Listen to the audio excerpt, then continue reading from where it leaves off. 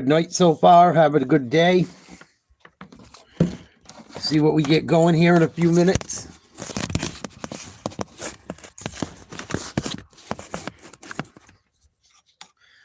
Get this sucker set up.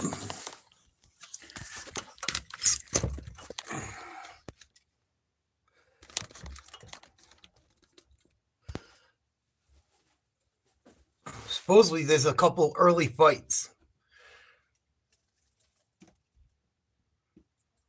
They haven't kicked on yet, so fingers crossed they kick on here in a minute. Please like, share, subscribe if you haven't. Got UFC tonight. Hopefully. Fingers crossed. Stream should begin shortly. What's up, 1M? We got Celtics-Lakers tonight. I don't know if any of the Lakers are going to play. It looks like LeBron and Luka might not play. So that's why I think I'm just going to cover UFC tonight.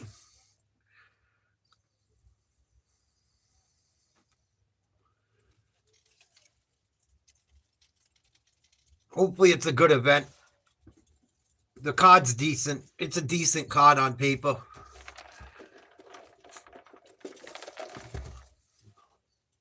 I'm really excited for the last two fights, mostly. Last three. I'm really looking forward to 314. I wish 314 was tonight. But can't have a 314 without a 313. What up, boys? Please like, share, subscribe. Who you guys got tonight?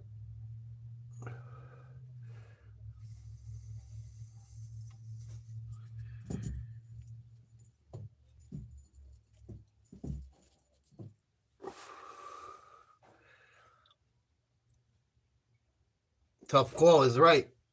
I got Gaethje.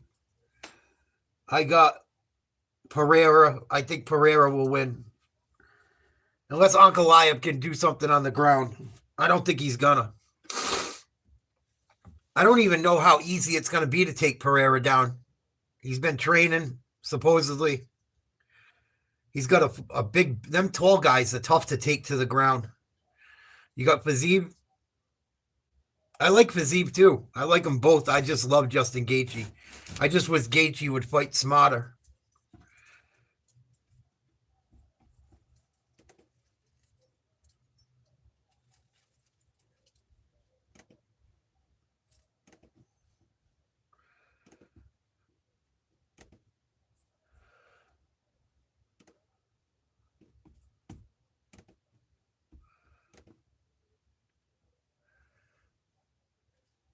Fucking Pereira seemed pretty locked in the last few days. You want Bobby Green to win? Bobby Green's got a challenge, I heard tonight. I heard the guy Bobby Green's fighting is supposed to be good.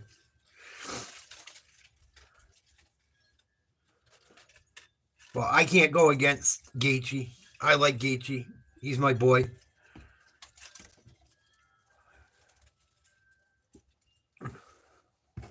See how his chin is after getting smoked.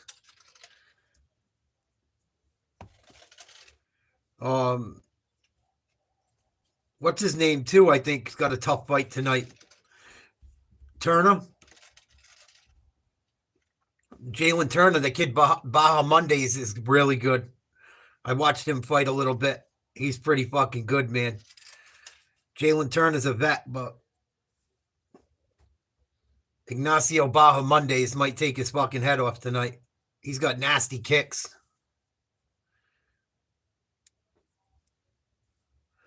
Be interesting to see. Hopefully it's a good card. Hopefully I didn't sign on too early. Yeah. Did you guys watch the press conference for 314 yesterday?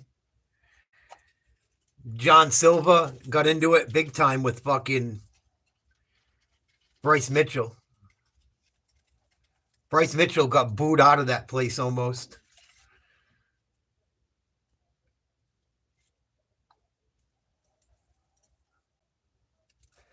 Yeah, people aren't too happy with Bryce. Rightfully so. I mean, he did say some dumb shit.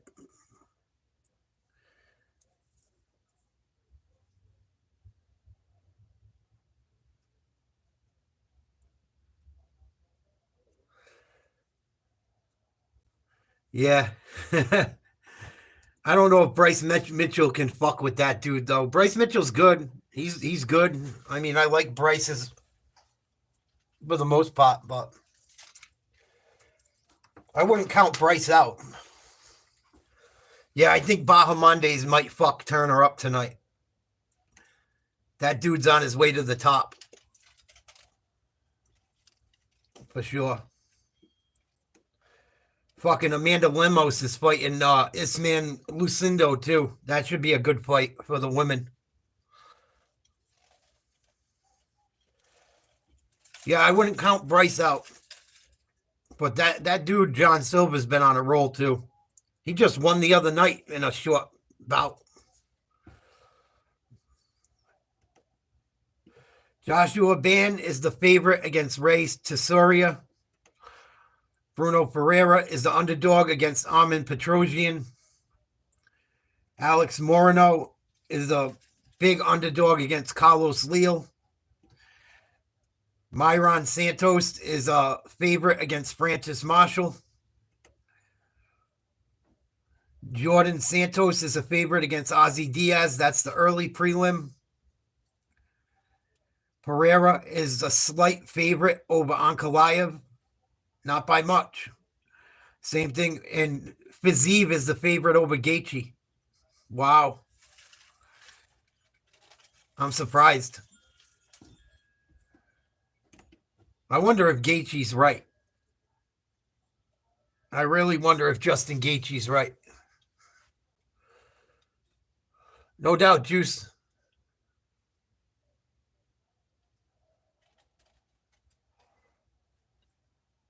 We'll catch you guys later. In and out. I get it. It's a long night. I know you will. Please like, share, subscribe if you haven't. We're waiting for the early card to start. Just talking some sports. Got Celtics-Lakers tonight too. But they don't know if LeBron's going to play. They don't know if fucking Luka's going to play. So I said, fuck it. We'll just roll with the UFC tonight.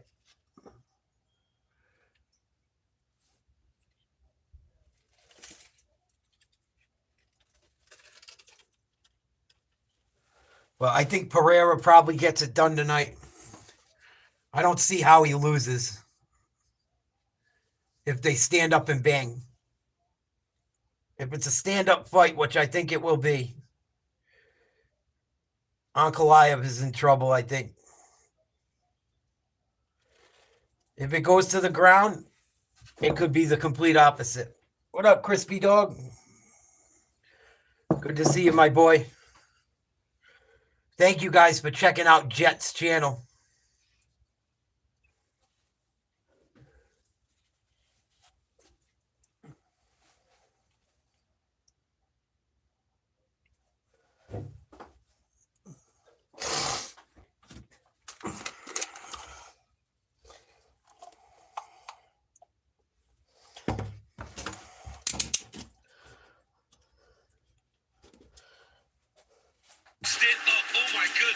Mas aí, como eu falei, eu fiz eles gastar o máximo possível para me dar aquela blitz e conseguir nocautear ele.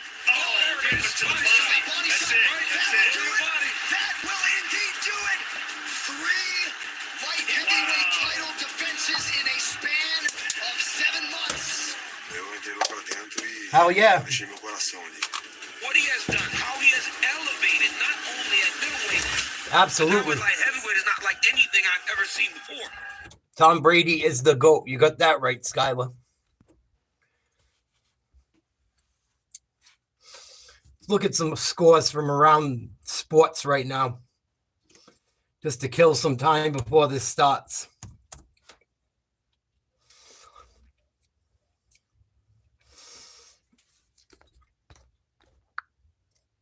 $60 to 40% vote right now in favor of Pereira.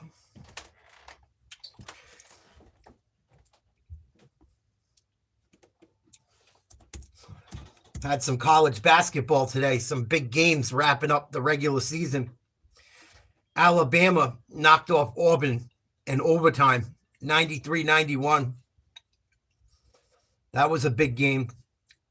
Missouri got knocked off by Kentucky. My college basketball team continues to get their ass whooped. Florida up on Ole Miss by 7. Clemson up big on Virginia Tech. Duke, North Carolina just started.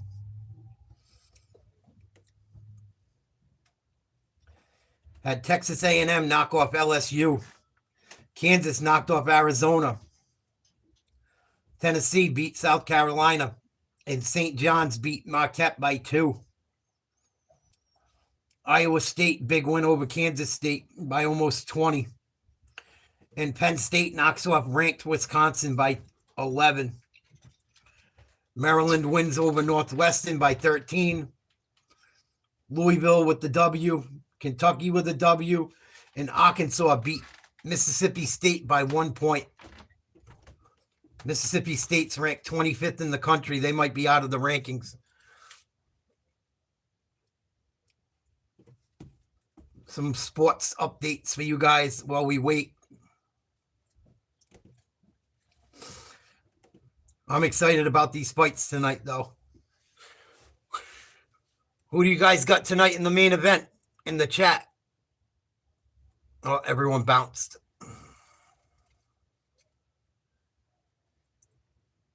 I'm surprised Fiziv's a favorite. Wow. People are probably worried if Gaethje's right anymore. I guarantee it. They're worried about Gaethje's health and his chin.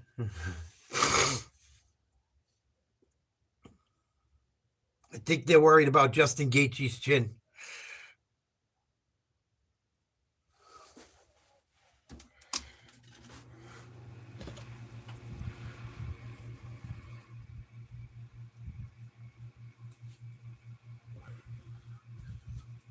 Come on, some breeze in this fucking basement.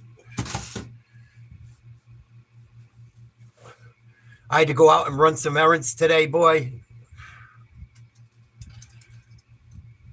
I'm so glad I don't go out very often. I'm so glad I don't. What a fucking nightmare. I had to go to the pharmacy. I had to run some errands. People have gotten so fucking stupid. It's amazing.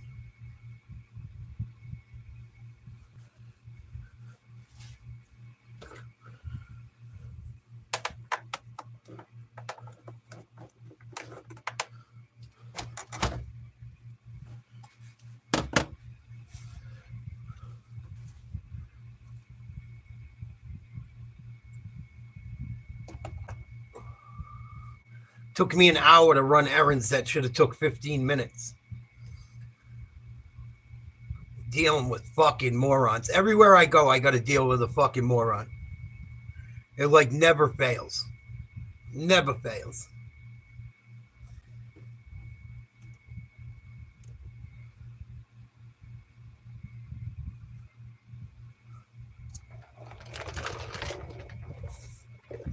I guess they're not going to show us this early fight. I'm still waiting. Maybe it's going to start at 7 instead. It said early prelims, 6:30.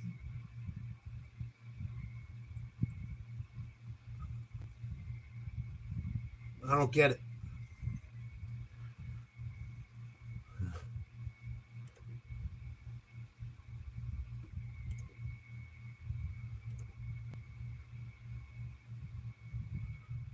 I don't play video games. I don't have a video game system, or I probably would.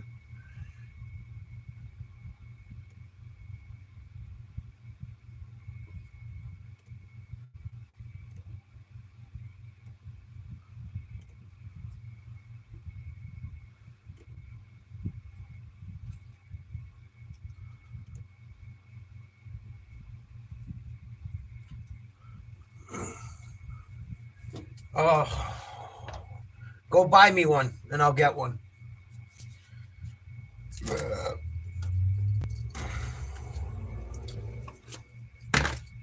Go buy me one. I'll go get one.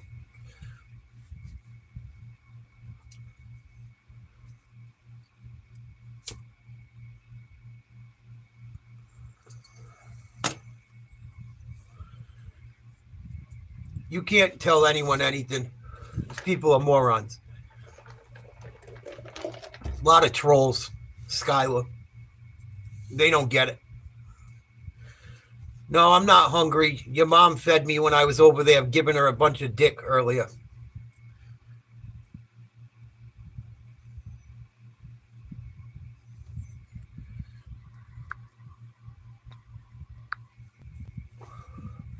Tell your mom, thank you for the pussy and the grub.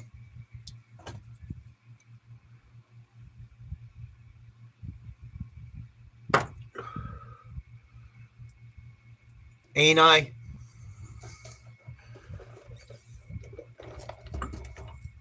What else happened this weekend? Bruins trade away my favorite player. Brad Marchand going to play for the Florida Panthers. Broke my fucking heart. Got a bunch of NFL players looking for new teams too. I don't think any trades have happened lately. I know Hendrickson's looking for a trade. I know someone else was looking for a trade. DK Metcalf looking for a trade. I haven't heard any news yet. We'll look at it quick.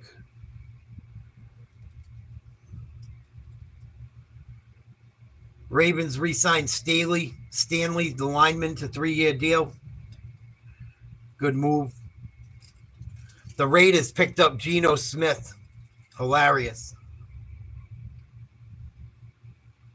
He played all right last year, I guess, but they need something more than that.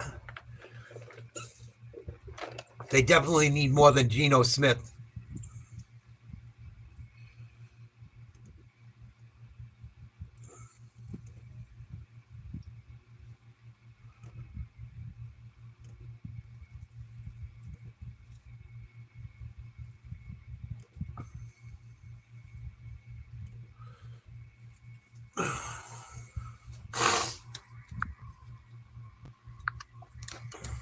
Can't fix stupid. Bye-bye. But yeah, some very good fights tonight. I'm excited.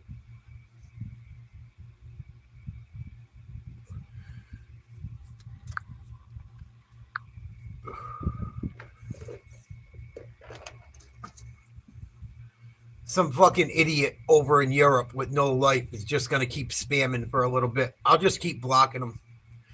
George Pickens needs a new team. The Steelers got to get a quarterback and another receiver to go with Pickens, and they'll be all right, I think. What up, Howie? Salute.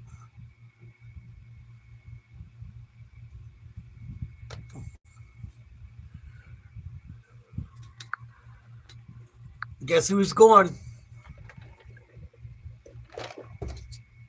What's new with you, Howard?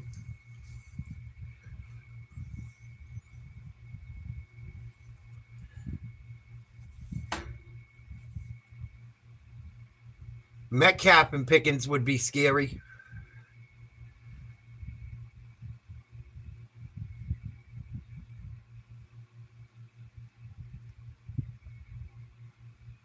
Same old shit over here, buddy. Just maintaining. Had to go out run some errands today. It was brutal. Brutal. We got UFC tonight. Maybe some Celtics action. We'll see. I don't know if LeBron's going to play or Luka. They're game time decisions.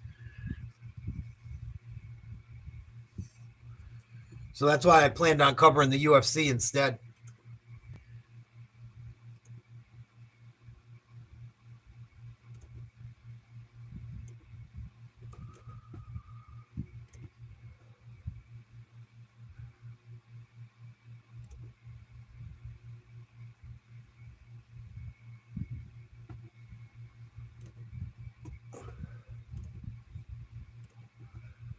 check out that North Carolina Duke game quick.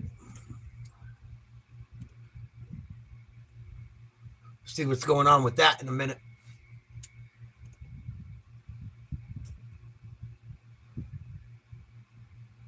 But this will dictate what's going to happen very soon in the UFC. I don't know if it's true or not, too, but I also heard that the UFC's, whoever wins this fight is going to fight the winner of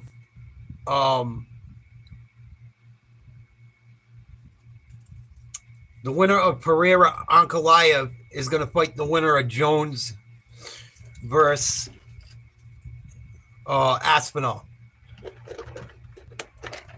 We got UFC. We might have some college hoops waiting for UFC. We might have some Celtics mixed in. See what happens. Yes, I have lots of videos about it on my channel. Indian Mirza. If you look at underneath my videos, I have all my paranormal experiences on that. If you look underneath my videos. Ouija board experiences, friends with haunted houses, my paranormal experiences. I'm not too into the paranormal anymore. I think a lot of it is no good. I don't think anything you talk to is good. I don't think you're talking to your dead family and shit. I think you're talking to something else. I don't fuck with Ouija boards anymore.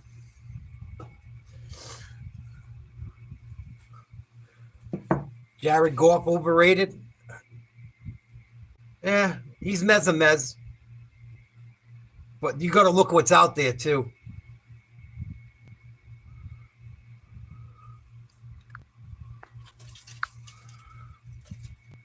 Yeah, I think so, too, Howard, at this point. That's why I don't really talk about it too much anymore. Or deal with it too much.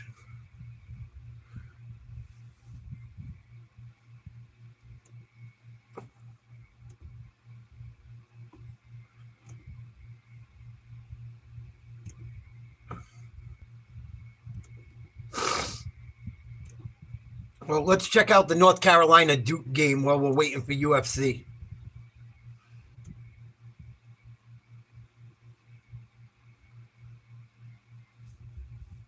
North Carolina at the free throw line. Duke leads 8-5. Porque eu acho que vem como o meu ritmo. Leading 8-5, Drake Powell is at the line. You know, yesterday, Hubert Davis talked a little bit about R.J. Davis. Hubert was an assistant coach and the lead recruiter bringing Davis in here, and he told us at practice yesterday, I've actually known him like 7 years, and Hubert, who's a very sentimental guy, he got a little bit choked up talking about the relationship that he's had with Davis over the years. He's trying to get an extra year of eligibility. He doesn't want to let him go, and I don't blame him. Yeah, he was looking for loopholes left, right, and center yesterday. Let's go to Jess for more. Yeah, Dan, RJ told me, I can remember vividly the summer going into my senior year, and I was playing on team camp at Archbishop Malloy. Coach Davis was sitting on the wooden bleachers on the right side of the court, had glasses on because he likes to be camouflaged, but he knew from that very first conversation that this was going to be the right place. It was just so genuine, and it just speaks to the type of person Hubert Davis is and the coach that. 8-7 Duke over North Carolina at North Carolina. 15:42 to go in the first half. Checking out some college football before basketball before UFC starts. Turnover Duke. Here comes Carolina. Down 1. Carolina team that we've seen over the last 6 games into this one. Much more aggressive, assertive, and in attack mode. It's a hit-first mentality. Trimble misses the 3. And the rebound to Sion James, a 4-year starter at Tulane, came off the bench the first month or so, has turned into a starter and a very important part of his team. Nice and he play. drives and hits and has a chance for 3. I watched Sion James play at Tulane. I thought he would. Duke leads 10-7. And 1. James going to the free throw line. offense starting with Cooper Flagg, but his strength, his athleticism, his length, and he's such a good defender and really takes great care of the ball. Michigan took another out of John the other night, Shire didn't they? speaks glowingly about the transfers, the veterans that he brought in. Sion James from Tulane, Mason Gillis from Purdue, and Malik Brown from Syracuse, who is back. After missing the last 4 games with a shoulder injury, Brown is back and on the floor as we speak. Brown, a defensive savant, has great hands, leads this team in deflections, and that's with missing several games with that shoulder. He's on Davis, who buries a 3. Carolina playing That's tough. the one thing you cannot do with R.J. Davis is give him space. That little step back, he can get that shot off. You've got to make him put it on the deck and get him inside the line and score tough 2s rather than open 3s. Carolina doing all the little things Evans better, threw it away. Davis says, as Duke turns it over again. 4th turnover for John Shire's team already. Duke trying to play with a little pace, turning it over, and John Shire, after that turnover, just holds his palms down, saying, calm down, long way to go. Again, this is a Duke program because it's been a down year for the ACC. They have not been tested very much at all in conference play. They are 18-1, the only loss coming last month at Clemson. And the other 2 losses, neutral court losses, way back in the non-conference to Kentucky and Kansas. Knipple gets rid of it quickly and knocks down a 3. Well, you make any mistake on a switch, and Con Knipple's going to make you pay. When he's able to shoot it from the catch spot without forcing him to dribble, he is money. What a years he's had. John Shire admits more of a facilitator than he intended or expected. A good score as well. A projected lottery pick. So much talk about Cooper Flagg, but and rightly so, but Con Knipple said 14-10 to Duke in the lead. I think UFC's getting ready to get going here.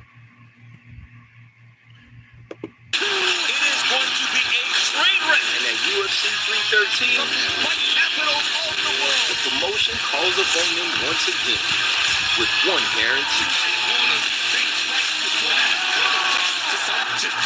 Violence.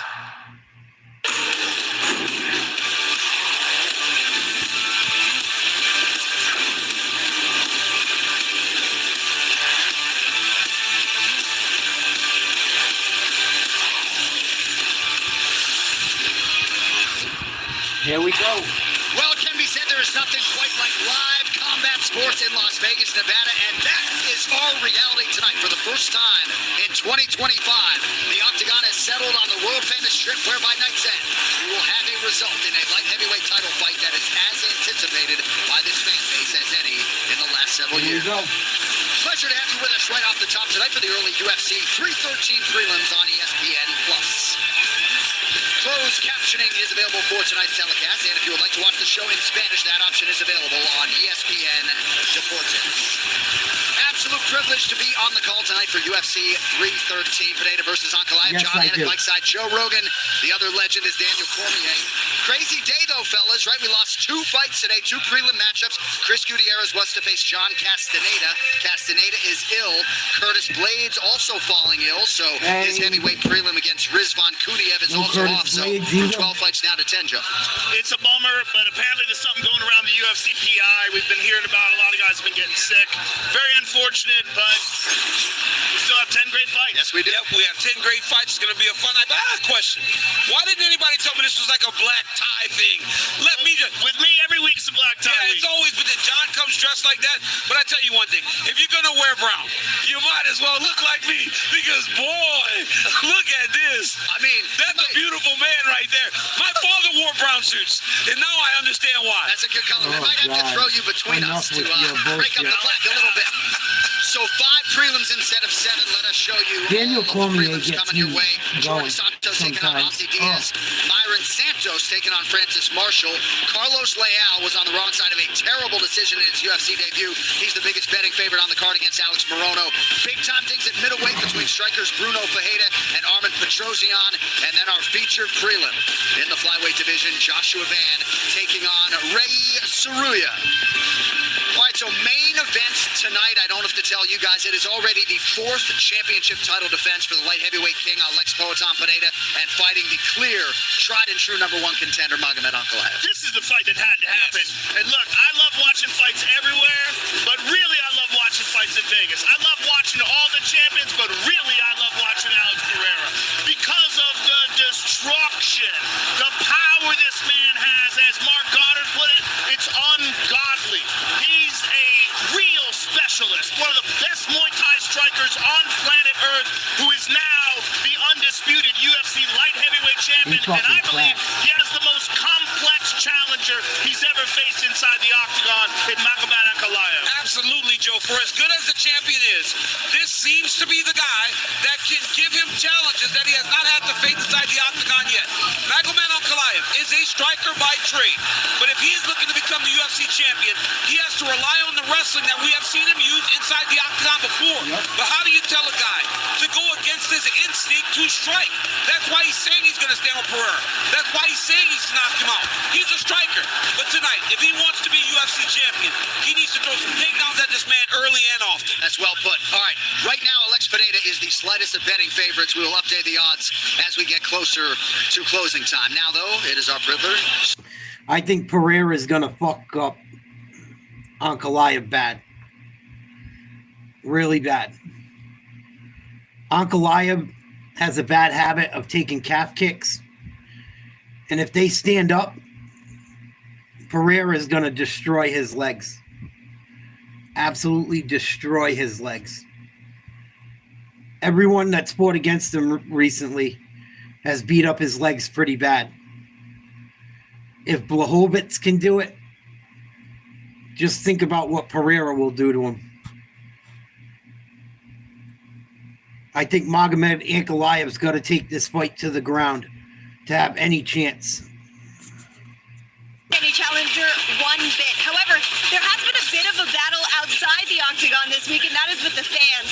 At least here in Las Vegas on the ground, it seems like the fans have been very heavily favoring Poatan, but yesterday backstage after the ceremonial weigh-ins, Ankalaev came over to me and he said, the boos are fine. Shama time is almost over. Those very same fans, the ones that are booing me, they will soon respect and adore me as their champion. So we will see if that comes true. But on the flip side, I know that we're going to talk a lot throughout the evening about what potential analysis could look like should we see this fight go to the canvas. Now, Alex Pereira, he has made it clear that all throughout his MMA journey, he has had a huge focus on his grappling abilities. He told me yesterday, he just doesn't need to show it ever. That is why it maybe is underestimated. But he has trained so seriously under one of the best in the world in Glover Teixeira. As he put it when we spoke, I am excited to show the world exactly what I can do when it comes to my grappling. I guess, guys, the big question is, do we even see it get to that point? Well, those questions will give way to answers later tonight. I can't tell you, though, Plinio Cruz and Glover Teixeira don't just hand out Brazilian Jiu-Jitsu black belts for fun. He's been working, you know. Well, he's an extraordinary athlete. There's something very special about his ability to adapt to MMA so quickly. I mean, you got to realize this guy was world-class two-division champion in kickboxing, came over in an unprecedented time, became a UFC champion. He's extraordinary. You've never been more right. Because in New York, you were telling us, you were like, just watch and wait. But guys, watching that piece with Megan, Ankalaev, he's literally training on those old monkey bar things that we had as kids, where all you did was get injured. That is how you know this guy's a beast. He's in the middle of some park, using that as a dip bar, dip machines. We were taught that the Russians trained a different way back with Rocky IV. That's what it looks like watching Ankalaev. Remember those old videos of Fedor training in the park? Yes, they trained in the park there on those old metal machines, working. These dudes are savages, man. And Ankalaev's a lifer, man. He's been at this a long time, decorated amateur career. We'll see how he fares on this fateful night. Co-main event, fellas. Could be an epic rematch in the lightweight division. Justin Gaethje was to face Dan Hooker. Instead, he takes on Rafael Fiziev, champ. Joe, the first time in London, it was sick.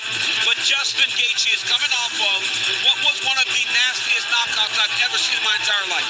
He's a guy, though, that if anyone can go past it and move past getting finished in that way, it's Justin Gaethje.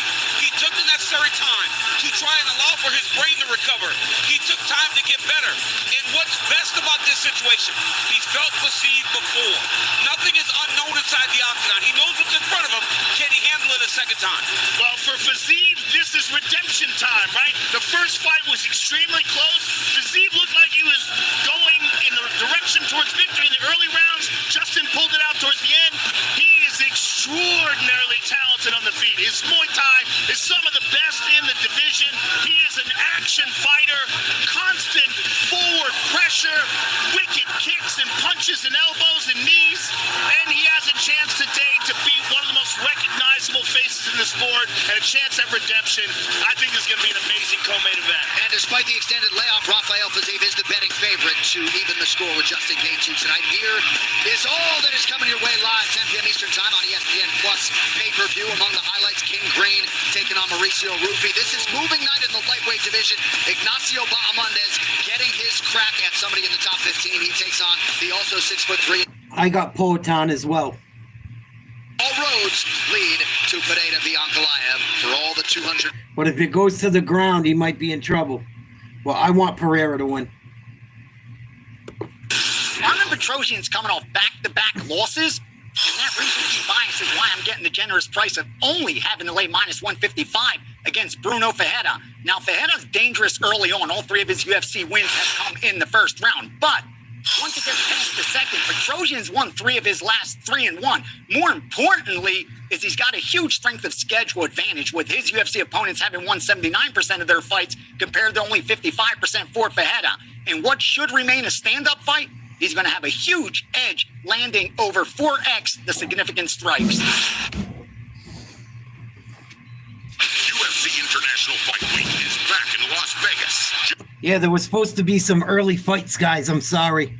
2 of them got canceled. 2 fights got canceled, so they bumped everything up. So we got a little while before the prelims kick off due to that. But I got Poatan winning. I hope he wins. Fingers crossed. I hope Gaethje wins. I just hope it's a good night of fights. I hope there's no eye poke bullshit. The eye pokes have been out of control lately. Out of fucking control. They got to do something about the eye pokes. The referees got to give them time. That last fight we saw on the free fight night with Cop, he fucking stuck his guy in the eye twice, and they didn't give the guy any time to recover. I don't know. They got to do something about eye pokes because it's starting to ruin so many fights. But other than that, the UFC's been pretty damn good so far in 2025. I got to be honest. It's been pretty damn good.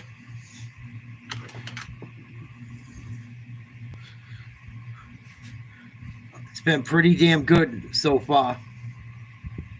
All things considered. I've been watching the fight nights and the Vegas nights. The free fights have been better than the fucking pay-per-views. That last pay-per-view with Strickland was terrible. Terrible. The women's fight was one of the best fights all night. So, hopefully these guys bring it tonight. We're supposed to be 12 fights. It's cut down to 10 due to people getting sick.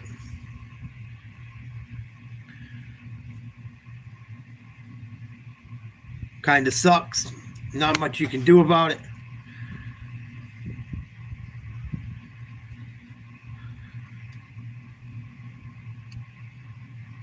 But it's costing people. But the fight nights have been fucking phenomenal.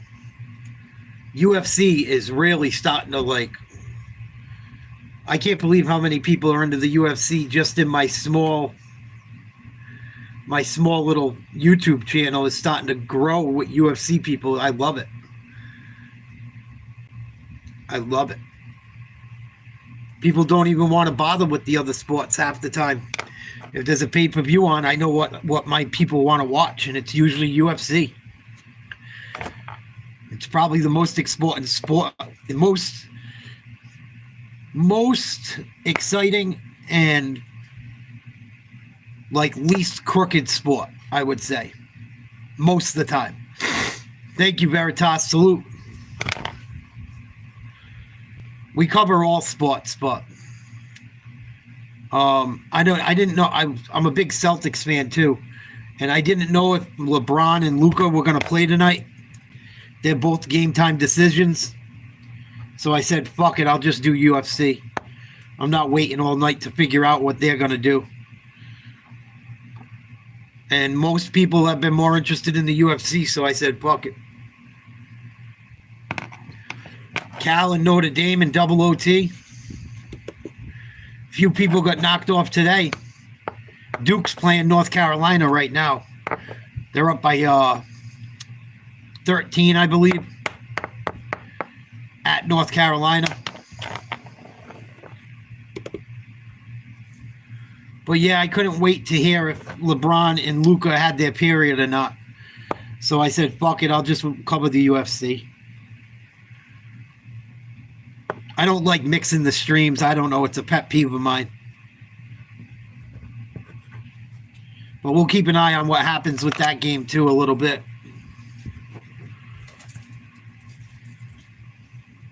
Alex Pereira, highest striking accuracy in UFC lightweight history, 67.2%. It's better than John Jones, Tyson Pedro, Fabio Maldonado, and Randy Couture, as well as everyone else. I hope John Jones fights Aspinall soon. Oh, I want him to fucking end that hype train. Supposedly, whoever wins out of Pereira and Ankalaev is going to fight the winner of Jones and Aspinall. That's what I heard. Don't know how true it is. And it's because he's such a specialist, because he has such extraordinary power. Every fight starts in the feet. He has a massive advantage. I actually thought that that was a great point, right? And the accuracy and all that's great, but the level of competition that he's fighting to be landing at that rate, right, is truly unbelievable. He's fighting all champions. He has been fighting all champions for the last 3 years. He's only been here for 4 years. Right. But this guy has fought the best of the best, and he has shown and proved that he's one of the greatest of all time. He's only been fighting in the UFC for 3.5 years, and he's one of the greatest of all time. It's nuts. It really is. He has wins over 3 light heavyweight champions already. Jan Blachowicz, Yuri Prochazka, Jamal Hill. But now trying to take out the guy that most of the fan base thinks has the best chance to beat him, as we show you our main card coming up on pay-per-view with Bobby King Green, a plus 380 underdog against Mauricio Ruffy. Wow. I might put $20 on Bobby Green just for the fuck of it. You win almost $100. You put $20 on Bobby Green, you win almost $100 tonight. For $20, it's worth a shot. Ruffy is good, but shit. You can make some money on that fight for a lousy $20 bill. If you put up 100, you win 380. Might be worth taking a shot at. What up, Jetski? You zombie killing bastard, you. What's good with you, Silk? How's things down in New Orleans? New Orleans. John, already selling out your age there, Dominic. Happy birthday in order? Happy birthday, buddy. Yes, happy early birthday, and also one of the best bantamweights of all time, recently retired. I'm sure it's a Hall of Famer and Chael Sonnen. Guys, lean and mean tonight. 10 fights, Dom. I mean, that means we get to work a little earlier than normal at the dusk. Yeah, that's what they say, but it's lucky for us. It's going to be nonstop action. Every one of these fights is top-notch, so we're all in for a treat. Alex Pereira might be the greatest fighter ever. I love that they teed him up that way, guys. If he wins tonight, I predict for you he goes up to heavyweight. Now, if he loses tonight, I predict for you he goes up to heavyweight. This is a pivotal evening, and you got to look at it like this. The storylines of 2005, the storylines of heavyweight. What happens if we can't get Jones and Aspinall together? I'll tell you the answer. I don't know who's going to draw him, but the answer is going to be Alex Pereira. Tonight is a must understand, watch event. I love that you can see the future there, Chael. But, you, you know, we talk about how dominant he is as a fighter, Dom. And as Joe Rogan said, you know, there are consequences to getting hit by him, but there are a variety of ways that he can really attack his opponents. Yeah, you know, 10 years ago, I think you might have said that wrestling and grappling might dominate the sport. But what Pereira's shown is if you have an acumen of of kickboxing that is higher level than anybody in the world, you control the distance, and now you can also dictate if you're taken down or not. And that is a different wrinkle. We've never seen. Jet, you had me dying. You had me so fucking dying, dude. I was listening to you running errands, and your boy goes, hey, you know, I was thinking of something. And you had me fucking dying. You're like, oh shit, that's dangerous. Your boy didn't hear you. I was fucking dying in my car. He didn't catch it. Oh, I was fucking dying. He's like, hey, I was thinking. And you're like, oh, that's dangerous. I don't know. I think I was the only one that caught it. Funny fucking shit. Funny. You motherfuckers burping and farting and shit. Oh, I was fucking dying. Funny shit. Am I a Celtics fan? No, I just hang their jersey up for fun. How do I feel about corned beef? Hell yeah, corned beef's good. Homemade corned beef and hash is the best.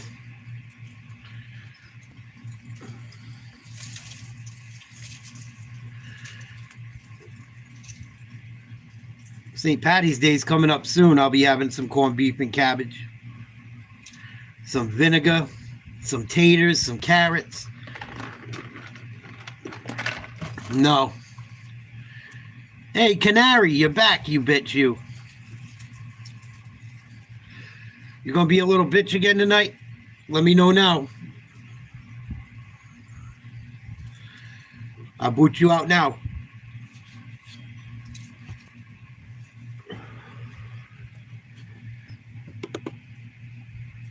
Oh, North Carolina, pull up 3. Wow, that thing died on the rim and went in. 10-point lead for Duke. We can get along if you're not going to be a liberal cuck.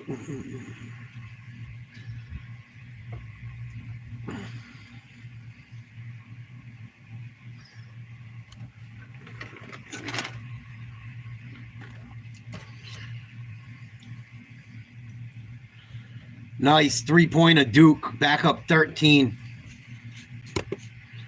Come on, let's get these fucking fights rolling.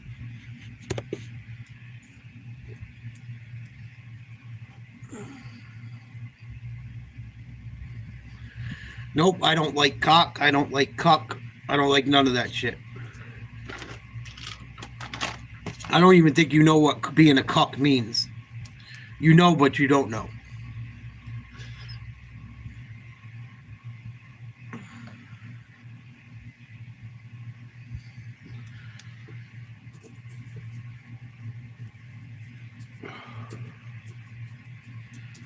I don't need another chance, but thank you.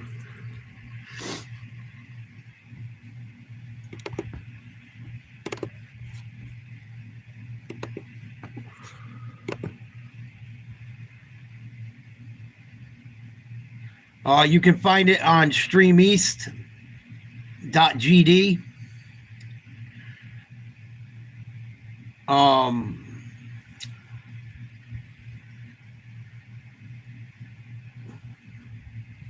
That's what I usually use. Or the tvapp.to. Sometimes you can find it on that.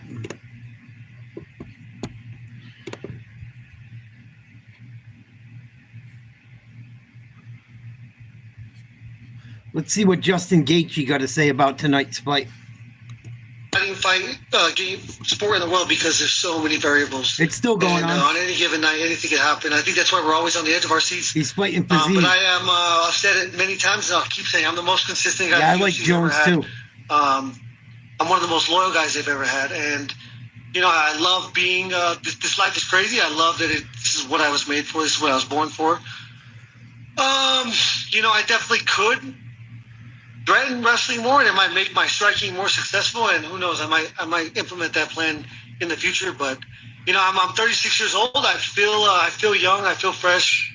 coming off a knockout, it's reinvigorating. And, you know, we've seen many people go through this experience, and some come out on top and some people fold. And, you know, I'm counting on myself to come out and face the fire and really tap into being scared again. You know, I think that's the most exciting part about Dan Hooker broke his hand. So Justin Gaethje's fighting Rafael Fiziev, which is a good fight. They had a war last time they fought. To your overall, you know, psyche. And Crispy Critter, let me know if those work for you or not. They should work. Well, the fear of the knockout or losing or taking punishment, that always makes you a better fighter anyway. And by the way, don't change your thing, Justin, because that's why all mixed martial arts fans absolutely love you. Now, this is a rematch, you know.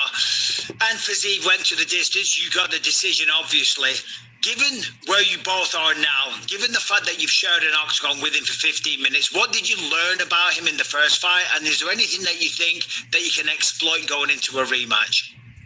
Yeah, I mean, I think that he's such an elite striker. You know, I mean, this guy he throws heavy hooks. You know, he's no matter what I throw at him, he's coming back. He's holding his ground. He's I would have rather seen Hooker. You know, he doesn't retreat, and that's something that is scary. Well, especially Fiziev's when you very engage in these exchanges. You know, especially knowing that something with heat is coming back at all times. So I got to be dynamic. I got to be, you know, very athletic. You know, I think my athletic ability is what has gotten me this far. And, you know, but I can't take too much from that fight because, like I say, every single fight is so different. And there's so many variables that you just can't rely on past experiences. It's 15 minutes of time, and really you have to... It's because you were a douchebag when you first came in, Canary. That's why people don't want to hear your bullshit. You came in with all your liberal bullshit during one of our political things. The last time I talked politics, you were on the Biden train, and people don't like the Biden train. People watch the streams. That's why people are giving you shit in the chat.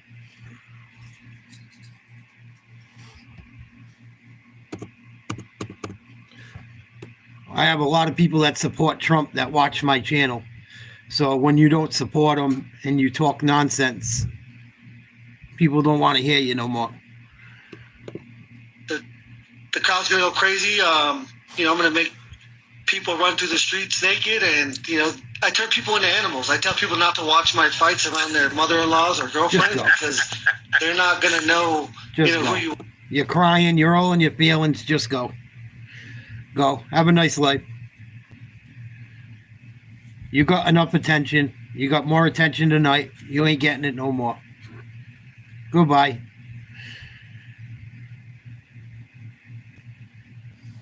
Well, it was the biggest opportunity of his life at the time, and as it will be again this weekend. But I felt like once you got to grips with him after that first round, you went through the gears and he wasn't able to go with you. So now this fight, do you view this fight as round number 4? And because of that, you know what to expect. We're going to see Justin Gaethje pick up the pace from the very beginning. I mean, not really. I mean, again, this is such a new experience. I mean, nothing from that fight, you know, is gonna go into this fight. I think, you know, I don't know if he's gonna go left or right whenever he went left or right last time. I mean, you just don't know how people are gonna react to certain situations, and we're talking about less than inches and less than seconds. So I have to really just tap in to my ability to also watch him knock people out. He didn't say. I have to tap into my my intuitive nature to you know, let the adrenaline flow and let what the human body does in these situations. These situations are so intense. And, you know, you have to go to a special place, and, you know, you're not retaining information. So I didn't, you know, other than watching the video, I don't retain a lot of information from these fights because it's so fast. And if you're retaining information, you're not seeing what's coming next. And so, you know, I really have to take this as a new experience. A little bit from Justin Gaethje.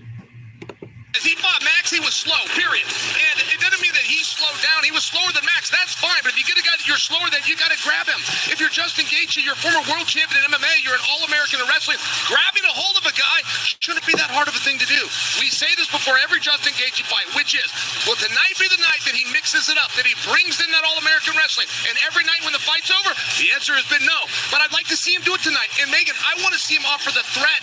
I don't care if he takes Fiziev down. I want him to threaten that. I want Fiziev reacting to it. Exactly. One thing that Justin did, and why I'd be critical of his fight with Max, is if this is a dance and one person leads, Max led the whole time. Justin needs to take charge, either by being quicker or just grab a hold of that son of a gun.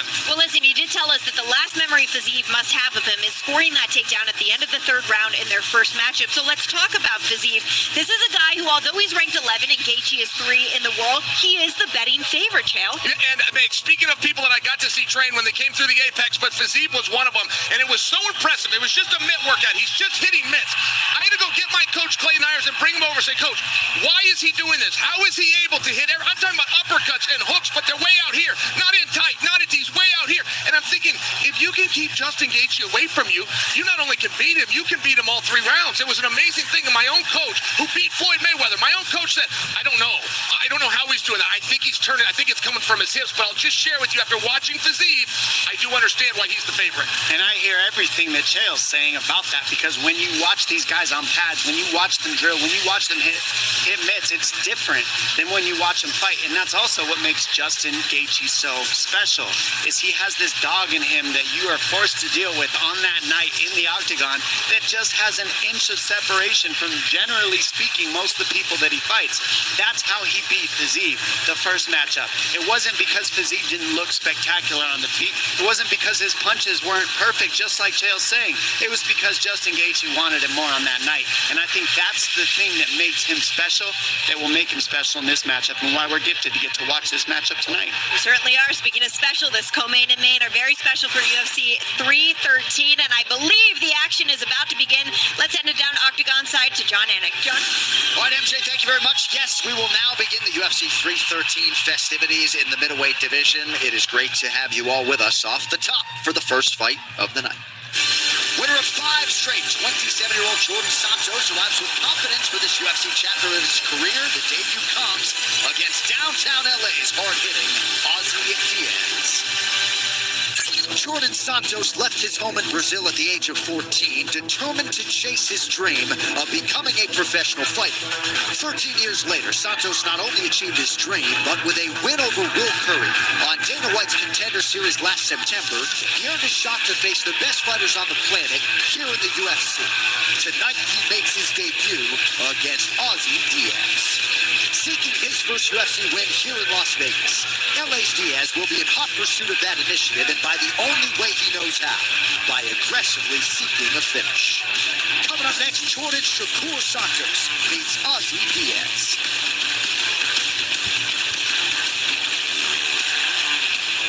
Well, back at middleweight, Ozzy Diaz feels happier than ever to be returning to 185 pounds, a weight class where he feels lighter, more athletic, and much healthier. This is the first time he has appeared in this weight class in over 3 years, and he told me it was actually the best weight cut of his entire career. And a lot of credit goes to the work that he has put in at the UFC Performance Institute.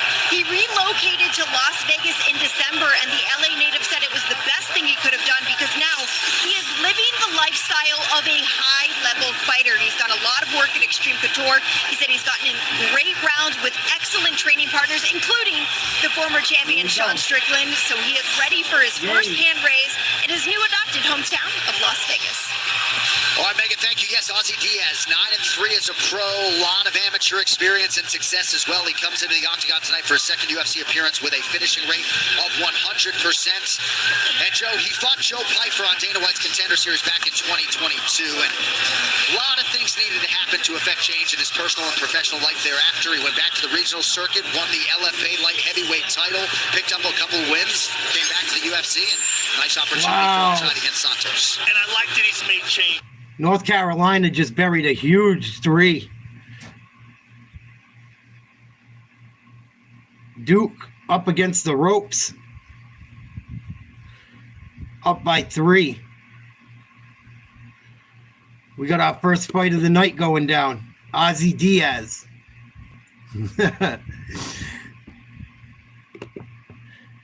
versus Jordan Santos. Santos the favorite. Here we go.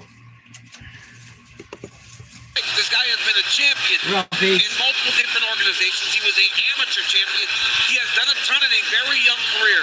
Tonight he needs to get a victory, though. Then he remembers who he is in fighting. Jet, do you use those streams I told you? Those streams I just said should work. Just type in streameast.gd and hit enter. It should go to it. And then you click on the one you want, hit play. You got to play with it a bit. It'll work. Same thing with the tvapp.do. They will work. You got to keep clicking a few times and get through the ads. That's why he was able to make his way to the UFC. John, I mean, growing up and living in a pit bull kennel. When they said that the other day, somebody goes, he lived in the dog pound or something like that. And I was like, wait, in the kennel? Are you using the websites I told you, Jet, or you have your own? Because Crispy was trying to find it. His fight had a very long layoff before he went on that Contender Series appearance and won. He said the result didn't surprise him. It did surprise him how well he fought after being gone for so long. But when watching that Contender Series fight, Joe, this guy fights with a beautiful measured pressure. He doesn't overextend himself. He's got nice kicks. He's got very good boxing. He's very aggressive, Joe, and he has a nasty right hand that he can land in so many different positions. I like what you said with measured pressure. Very intelligent in his approach, very well-rounded, and very good at managing distance and deciding when to hit the gas and when not to. And he's a young man, learning and growing, 27 years of age, 10-1, with an amazing opportunity here for tonight, his official UFC debut after his victory on Dana White Contender Series. And a victory on the Contender Series in which he was a plus 340 underdog against the highly touted Will Curry. A lot of people really believe in Will Curry. It was 30-27 times 3. Outstanding body shots and switch knees, mixed in a takedown as well. Jordan Santos making the UFC debut tonight, turned pro back in 2015. At one point, he was part of a district boxing team in Brazil as an amateur, represented his country in Europe. But my gosh. I'll send you an email tomorrow that explains it if I can find your email address. I know I had it. At 5 a.m., his lunch was condensed milk, and now a UFC fighter. All right, let's see how it goes for the 27-year-old Jordan Santos in his UFC debut. It comes against 34-year-old Aussie Diaz. Santos, the near 2-1 favorite. Diaz.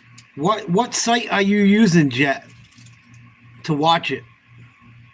If you don't mind asking.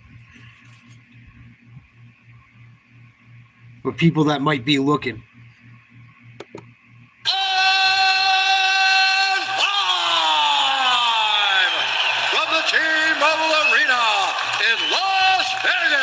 For UFC 313, Pereira versus Goliath. And now, this fight is 3 rounds in the UFC middleweight division. Introducing first, fighting out of the blue corner, a mixed martial artist holding a professional record, 9 wins, 3 losses. He stands 6 feet 4 inches tall, weighing in at 185 and 1/2 pounds. Fighting out of downtown Los Angeles, California, Aussie Diaz. And now, introducing his opponent, fighting out of the red corner, a mixed martial artist holding professional record, 10 wins, 1 loss. He stands 6 feet tall, weighing in at 185 and 1/2 pounds. Fighting out of Brazilian Distrito Federal, Brazil, Jordan Shakur Santos. A referee in charge, Mark Goddard draws the first assignment of the night, and my bout sheet suggests he will not be seen again until our main event later tonight. The beautiful Red De La Cruz getting us started for round 1. Aussie Diaz. Holy smoke. And Jordan Santos. She was gorgeous. I gotta get myself back in shape. What the fuck? What up, Bob? Santos believes he will have the athletic and speed advantage on the feet.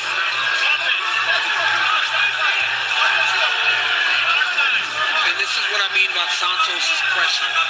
Right? He's wide in your face, but it isn't like overwhelming and reckless. He takes his time, tries to find his range, and then once he gets going, he's as dangerous as anyone that we see coming off the Contender Series. Well, the leg kick connects for Santos. Beautiful long jab by Santos. Really covers some distance with it.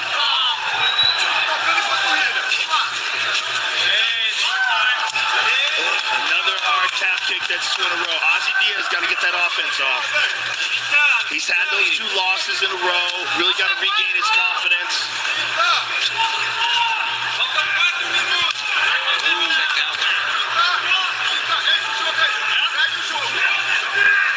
Santos, the only UFC newcomer to be making a debut here at UFC 313.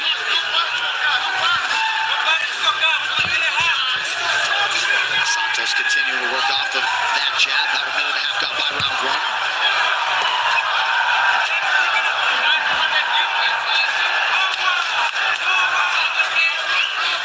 Diaz's last fight, his opponent started hitting him low kicks, then landed a nasty elbow that hurt him bad, finished him. Oh, nice. That was a good counter right there by Diaz. Very nice. It seems like he picked up a little bit on Jordan's jab. Jordan's kind of leaning off to the right when he throws that jab to extend himself. That leaves an opening for Ozzy Diaz to drop that chopping right hand over the top. I mean, that jab is nice, though. It's long.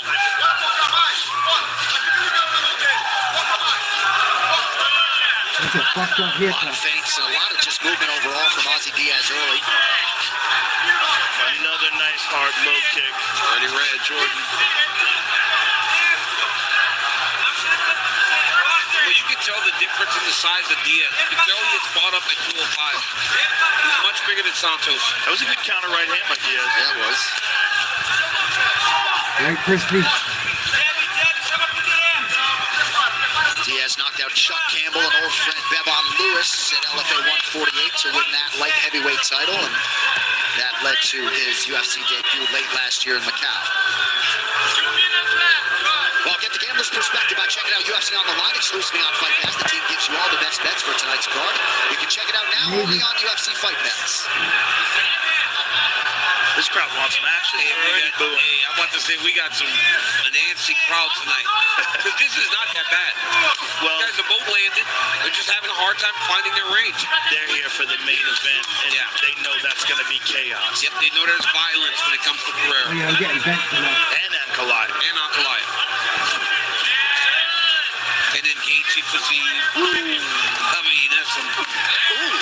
Hey, Mauricio Ruffy versus Oh my goodness. Nice I have a feeling by Santos continuing to apply pressure here late in the round. And don't forget Jalen Turner and Bach. Oh my God, that's gonna be a good fight. 2 6'3", 355-pounders is nuts. Wicked strikers. Sean Shelby been trying to make that fight forever. Tonight it happens finally, and I cannot wait. Low kick from Ozzy Diaz. And now nice jab. Very nice jab by Ozzy. That was a nice stick. That one had that popped the head back in. Messed the legs a little bit of Santos. And Santos trying to get it back, landed a good one of his own. Ooh. Again, Diaz. Diaz's jab is nasty. Yeah, he's finding that jab.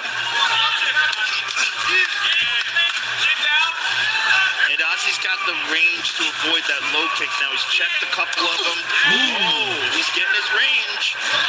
Yeah, that right hand touched him on the tip of the chin. Barely missed. It's a nice right hand from Santos, but Diaz. Ooh. Here we go. Santos returns fire. Oh, Santos likes to get hit. Santos threw his hands in the air. Come on, motherfucker. Oh, it might be over. Oh, he done woke up the dog.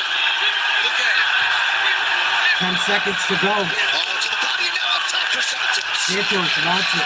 There's the jab from Diaz to stem the tide for a moment. That jab of Diaz is nice. And it seems to be troubling the right eye of Santos. I've seen him wince a couple of times.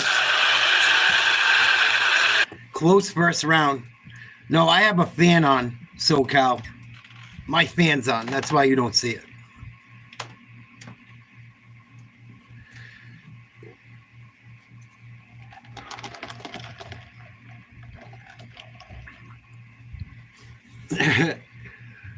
Makes you forget repair kits, huh, Jet? Forget repair kits. Fucking just driving over everything in your mini bike.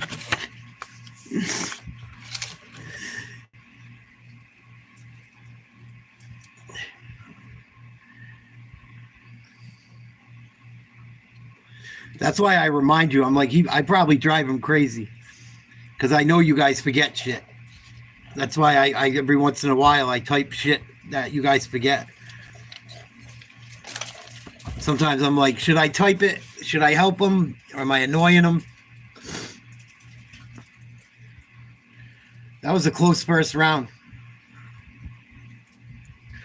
Yeah, I'm getting stoned tonight. Fuck this. Fuck this. I dealt with idiots today. I'm getting stoned.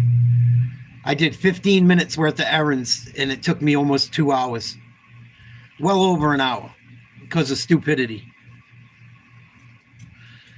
Here we go. Start of the second. Santos letting them have it. Kind of slack down on that a little bit. Pressure now by Santos.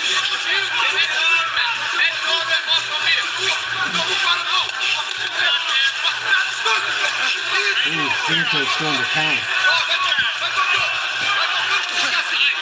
These guys have turned this into a boxing match. Santos corner calling for him to be a little bit less wild. That jab. Ooh, nice jab. Good start. Yeah. Well, I like to see both of his areas. There's a low kick. I'd like to see them mix it up a little bit. They're getting a little bit predictable with their offense.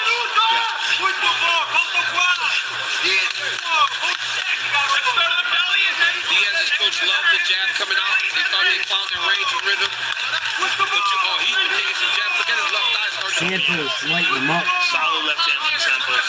Yeah, and that forced a retreat from Ozzy Diaz. Santos snap pressure, man. It's nice. Both fighters landing a lot of shots on the inside. Santos has the coming upper in. hand. Santos has outlanded Diaz 40-22 unofficially. Big exchange. It's just when Diaz hits him, Santos seems to get upset, and he throws 3 or 4 in a row. Ooh.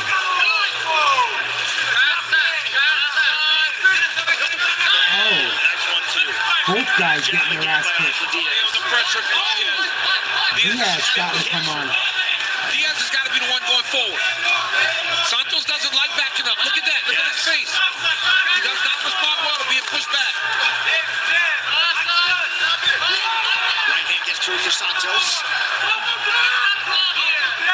Guys are throwing. Good jab by Diaz. Follow-up right hand. Nice 1-2 by Ozzy. I love the way he switched up the pace for that. He threw the jab, then he went to the right hand on the second one. Diaz did a good jab, man. Oh, Santos tried to shoot. Oh, both of them just beating the shit out of each other. Santos finds a home for that 1-2. Good fight. Oh, Diaz got a chin. Yep, Diaz did exactly what his corner said. They said, let's mix it to the body. Let's go to the body with that jab. And he hit him right in the chest. Ooh, Diaz. Nice tap kick. Ooh, nice jab by Ozzy. Stiff jab. Yeah, Nate. Good head movement by Santos. This is where Diaz gets hit. He almost stops and he watches as Santos is working. Right. After he throws a combination. And kind of keeps his head up. Yeah. Too much. If I'm Diaz, man, I'm just straight pressure from now on. Not really, so Beautiful 1-2. What a pace. These guys are fighting. Good right hand by Diaz now. Diaz starting to hit him. Ooh. Diaz is getting off now. Diaz blocked a lot of those. those attempts by Santos. It seems like Santos slowing down a little bit. Ooh, nice. He's a little predictable, but he's still throwing with a lot of force. Man, these guys And are that going jab at has it. got him reacting to the face big now.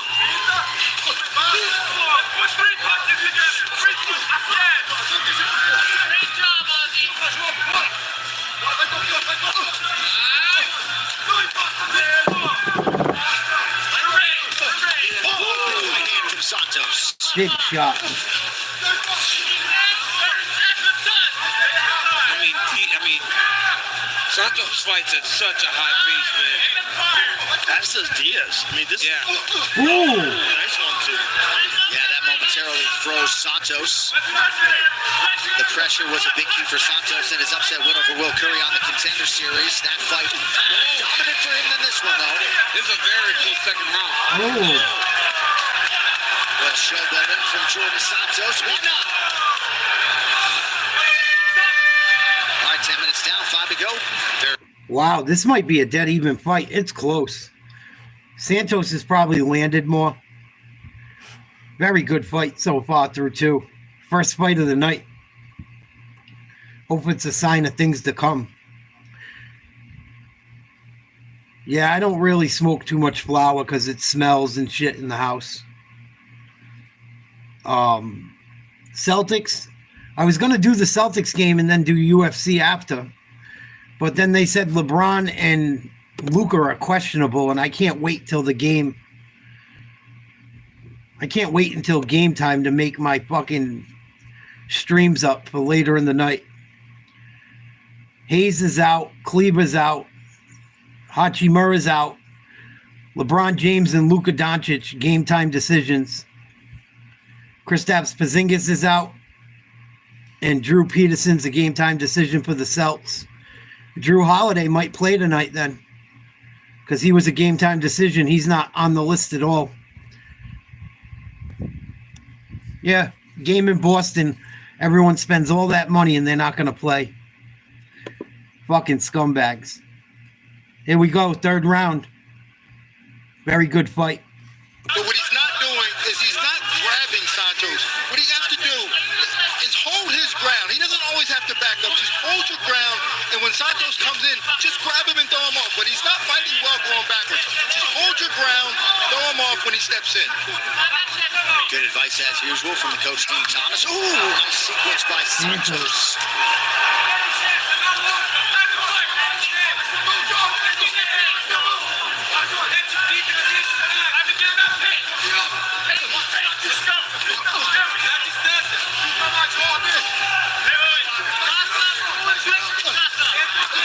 Ooh.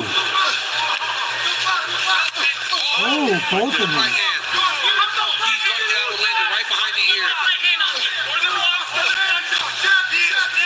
Nice jab by Diaz again.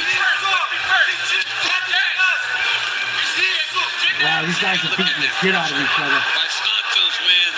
And that's when he does best. Yep. He's moving forward, and when he's moving backwards, Ozzy Diaz has a nice advantage.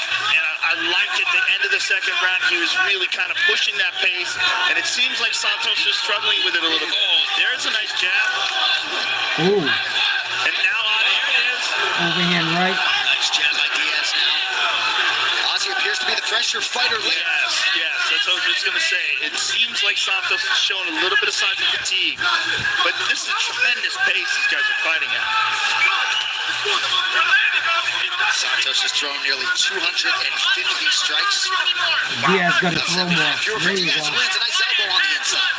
Ooh. Nice jab. This is a close fight. No kicks to the body, no kicks to the head, no even attempts. I'd like to see these guys mix it up a little bit more. Oh my God, these dudes are beating the crap out of each other, man. This is an amazing Not even fight. blocking. Yeah, good way to start. Ooh, Santos. It's mostly a box. Ooh, knee to the fucking body. Did not like that knee. Another knee. Oz is really turning up. He wants his first victory back. Again.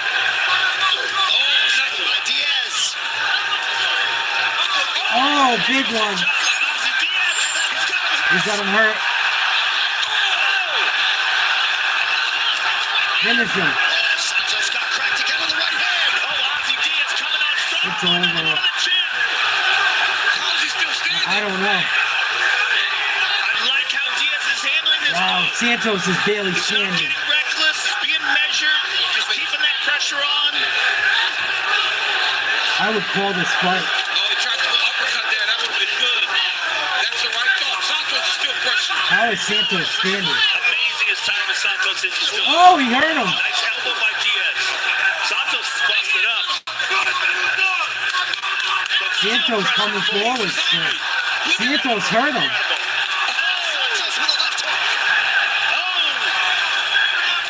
What a brawl. Still 90 seconds to go. Oh, nice elbow. These guys are setting the standard for tonight. Yes, we'll be a fun night. Oh, Diaz letting him have it. 1, 2. Oh, What a fight. these guys got to be gassed. Santos he's hurt bad. Look at how wobbly his legs are. He's so tired. I mean, it's just the pace, the incredible amount of volume these guys Oh. Body shot. A lot of volume. Nice jab like Diaz. Yeah. Under a minute now to decide it. The fact that Santos is still marching forward is the craziest thing ever. He got Bambi legs like a motherfucker. So game. He hurt Diaz for a minute too, but Ozzy Diaz has never won. he couldn't do nothing with it. He's too tired. This could be the first under 40 now to go. This might be the fight of the night already. Good fight. Ooh, I mean, this is the most Santos keeps coming, man. Oh, and he got a takedown. Diaz gonna lose this fight late with a takedown. Oh, he might reverse it. Almost. What a brawl. Between the middleweights, we hit the ground late. Too bad this ain't a 5-rounder. Boxing display on both sides tonight. What a fight. Ozzy Diaz, Jordan Santos go the distance. No quit in either Good man. fight. But they have Let's left it fucking in the go. judges' hands. excellent fight. Great way to get this card started. Hell yeah. And historically, We're gonna have a if you're banger tonight, wondering how boys, good or that what? was unofficially the 8th most significant strikes landed in a middleweight fight UFC. I think Diaz hits. Diaz has way more power than Santos. I almost called him Barboza. He reminded me of him a little bit. Fucking Diaz hits pretty hard, man. Hit him with a nice elbow. I think Diaz did more damage. I do. And by the 3rd round, I don't know what the numbers are, but I think Diaz won. Diaz was an underdog too.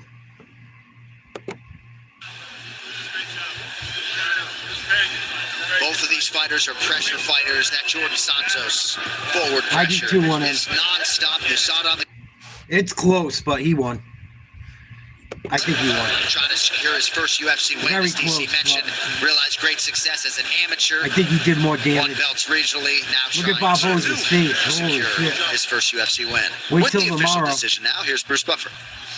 Ladies and gentlemen, after 3 rounds, we go to the judges' scorecards for decision. All 3 judges scored this contest 29-28 for the winner by unanimous decision, Ozzy Diaz! Good fight. Both those guys deserve bonuses. I think both those guys deserve bonuses. Hook them up, Dana. They fucking started the night off for you on a night where you already lost 2 fights. These guys deserve a bonus. Particularly in that 3rd round, you were just telling me you can't see out of your left eye after the 1st round. Yeah, I don't know what happened in the first exchange. I couldn't see from my left eye, so I had to get in that paint, you know what I mean? I had to dig deep. It was fucking tough, but yeah, I couldn't see for we had 1 exchange in the beginning and that was it. My left eye, I couldn't see. Well, this was a closely contested fight, an excellent fight. You really showed tremendous heart, particularly in that 3rd round. You really, really turned it on. Yes, sir. I mean, I had to dig deep. I was listening to my coaches, you know what I mean? Bite down my mouth guard, move forward. He was breaking. I just had to, keep going and shit. But I just want to say to everybody, with my leg downtown, chase your dreams, guys. Don't compare yourselves to nobody. doesn't matter your age, that 310-pound kid, they're telling you you can't do it. Fuck what they say. You can be here too. Trust me. Enjoy this, Ozzy. Congratulations on your first UFC victory. Great Ozzy first Diaz, fight. ladies and gentlemen. What a moment for Ozzy Diaz, rallying through the early adversity with the left eye, wins rounds 2 and 3, seemingly on all 3 judges' scorecards, and gets his first decision win and first win in the UFC. Well, the UFC Fight Pass Invitational will return soon with a loaded event featuring superstar grapplers Mikey Musumeci, Fionn Davis, Mason Fowler, William Tackett, and so many more. Stay tuned to the UFC Fight Pass social channels for more upcoming. I think that fight might be in. That might be a fight of the night candidate. I think those guys deserve a bonus. That was an awesome fight. We have 2 fights that aren't even going to happen. So to start the night like that, when we were supposed to see 12 fights, we're only going to see 10. Makes me feel good about what we got coming up. We're in the early prelims / prelims. There's really no early prelims tonight. I think this is the year we beat the Rams. I gotta see. I think it's 54 or 53. I think it's 54.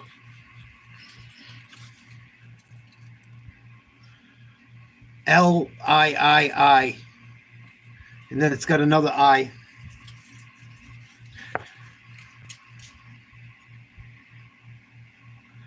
So I think that's the year we beat the Rams, this one.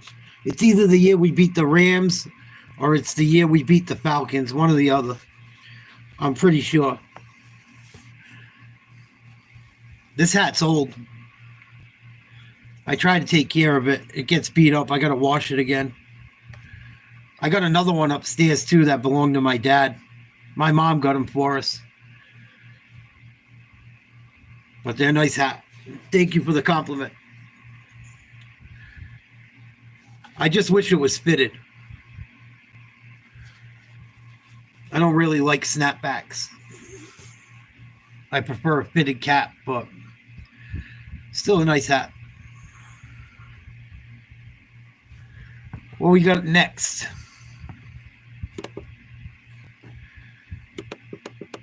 Well, if you want to learn about American sports, you're in the right place. We do a lot of sports coverage at Nate's Live Talk. I think next we got Marion Santos. Oh, that might be the fight that got canceled. Let me see. I don't know. I don't know who's next. I forgot who got canceled. Curtis Blades ain't fighting. They've already taken everyone off the card who's not fighting, it looks like. So I believe Marion Santos versus Francis Marshall will be the next fight coming up. Hopefully right away. I pray. I hope they're not going to make us wait till fucking 8:30. That would suck.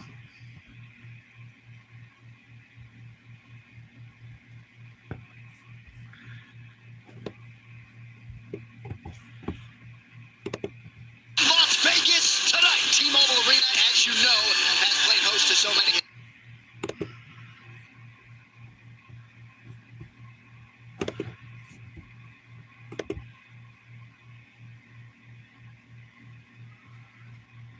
Well, it looks like LeBron and Luka are going to go. Luka and LeBron are off the injury report as of right now. Porzingis is still out for Boston with Drew Patterson. And then Hachimura, Jackson Hayes, and Max Kleber are out for the Lakers. Celtics are giving up 6.5 points on the spread. It's a big game tonight. Big fucking game. I can't believe I'm doing UFC instead of it, but people seem to like UFC more. So I got to go where people like things more. There'll be other Celtics games. They'll be in the playoffs. It's a big one, though, tonight. Only can imagine it's going to get better and better. And then if you want to be known, you want to walk into a fight knowing there's violence, put Justin Gaethje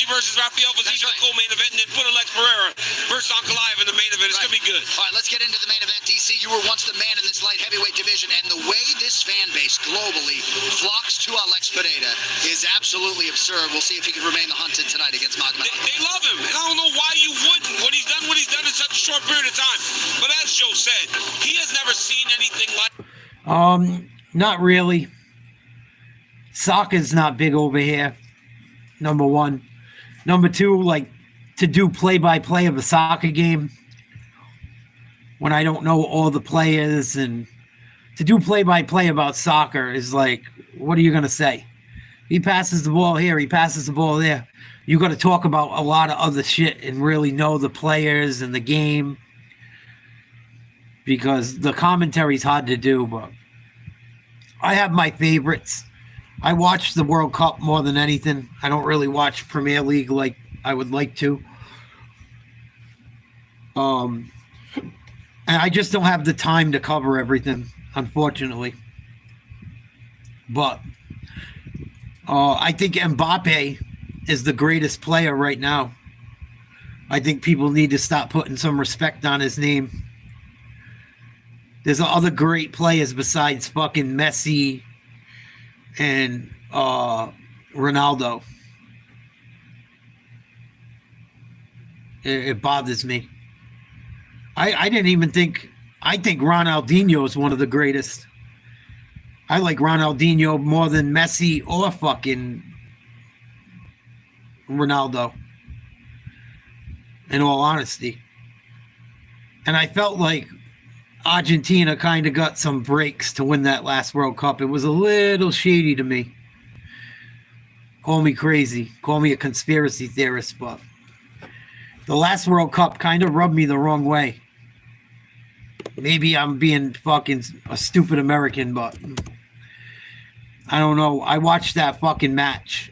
There was some rough calls that went against France, and I can't stand France.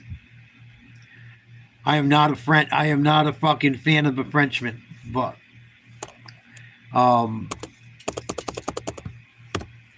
I thought Argentina got quite a few breaks in that game. Fucking Mbappe destroyed him almost by himself. I mean, they're great players, but come on. They're fucking 40 years old. It's like the LeBron shit.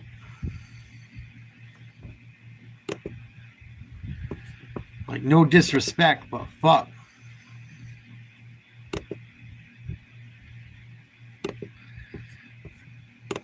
But I think Mbappe is the best player in the world. I think people need to stop recognizing him as it.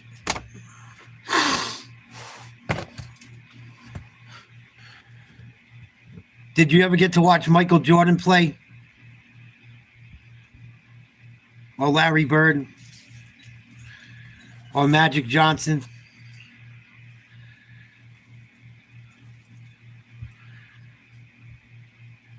If you watch them guys from back in the day, you might feel differently.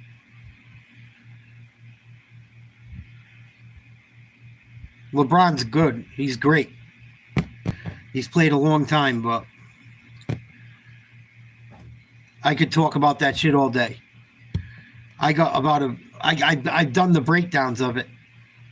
I can prove why LeBron isn't the GOAT like people think he is. He's up there. He's up there, but he's not the greatest of all time.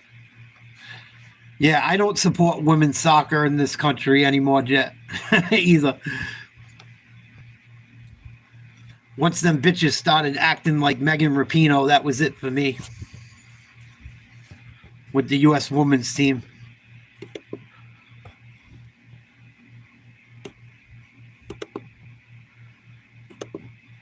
Fucking scumbag.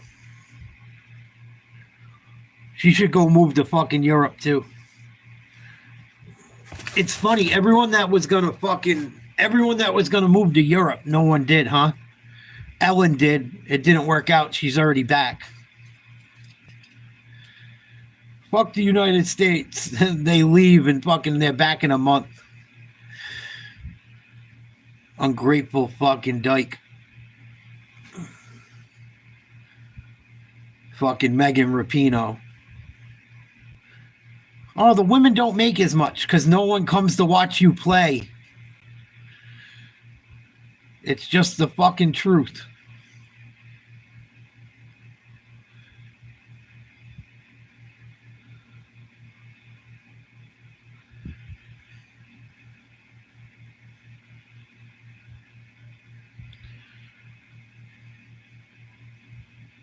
Let's get this show on the road. Let's go, people. Well, back in the day, the USA female team was all we really had, so they had some cute girls on it too, not gonna lie.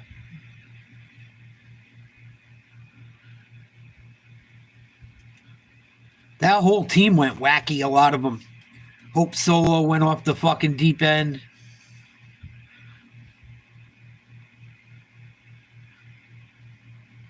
There was a bunch of weird shit that happened with that team.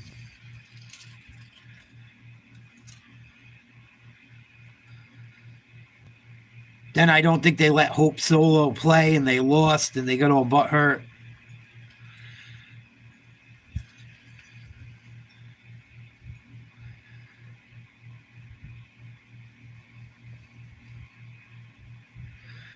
That's like cricket. I don't know a fucking thing about cricket. People love that shit. I watched them like them playing cricket the other day. I don't understand the fucking sport at all.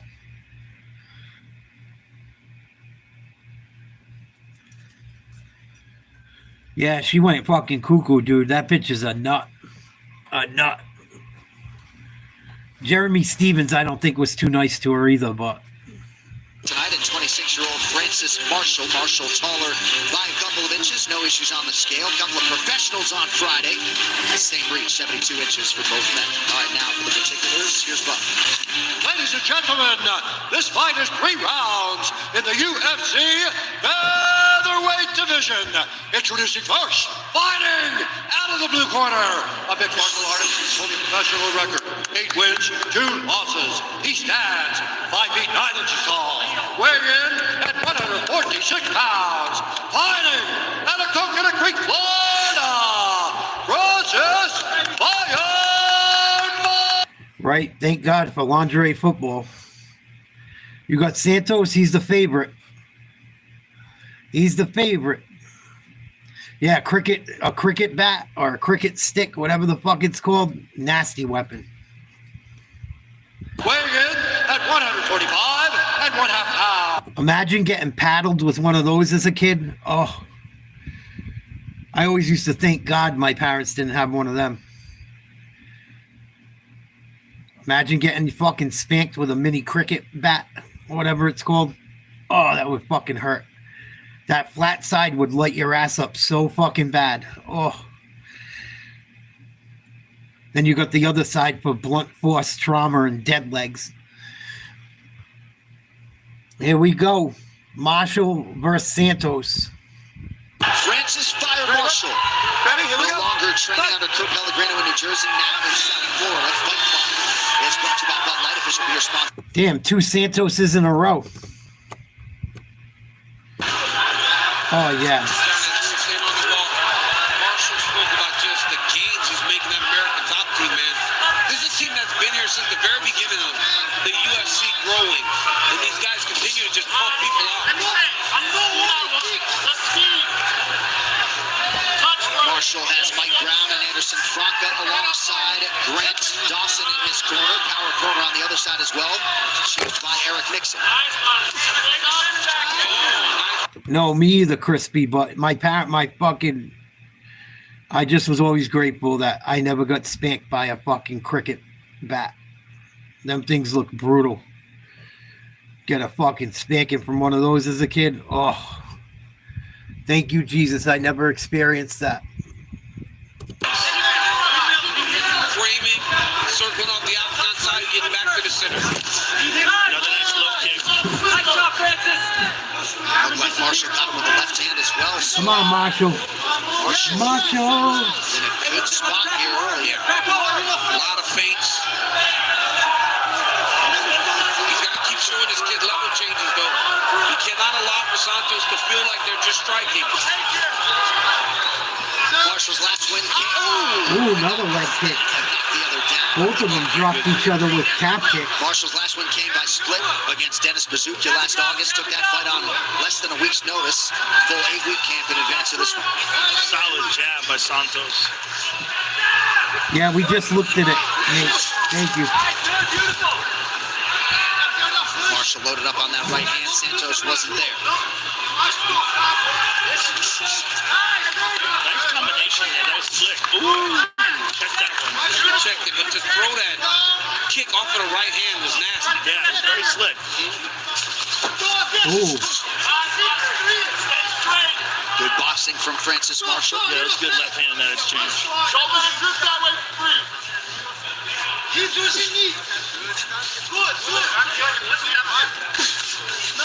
Santos faking that front kick. And this is a tough fight right off of the Ultimate Fighter. No, it's all good, Nate. What they think of Santos because We just looked at it. Not a It's guy not a big deal. that you normally see a guy coming right off the tough fighting in his UFC debut. Well, the reality is this is one of the deepest divisions. Yes. And there's not a lot of easy fights in this division. I mean, unless you're catching a debut, you're getting guys who have a lot of experience and a lot of talent. And the depth, but also the population, right? It's as populated as any division. And now, Taporia stepping down, so it's wide open. Ooh, nice right. All right, this coach's game is brought to you by Cuervo, Mike Brown, Anderson Franca, Grant Dawson. 2 minutes.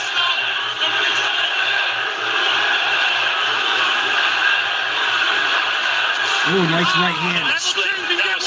Moving ahead. Punching down. Look at how calm he is. Yes. I mean, look at how calm he is. He's a baby.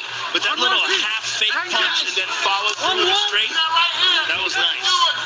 We've seen Aldo do that before. That was a skill Aldo would pull out and he would land, go to the body off of that.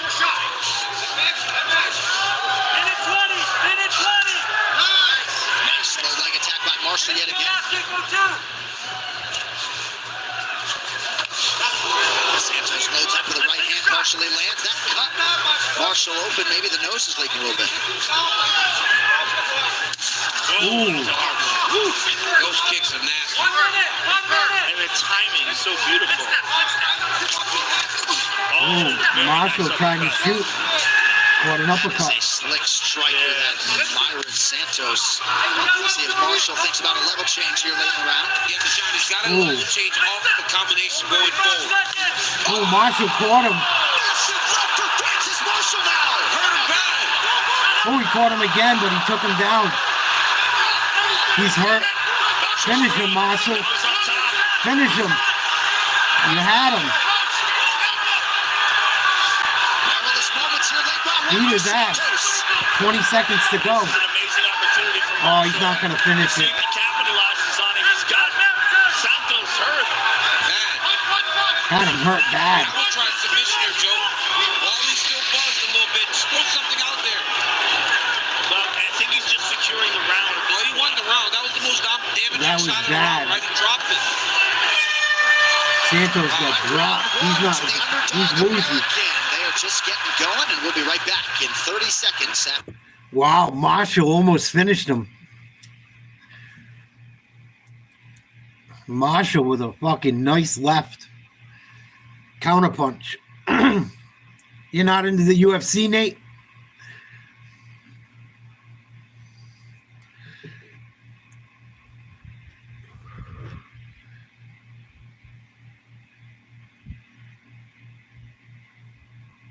My mom wasn't really the hitter. My mom's the one that'll talk you through fucking death. Won't lay off you, drive you crazy.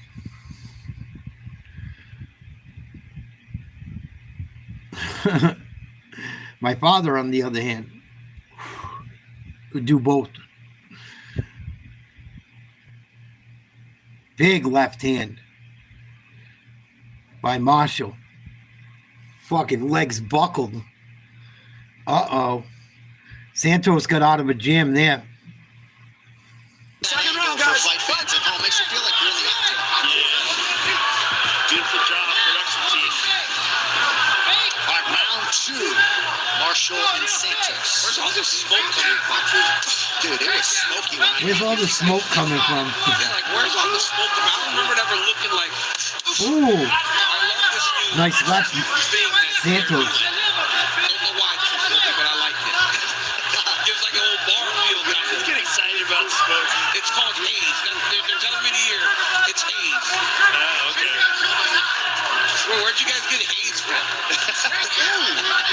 Left hand connection by Francis Marshall. Now, Santos has to be very careful not to press. He was doing really well. He was running around until he got dropped. If he starts pressing and he starts opening himself up too much, that will give Francis Marshall opportunities. He's got to be back to what he was doing before because he's fighting a wonderful first round. Marshall efforted to check that kick.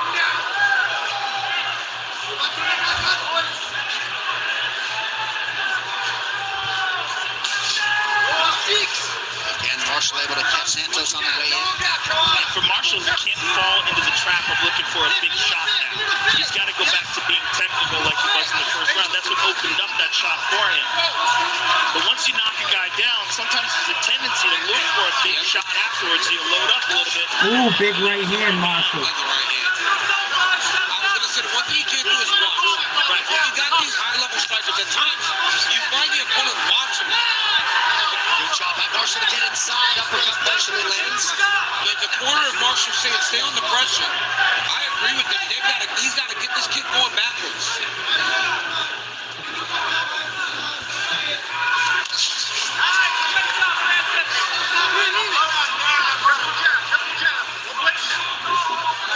Santos looking a little bit more concerned and less fluid than he did in round one. Yeah, a little bit more cautious to get knocked down.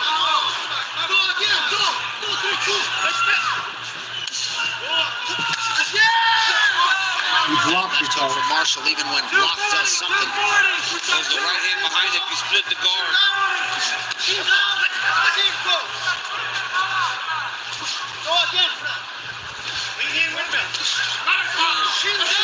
Marshall beat him to the punch daily. Santos is still dangerous though, man. And it's coming from low. Look at that lead hand. It's always kind of moving.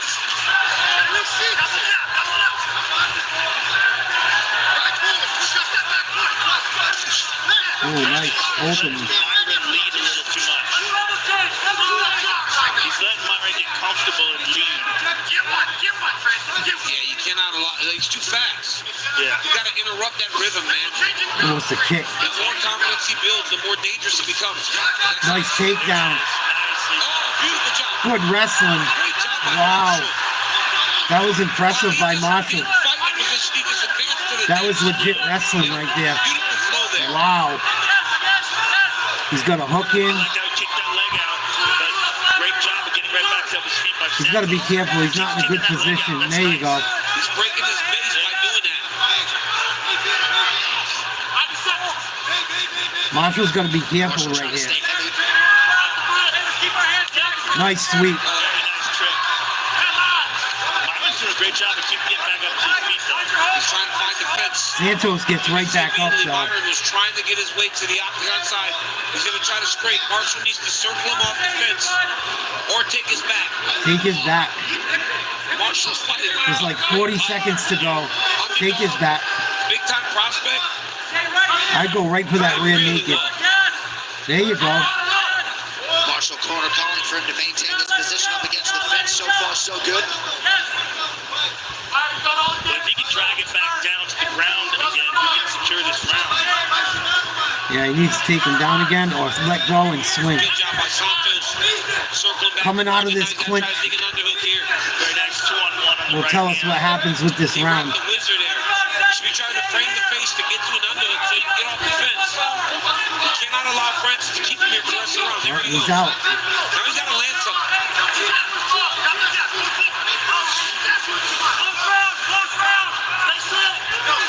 Oh, just missed.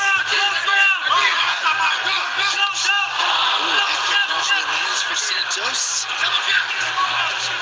On round 3 on the other side. Close fight. I don't know if that takedown in the stand-up was enough. That's a close round. Marshall might be up 2-0. It's either 2-0 or 1-1. I'm a Yankees fan, believe it or not. I like everything Boston but the Red Sox. Devers is going to play somewhere, or he's going to DH, and he's going to like it, or they're going to get rid of him. They got to have him do something, but see, if it seems like it's causing problems in the locker room, from what I've heard. But I haven't been paying too much attention to baseball. I don't think anyone's beaten the Dodgers for a while. New York can't hang with them. Boston, I don't think anyone's beaten the Dodgers for quite a while. I don't think it even matters. They're spending so much fucking money. Here we go, third round. Marshall and Santos. Purchase right now on ESPN Plus. Go to UFC.com/PPV everywhere else around the world. I love what Coach said. I don't know the score, but tell me your why. Why do you do this? Ooh. Said my family. Said Both my guys family. trading. Give me all you got for 5 minutes. He's going to have to. Because I feel like he's down 2 rounds right now. I feel like that as well. Oh, nice right hand by Marshall. That coach you're talking about, Eric Nixon, in the corner of Santos. Yeah, he better. Asking for volume here over the final 4. He better come out strong. He might be down 2-0. I think Marshall's up like 2-0. It's close. Marshall could be up 2 rounds to none. He's got to be careful here. But it's not over. He's doing a really good job of landing, but he's now starting to hang his chin up in the air a little bit when they're in these exchanges. Yes. Got to be careful. Looking for the big shot, but not being as defensively responsible. The beginning of the fight, he was hands up, chin tucked. Now he's a little bit more open. But it's because he's looking to land. But again, you got to keep your composure. Yeah. Well, you don't get these big punches off by rushing, right? You got to get back to doing exactly what you're supposed to. We were telling the guys that from the Ultimate Fighter the other day. You get somebody hurt, don't start abandoning what you were doing that got you to the place. Right. Do it. Let's go, get off. ATT corner calling from a 3-2 out of Marshall here.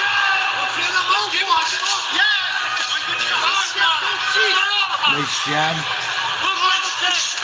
Santos starting to bring it. Now that Santos is aggressive, that's when I'm hitting him at the hips with a shot, Joe. Because he knows that he has to get after it. He's going to be a little less ready for the takedown. Ooh. One of them got through. Good short left by Marshall. Caught Santos on the way in. Just commit. All the way. Let's go.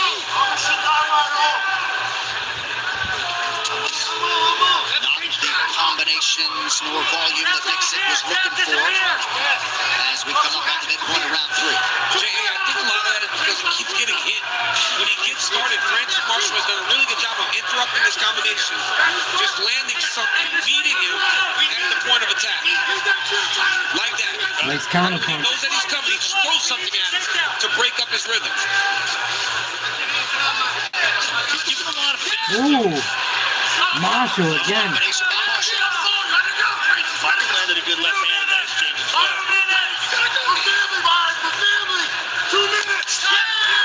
Left, right. I mean, Coach Dixon is very loud telling Diaz got to go. Marshall looks good, man. Because, John, even though you said he It's wanted that close, but he's edging him out. Santos 15-1 coming in. Only pro loss came against UFC veteran Dan Ooh, Arquette. nice right. Under the LFA banner back in 2022, a fight in which Nice right hand by Marshall. Minute 20. Santos got to do something. for a single leg from Marshall. Very smart by Grant.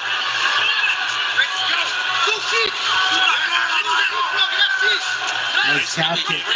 Listening to his corner, like word for word. They're telling him no kick, he throws it. 1 minute.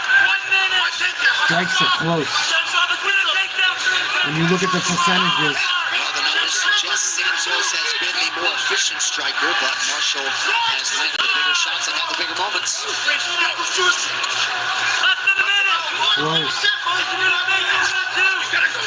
Who wants it more?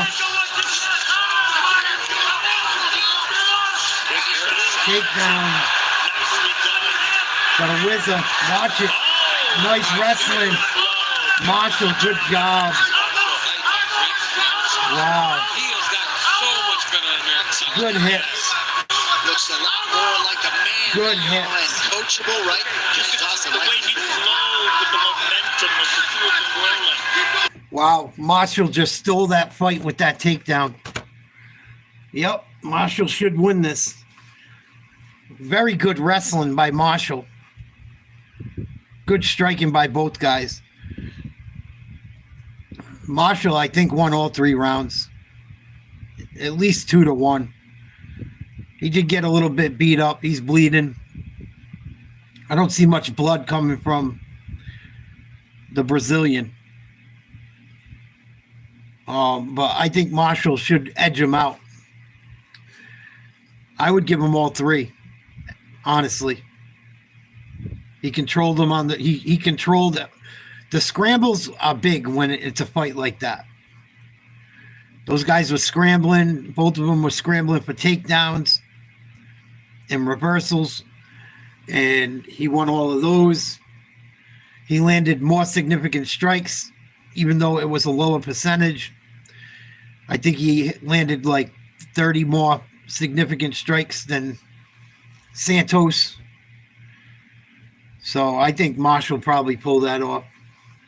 I got it 30-27 or 29-28. I think there's no way it should be a split. It should be a unanimous decision. I would hope. But you never fucking know. As we've seen a lot recently. That fucking Gervonta Davis nonsense and the eye pokes lately. Who fucking knows? What up, JoJo? What up, Silk? Mia Hamm? Yeah, I remember Mia Hamm. That's Nomar Garcia Parra's wife. Let's listen and see who won this fight. Good fight. Another good fight. I wouldn't put it up for fight of the night, but good fight. Here's Buffer has made his way into the octagon. Here's Buff now with the official decision. Ladies and gentlemen, after 3 rounds, we go to the judges' scorecards for a decision. Derek Curley scores the contest, 30-27, Marshall.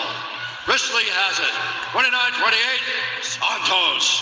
And David Lethaby scores the contest, 29-28 for the winner by split decision, Myron the Legend. Wow, robbery. Robbery. Robbery. That's a robbery. Ladies and gentlemen, I'm here with your winner, Myron Santos. Myron, at the end of the fight, you hear the crowd here. At the end of the fight, did you think you had done enough to win the decision? Yes. He had a good first round, but second and third, he did take me down, but he didn't do nothing with it. His face was bleeding. I was doing a lot more damage with the calves, and after the first round, he didn't do nothing. The takedown that he landed was just to stop the fight, not to do real damage. So I think I won fair and square. He knocked you down in the That second. in the amount of significant strikes landed, you did have an advantage in your efficiency. Did you worry, though, at the end of the fight that you would not get the decision? Yes, I was a little bit concerned because with the judges, we never know. I didn't train to leave the fight in the hands of the judges, but he's very tough. I landed good strikes. He has a good chin, but you guys saw, if you guys see the strikes landed, damage, everything, I won.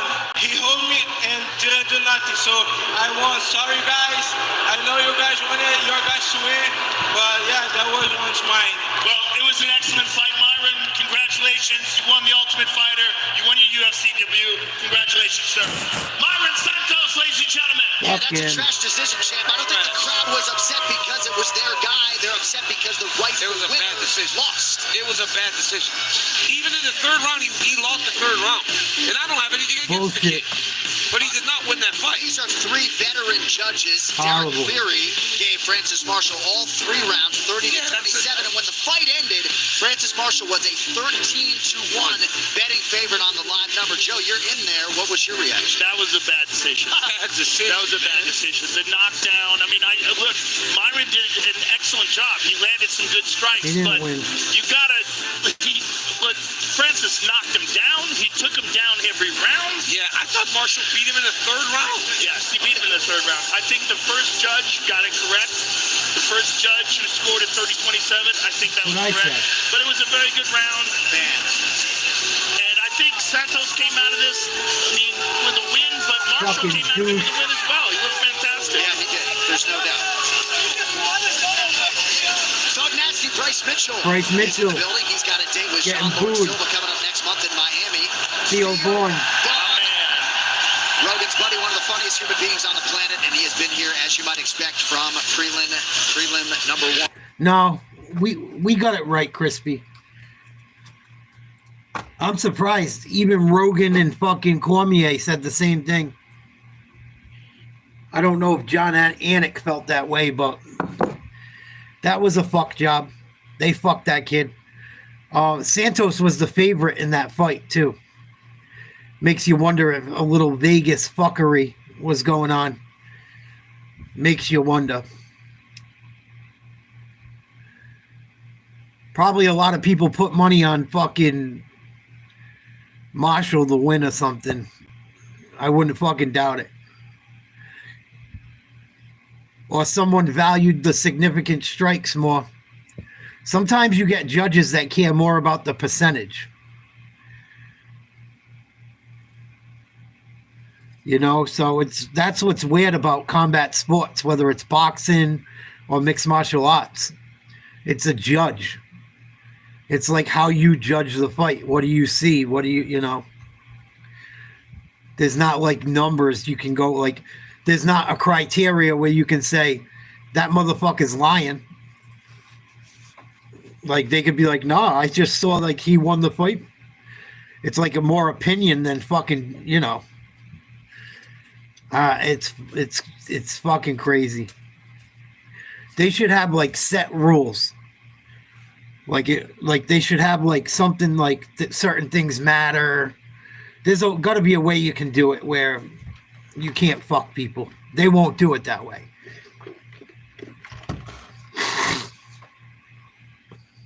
When you want to know about anything on this rock, just follow the money, no doubt.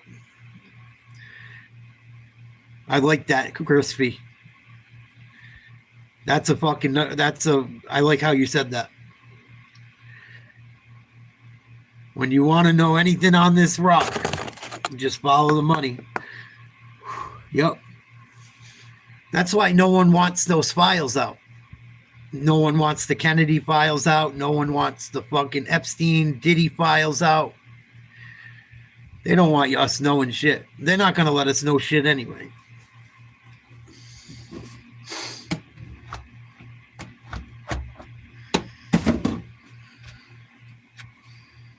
Follow the money.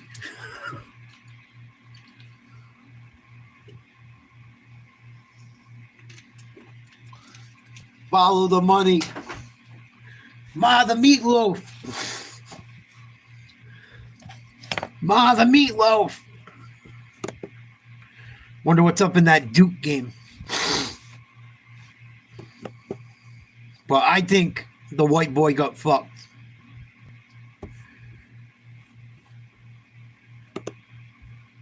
I think Frank fucking Marshall got fucked. Frank Marshall was a plus 195 going into that fight. So if you put $100 on him, you win 200. Pretty much. Fucking nuts. I think we got Alex Morono versus Carlos Leal next. Yeah, right? No doubt, Jet.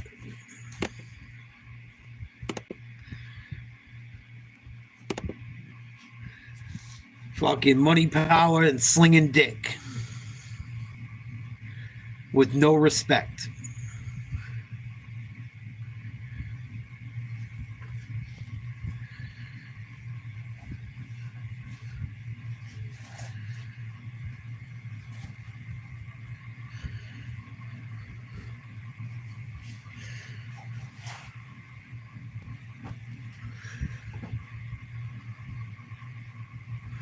I bumped into him all fucking day today.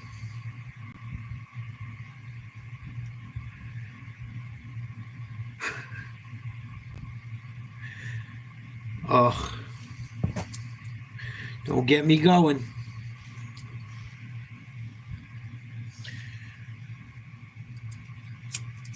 Come on, let's roll. See some more fucking fights. Please like, share, subscribe if you haven't. Welcome to Nate's Live Talk if you're new. We cover all types of different shit. We got a gang of guys that hang out all the time. Few ladies. Talk sports, politics, hang out. Come hang out. As long as you're respectful, you can pretty much say whatever the fuck you want in here. I think I've seen Leal and Morono.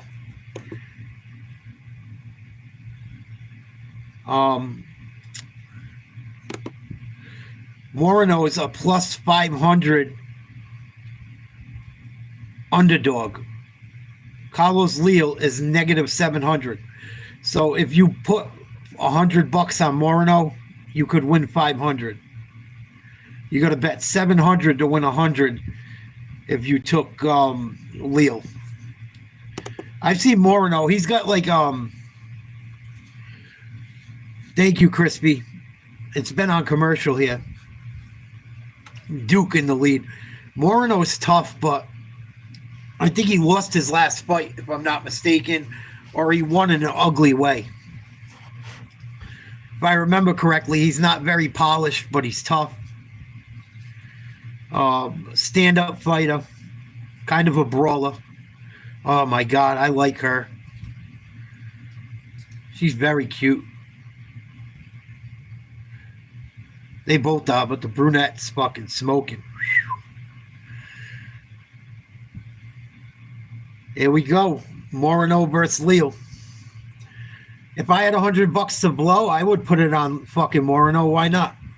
If you had money like that, if you like, you know, if you weren't hurting broke motherfuckers like us, I'd throw 100 on him, take a fucking chance.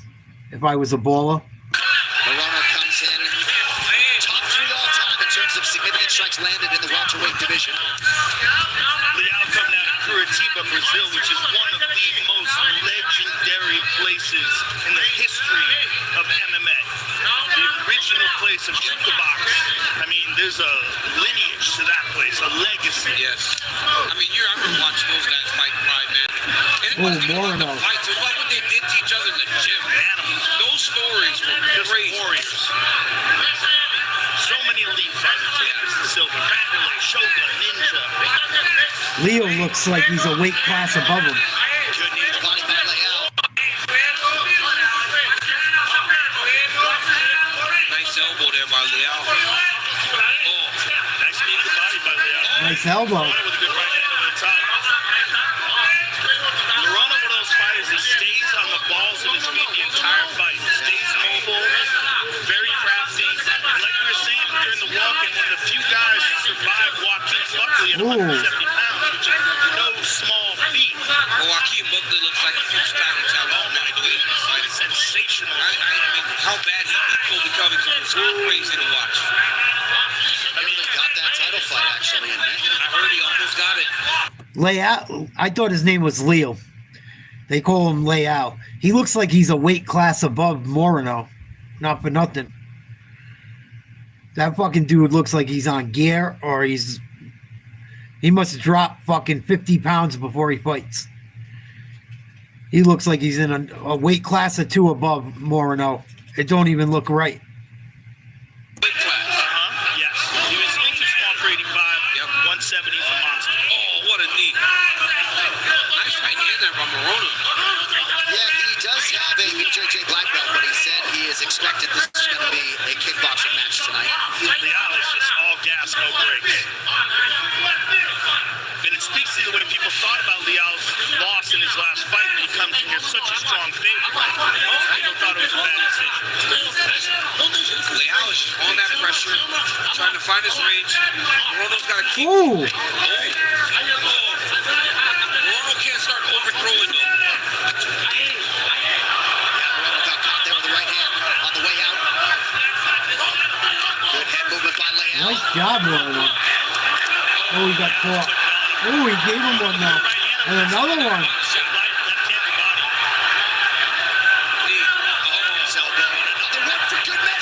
Oh, here comes Leal. Leal looks good.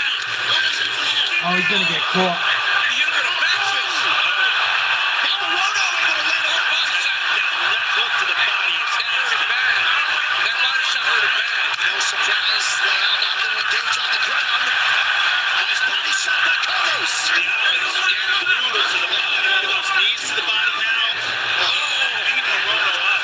He is beating Morono up. Morono's in trouble. What a blow. Another left hook to the body. That left hook he throws. Morono's tough. Oh my goodness. He's got the Holy shit. Swinging is right. He's done his elbow. I don't know. We don't see Morono Fucking be beat up war. this bad recently. Very often. Oh, body shots. Come on, Morono. Tearing the body up. Oh, it's got, this guy's going to have brain damage, man. It's over. Call this fight. Call it. He's rocked, dude. It's over. Come on. Get in there. End this fight. Come on. What the fuck are you doing?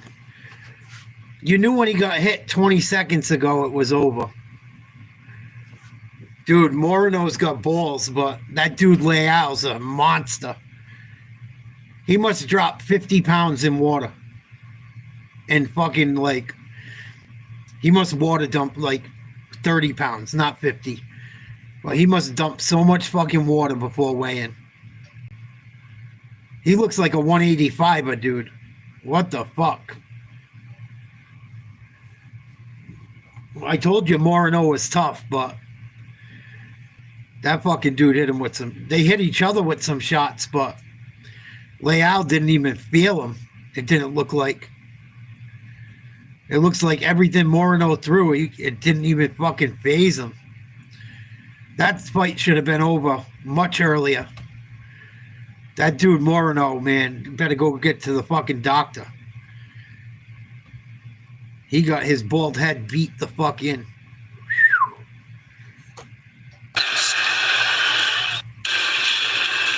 Well, I guess that's why Morono was plus 500, huh? Holy shit. Them fucking guys were swinging for the fucking roof. Crazy.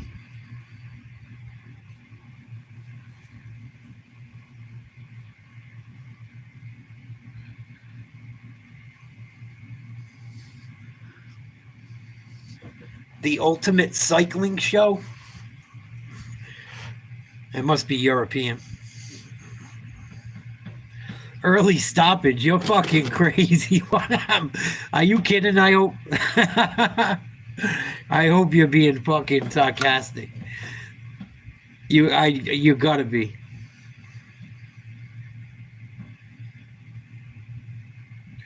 Oh, there you go. Yeah, I think we know who won that one.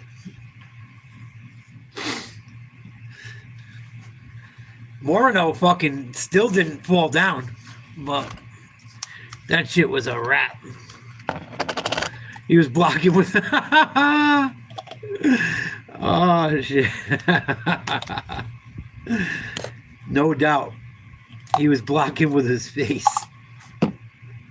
That was his strategy. Try to break the guy's knuckles with his face. You're funny, buddy. You're very funny, buddy.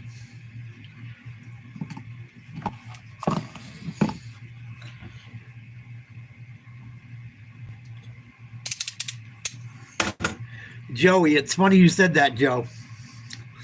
Forget what it was the other day. Son of a bitch.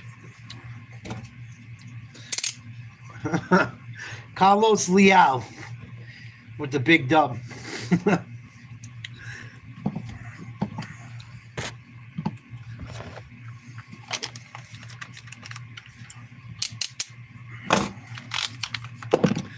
What the fuck was I going to say? Rocky Balboa tactics. I was listening to some podcast the other day or something, sports related, and they were talking about Rocky and shit. And the guys were like, yeah, in real life, fighting like Rocky don't work. Like, that shit would have been called in the second round. They were like saying, like what you're saying, the Rocky strategy, like, no, that shit don't work in real life. Maybe you had to be there to think it's funny, but I guess that's why Leal was a minus 700 pre-fight.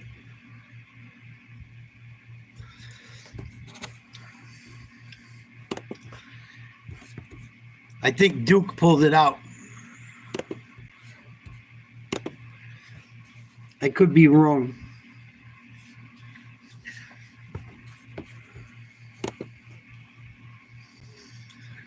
Fucking Celtics game already stopped.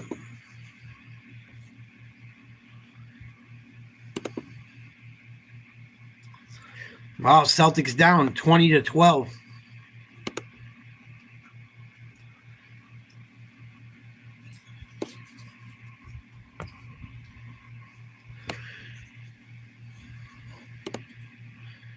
I know, he talking like a motherfucker. Taking forever.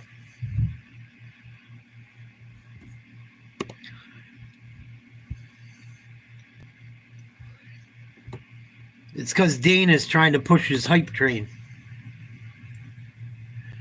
Uncle Dane is pushing the hype train down the tracks.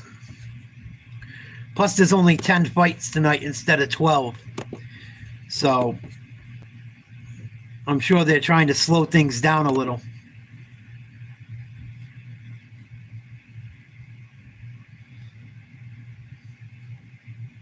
Big three, Jaylen Brown. 17-12. Lakers over the Celtics. First quarter.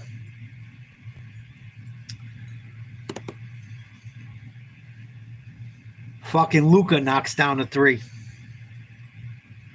The Dallas Mavericks are the dumbest fucking franchise ever. We all know why they did it, but fuck. Yeah, let's trade fucking Luka to fucking LA. That sounds smart.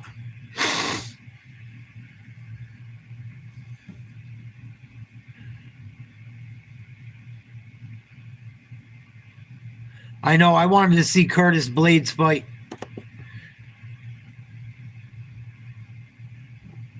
That chick fight might be good. You might be sleeping on that fight. Both those girls are tough. I get what you're saying, but that might end up being a bloodbath. Both those Brazilian bitches are crazy. That might end up being a fucking bloodbath, one of them. I watched both those girls fight quite a bit. They both get nasty.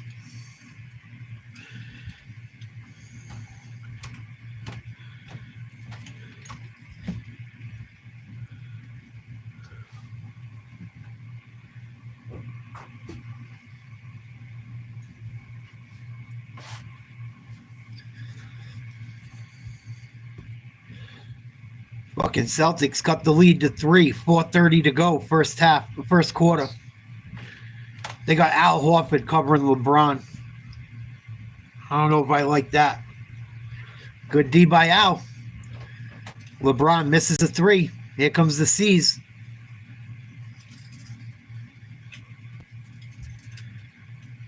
Really? I like him sometimes. It depends who it is.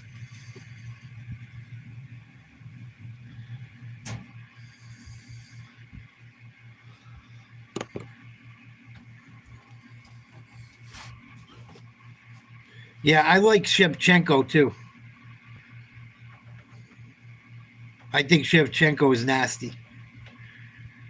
I think if Shevchenko had the frame Nunez has, she might have beat her. Might have. But Shevchenko's tiny. She's tiny, tiny.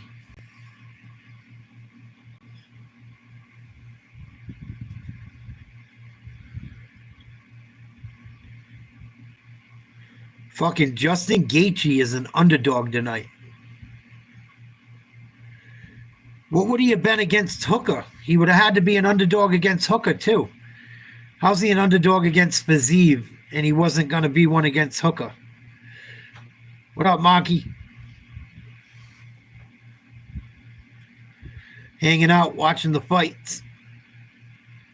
Had some good fights already. Pretty good card so far. What do you guys think? I think it's been a pretty good... I think the fights have been pretty damn good so far. I think the first fight of the night was the best one. Against the other. Fiziev is a dangerous opponent. I fought him once 2 years ago, and I've just gotten better since then. Oh my goodness! Tony's hurt. He's hurt real bad. He's hurt real bad. Oh, he's hurt bad. They're going to stop the fight. That's it. Justin Gaethje stops Tony Ferguson in round 5. Oh, man. I'm happy to get opportunity against Justin Gaethje. Tonight, I'm going to get revenge.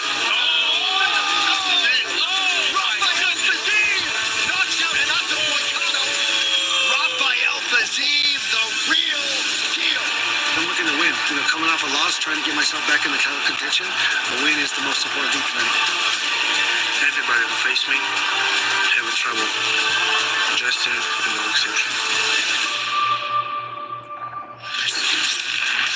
All right, this graphic shows you the most significant strike rates per minute among the active UFC lightweights. 3 of the top 4 are set to be showcased tonight. Nacho Bahamondes, King Green, and of course, Justin Gaethje, Mr. Highlight himself. Yeah, Fiziev is underrated for sure. There was for a while there, I thought he was going to end up winning the belt. I thought he could have ended up being a title holder. I don't know if he has the size to do it, but he's very, very underrated. He's legit. He might be tougher than Dan Hooker as far as a matchup for Gaethje.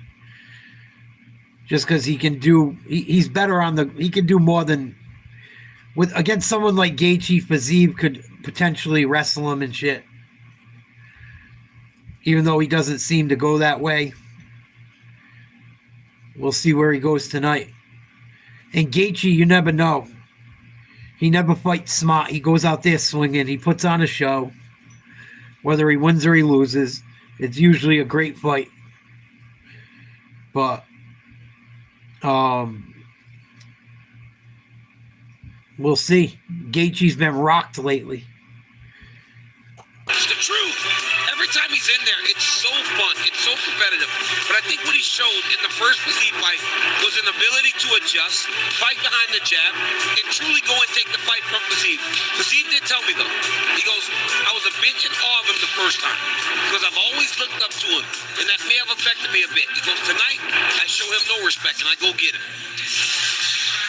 Now, Rafael Fiziev, fellas, didn't have sophisticated, regular style training camp, but wouldn't you say a Muay Thai striker like that who has spent his life in the gym, you would maybe worry less about that than for another guy, or not necessarily? Yeah, I mean, except when you take into account the wrestling ability, which proved to be his downfall. Fiziev, I felt like there was some moments in the clinches or in the close battles where Justin pulled away. Justin is so good in those close quarter brawls because he's so violent, because he's so destructive, and because he puts himself into the fire. So it's an amazing, amazing rematch and a fantastic co-main. Only way to see it is tonight live on ESPN Plus pay-per-view, and that will lead into our light heavyweight championship fight as Alex Pereira defends his title. You think so? I don't know. Hookers don't give a fuck either, man. Hookers just like Gaethje. They would have went in there beating the fuck out of each other. But I don't know how Gaethje's chin is anymore. Look at Tony Ferguson. Sometimes when you take a beating, you're never the same. We've seen it with so many guys. They take a beat down and they're fucking done.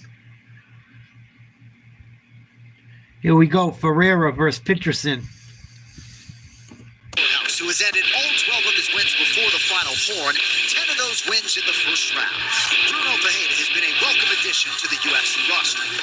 Dating to his debut in 2023, he can lay claim to knockouts of Gregory Rodriguez, Bill Haas, and Dustin Stoltzfus.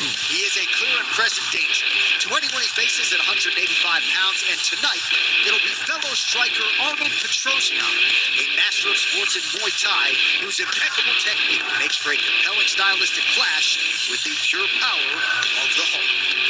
Coming up next, it'll be Bruno the Hulk Ferreira versus Armin Superman Petrosian.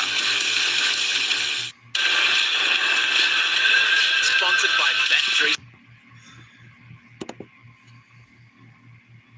Bet3. Petrosian's a slight favorite. Slight.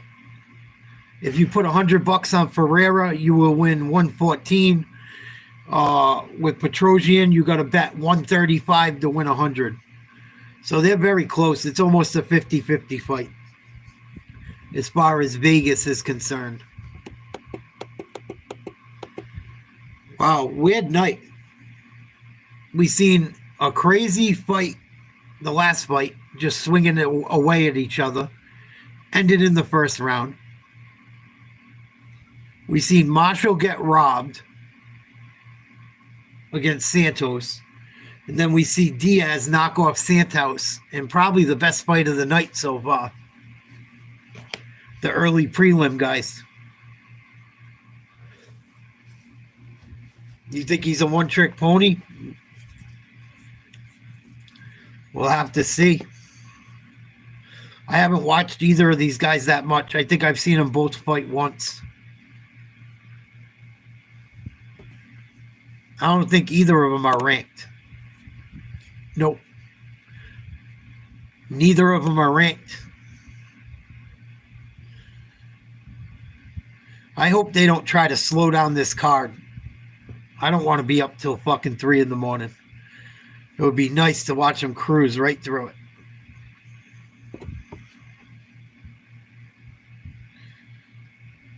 Thanks, Wayne. Appreciate it, buddy.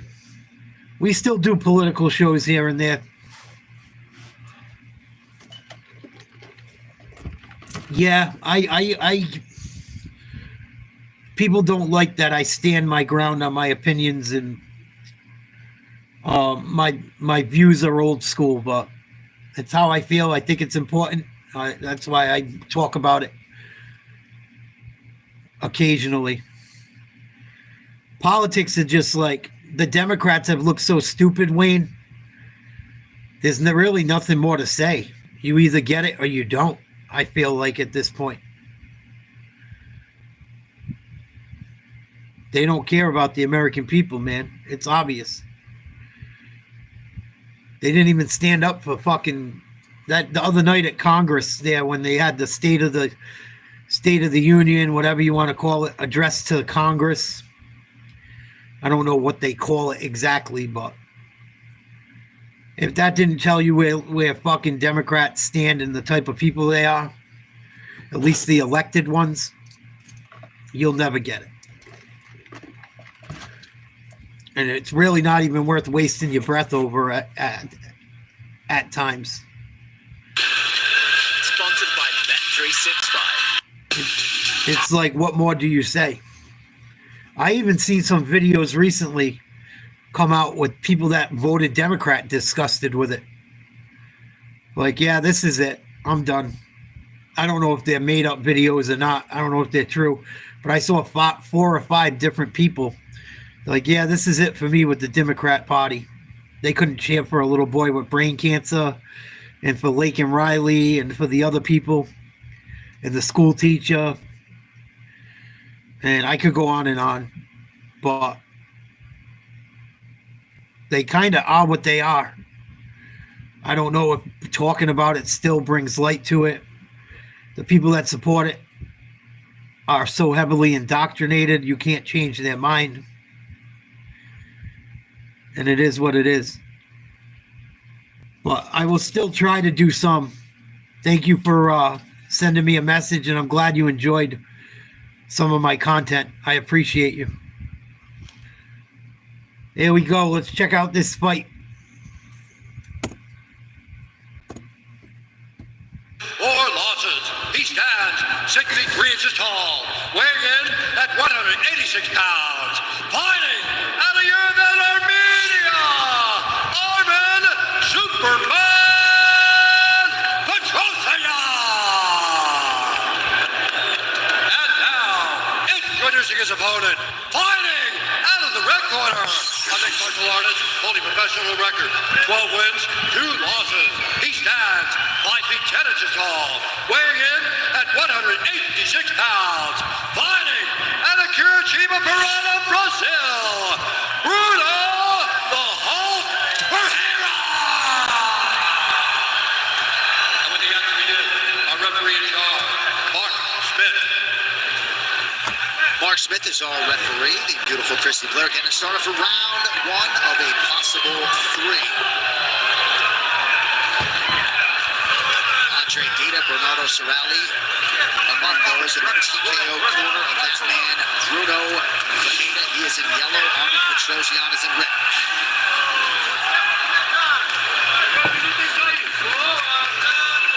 Here we go.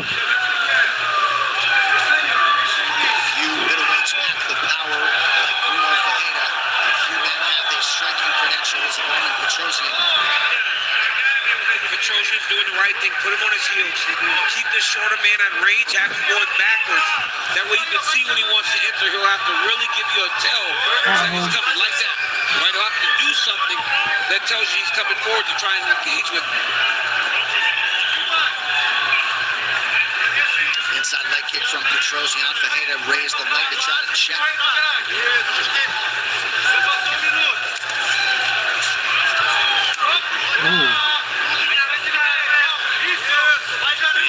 From Petrosian.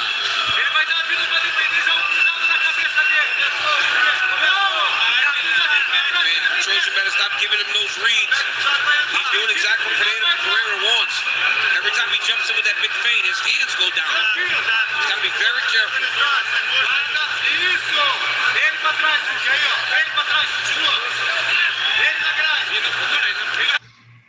Petrosian has a lot of height on Pereira.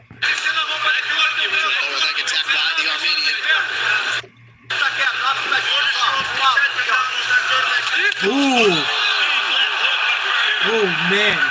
He didn't like that.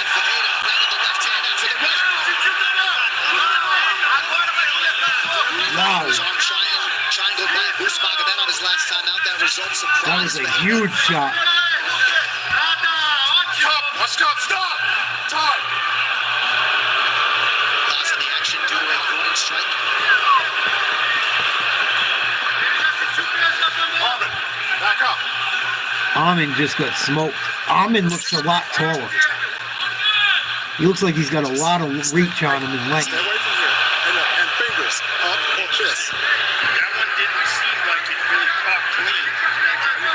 You good? Hey! Yeah, he got him. He got him.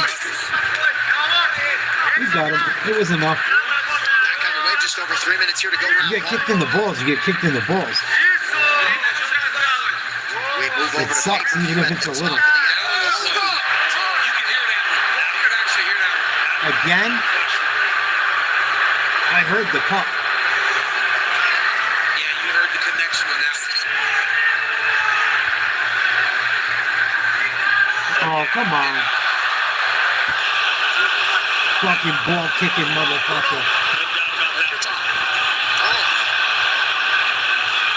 You could hear it. The shit on the cup. DC, you never wore a steel tie cup, did you? I did. Every single time. Yep. The same one from the very start of my career. Brutal. Makes a big difference. Makes a massive difference. Those plastic ones. Right? Needs a goalie to guard his nuts. Dude, one day going up the stairs, this motherfucker did something to me so bad. I don't know if I have enough time to tell the story quickly. My friend played a nasty trick on me and thought it was cute trying to run away. I caught him running up the stairs, went to kick him in the ass. He jumped up the next stair, right in the fucking taint and the balls. Dude, my boy was down for 15 minutes. I kicked him so hard right in the taint. Fucking, I felt horrible. You shouldn't fucking do dirty tricks to people, you motherfucker. He did something nasty to me. Here we go, back to the fight. Give the referee an option to maybe level the playing field because you don't know how to finish the fight. Yes. But this puts Armin in the back foot right now. Yeah, it does.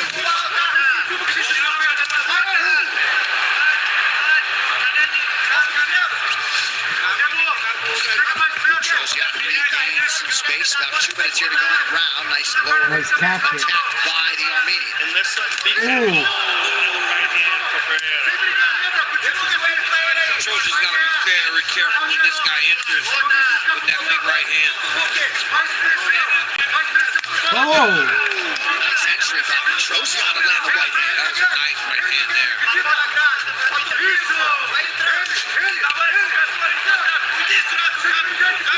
Fajeda connects to the body. Fajeda's bleeding a little bit now.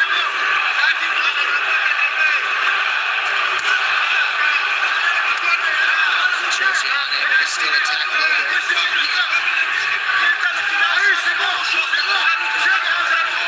Petrosian don't want to get caught. Just because that point, he's got to go back to what he does. Just be a little bit careful. I think Petrosian's a little too jumpy for my liking because he respects the power of Pereira. Just look at that, like it's too jumpy. It's also after the knockout loss, right? Yeah, you're right. Yep, maybe, and that's why everybody's so concerned about if we see the same Justin Gaethje, right? In regards to reacting more when things are coming in your direction. Justin's a different human. You're going to see the same. Nice takedown. Bullied him. But I'm just trying to build intrigue. Competitive round. Nice connection by Petrosian. Nice jab by Petrosian as well. Ooh! Counter by Armin after Fajeda had landed. He hurt him. Armin's on the gas now. Petrosian just hurt Pereira. He's hurt. Petrosian needs to stay forward because, I mean, he wins this round. He's hurt. He's going backwards. Anything, right? It goes 9-9. But he's got to do something big to really nice left hook. Really make sure he wins it.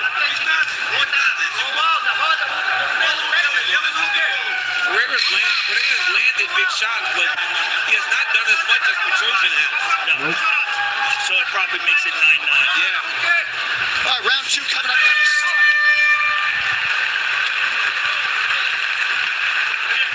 Good round. Probably a tie because they took a point from Petrosian. I think Petrosian probably won that round. Edged him at the end. I think he had him hurt, to tell you the truth. He countered him with like a hook. I think it was a right uppercut or a right hook.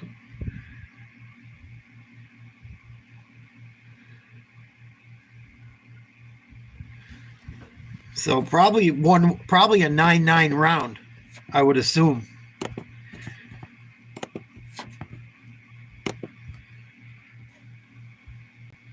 Lakers up by 2 on the Celtics. Second quarter. 9:30 to go in the first half.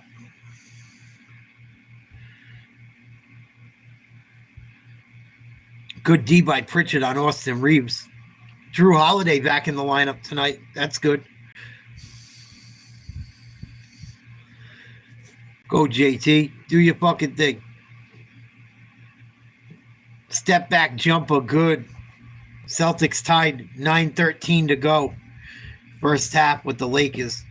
Round 2, Petrosian Pereira. The middleweights. What up? Petrosian, Nice guy. There's some danger in Petrosian being super aggressive, but I believe that he found so much success at the end of that round because he started backing the shorter man up. Ooh. Pereira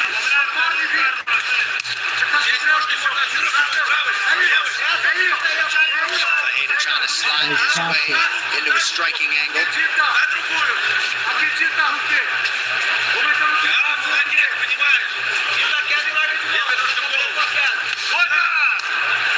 Good instincts by Petrosian to go high. Pereira was wise to it.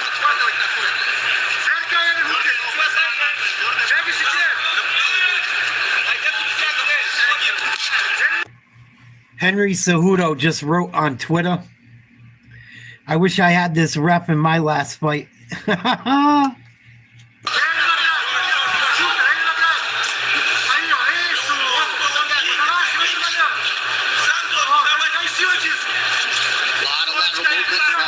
Petrosian, as we've come to expect. Beautiful whip to the body. Ooh. Ooh, Pereira got him. When he goes, he goes.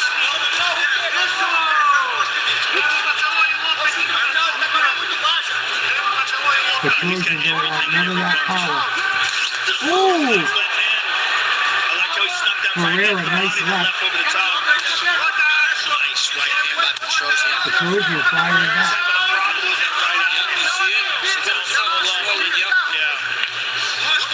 Petrosian jab. Every time he goes back to conventional, I'm Petrosian, I'm just blasting high kick. Because he never counters off that kick. He can only defend it. Beautiful timing on the takedown there. Nice job by Pereira. Good job by Petrosian. Excellent takedown defense. Back up to his feet. Always been a strength of his. Under 3 minutes in round 2.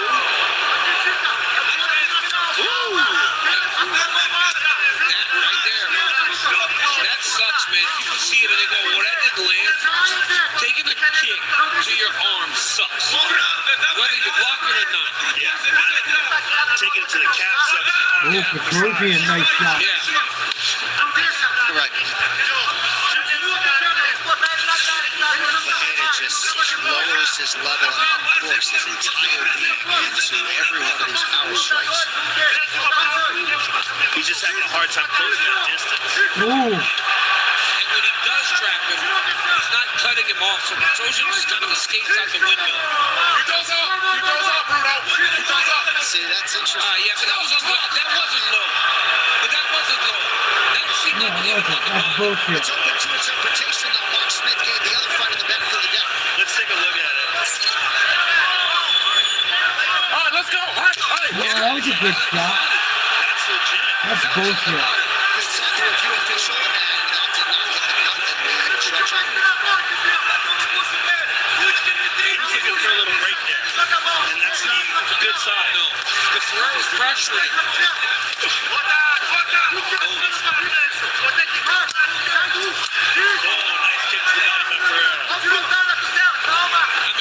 Another takedown. He puts his head down and just football tackles. Like a tank. He's so strong physically. He's got to try to collect that wrist on the bottom. He's got it now. He's got to keep Petrosian laying on that wrist as he punches.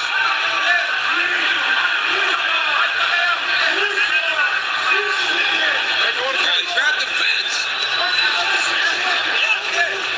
Choke this motherfucker out. John, that fence grab was more, that affected the fight more than the body kicks. On a low kick. I would agree. Because he was about to put him back on his back there. And he was able to keep himself from going flat.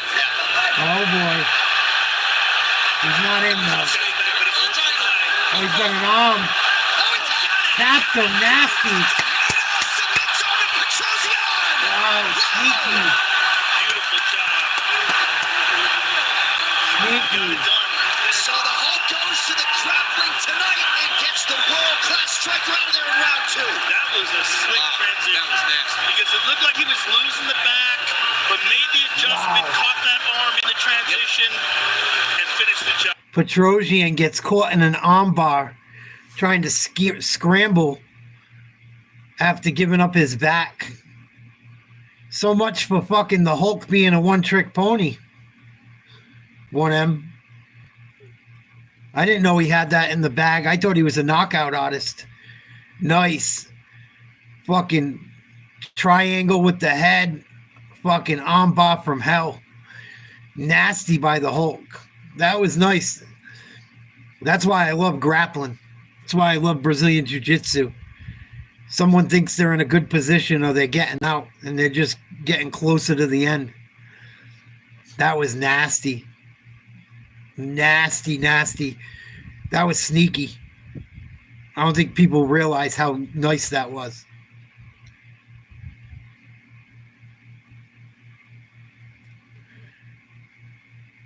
If he let him get out of that position, it would have been bad.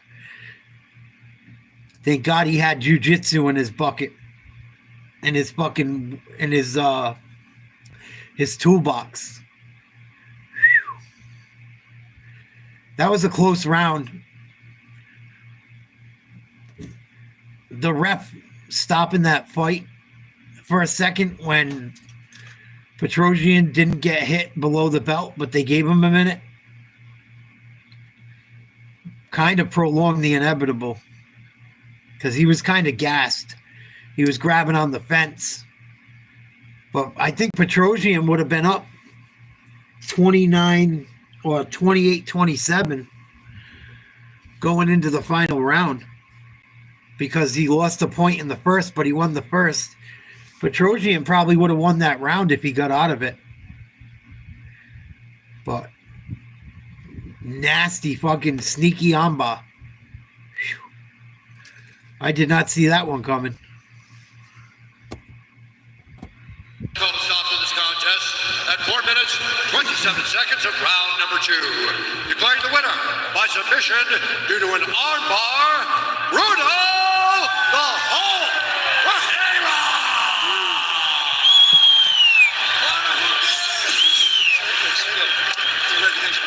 Good job. All right, ladies and gentlemen, I'm here with the winner, Bruno Pereira. Congratulations. Excellent performance. You showed your full range of MMA skills tonight and caught him with that beautiful armbar during that transition. How happy are you with this? Parabéns pela vitória, cara. Você hoje mostrou aquele arsenal de MMA, aquela luta completa que pegou ele com a chave de braço. Como é que tá sentindo? Primeiramente, hello Las Vegas! I'm very, very happy in here. My first take to go Jesus. I am blessed. I am very, very blessed. Thank you so much. Bruno, take a look at the big screen, and we're going to show you that transition from the back to the armbar. You launched yourself at him, got this takedown, dragged him to the ground, and then when you had his back, you start to lose it during the transition, but beautifully switched to this armbar and caught him right there. Cara, vamos falar da transição. Você foi pra cima dele, dá a impressão que você tava saindo, ele tava saindo das costas, a impressão que você ia perder as costas dele. Transição completa, pegou a chave de braço. Como é que foi isso? Meu mestre está aqui. Meu mestre sabe de jiu-jitsu. A gente trabalhou o tempo todo atrás da minha essência. Eu sou faixa preta de judô. Vocês viram aí. Eu busquei a queda. Eu sou faixa preta de jiu-jitsu. Eu busquei a finalização. Então esse sou eu, o Bruno Hulk Arsenal completo. O melhor da categoria. E eu tô chegando para mostrar cada vez mais o meu jogo. Tô muito feliz com essa finalização. Listen, Master Diaz right here. This is my match. Let me tell you something. I'm a black belt in judo. You saw that takedown. I'm a black belt in jiu-jitsu. You saw that finish. That's it. The Bruno that you need to know, the guy who's got the complete arsenal. I'm very happy about that finish. Excellent fight and fantastic finish. Congratulations. Finalização da noite. Com certeza eu mereço o bônus da noite. Bônus de finalização. What a finish. Finish for the night. Maybe I get that bonus. Bonus for the finish. What's up? Bruno Pereira, ladies and gentlemen. Huge win for the Brazilian middleweight Bruno Pereira, and tonight it comes by way of submission. Going to be an interesting proposition for the matchmakers moving forward at middleweight. A lot of UFC talent in the building tonight. How about the oncoming featherweight contender? Yusuf Zalal showing a little bit of love to the Fighting Nerds.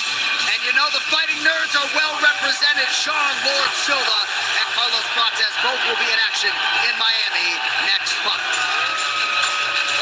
All right, John Anik back inside T-Mobile Arena here in Las Vegas. Shama, Poatan, superstar.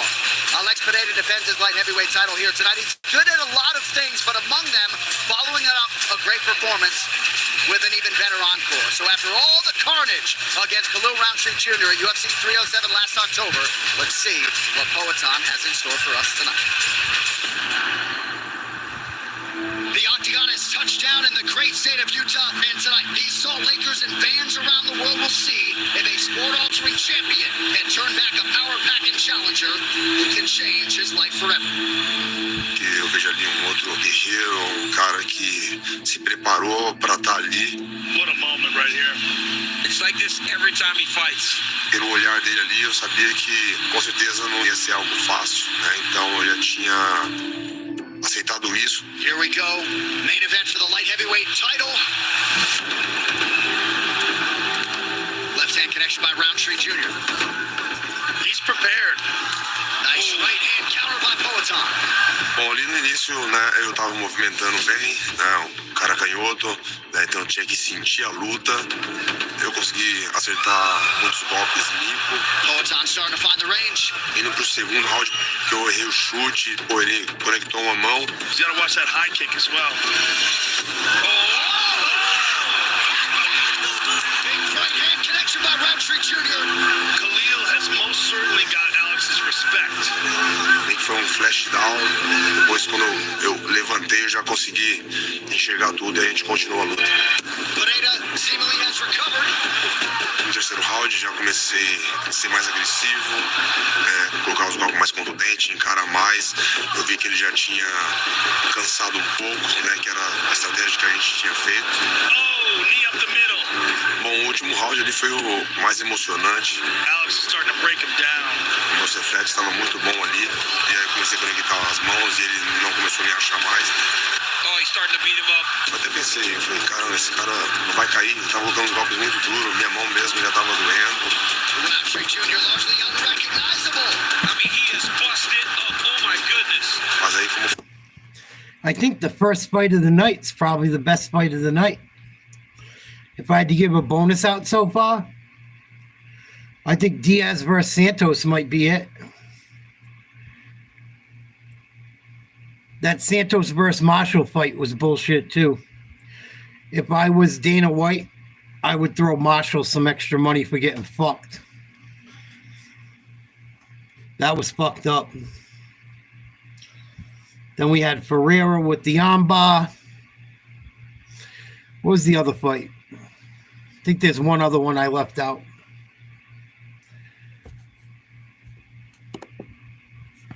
See what's up with the C's and the Lakers waiting for the next fight.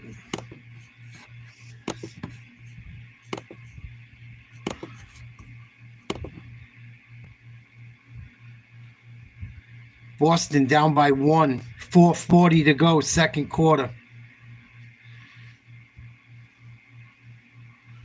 Yeah, it's been a very good card, Jet, in my opinion. Other than that Marshall decision. And that was a good fight. It's just I think the wrong guy got the win. I think a lot of us felt that way. Joe Rogan and the announcers felt that way.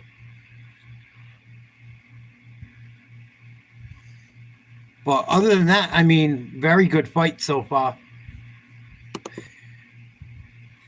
What do we have left? A bunch of fights two fights got canceled on this card. So instead of 12 fights, we only have 10. Bruno Pereira just won via armbar submission over Armin Petroja. We got Joshua Van versus Ray Tesseria next. And then we get to the main card. Green versus Ruffy. Lemos versus the other Brazilian girl. Turner versus Bahamonez. Gaethje versus Fiziev. And Pereira versus Ankalaev. You would KO Poatan? I'd love to see it. If you ever do it, you let me know. Send me some tickets to come watch it.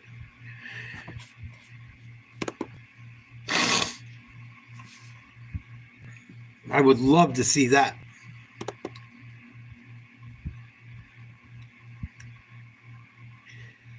Not yet. Not yet. But I think I'm going to put one in. I think I'm going to put a bet in. And it's going to be a long shot, but I'm going to try. I think I'm going to. I think I'm going to put $20 on Bobby Green. He's a plus 390 underdog. Mauricio Ruffy's good. And if he gets off to a quick start, Bobby Green could be in trouble. But if I put $20 on Bobby Green, I could win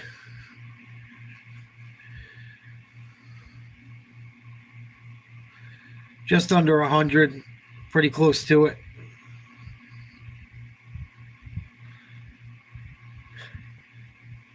If I put like 25 on him. That's kind of the bets I look for.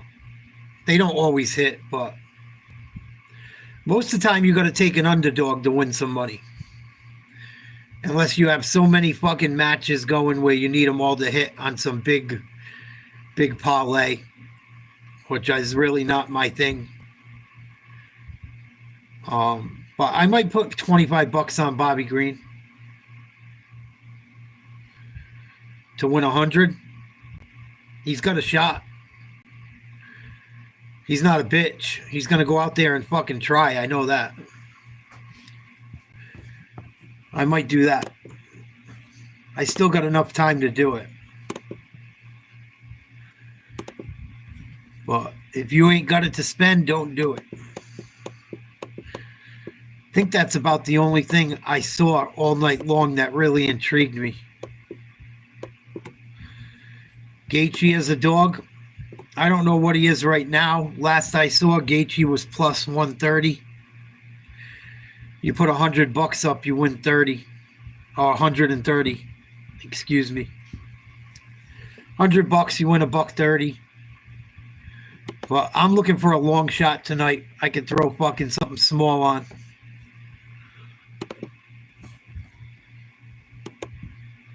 And I really don't like the matchup for Green, but fuck it. It's $25. It ain't going to make or break me. I'm not going to, like, you know what I mean. It's not the end of the world. If I did lose.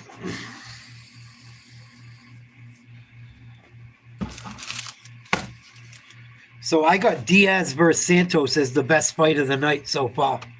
I don't know about you guys, but I think the first fight of the night so far was the best.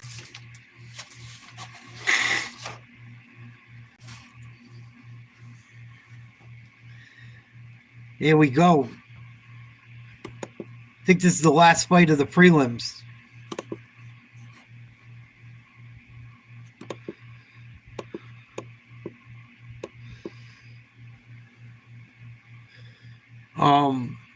UFC bought WWE Jet. UFC bought the WWE when Vince McMahon started to get into all that shit with that young girl when she came out to sue him and say he was, you know, bunch of Diddy type shit. Dana White and the UFC bought them. I got Pereira tonight too, Noah. I think he finds a way to get it done. I hope if it goes to the ground, it could be trouble, but I'm still rooting for Pereira. I used to like Ankalaev.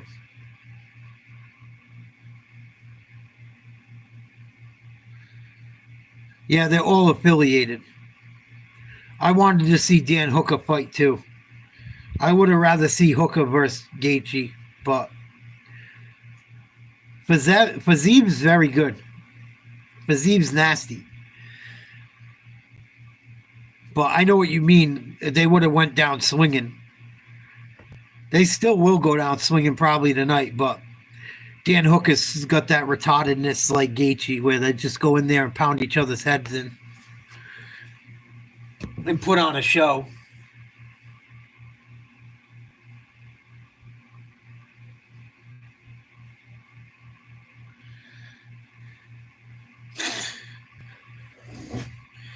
Oh, that's so tough, Mark. You would think he's such a great wrestler. You would think it's a no-brainer, but he never fucking wrestles, man. He never really wrestles. I don't know why either, Noah.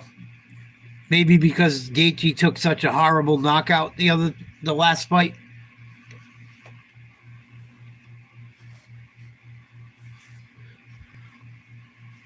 Yes, Gaethje beat him a couple years ago.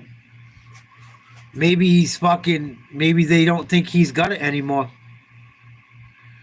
And it's on short notice. Like, it's kind of weird, right? Kind of weird that Gaethje would be an underdog, but Fizie's been very good for a very long time. I thought Fiziev might have won a title eventually.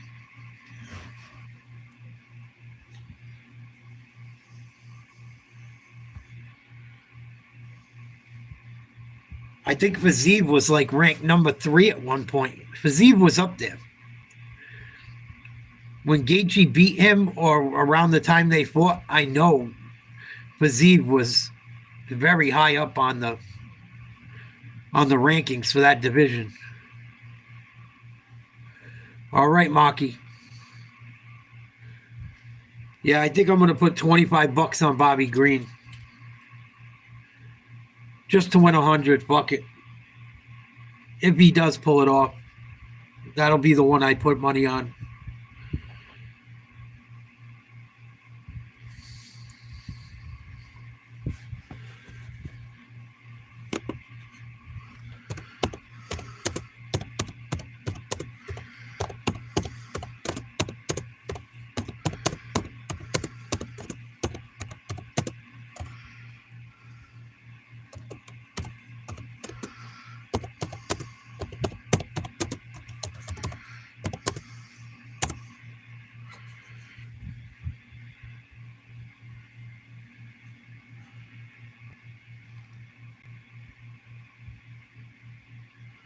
Wow, it actually went even higher. If you put $25 on Bobby Green, his name's King Green now. He changed his name. If you put 25 on King Green, you would win 175. Right now. I'm going to put 25 on him right now.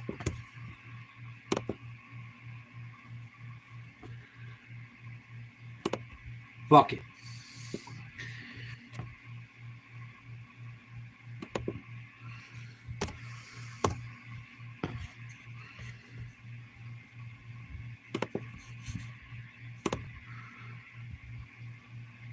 Yeah, I still do too.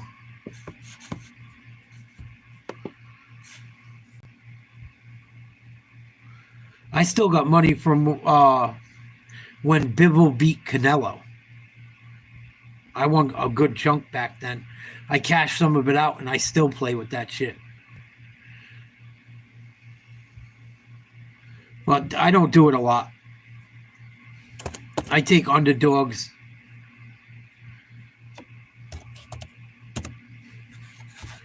I try to find underdogs. Bivol was an underdog when he fought Canelo. I won quite a bit on that one. Yeah, I'm going to put 25 on Bobby. Fuck it. The odds are always moving. It looks like I'm going to cash in for around $25 bet will make me 160 if it hits. We're going to go with that one. Fuck it. 25 on Pereira. I don't think you win much, Silk.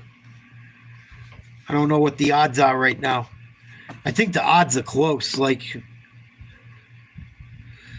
right now, last I saw, -120 Alex Pereira. If you put $20 on him, you probably win like fucking 10, I would say.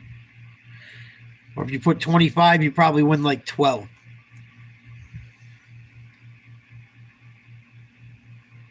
Yeah, I did well, Noah. I put $300 on I put 300 on Bibble. Because I knew who Bibble was. All right, let's get back to it. Van Basuria has started. Joshua getting right after it. Bibble was a negative 800 or 750 or something. Or plus 750, I think, or 800 when I got it. I got it when it was high. It was like 850. It was 850 or 750, something like that. And I said I knew Bibble was going to pull it off.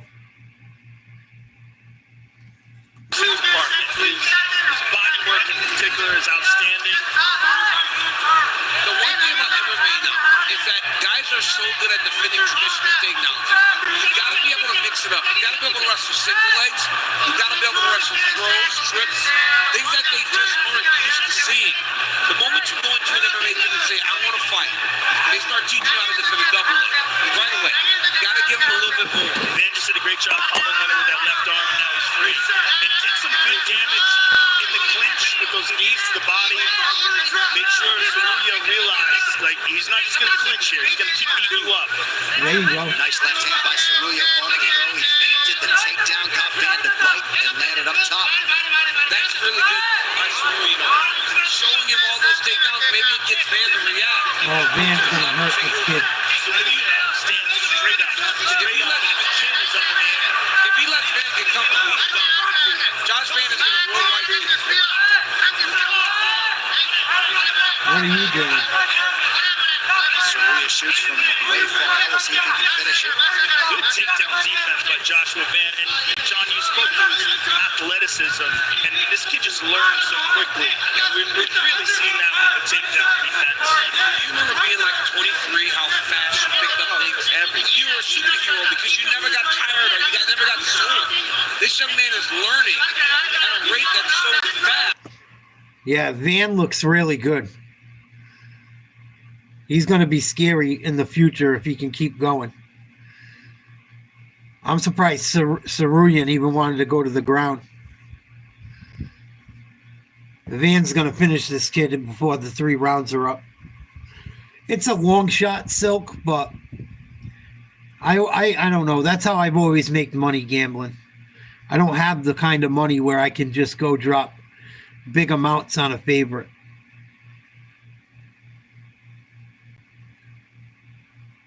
So I gotta look for underdogs here and there that are semi-logical.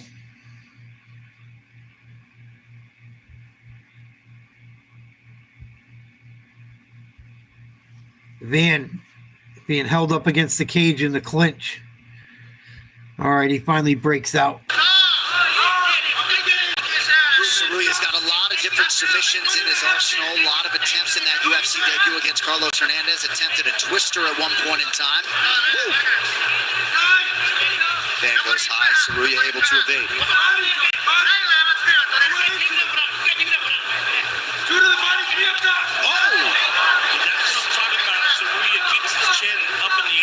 Stands straight up.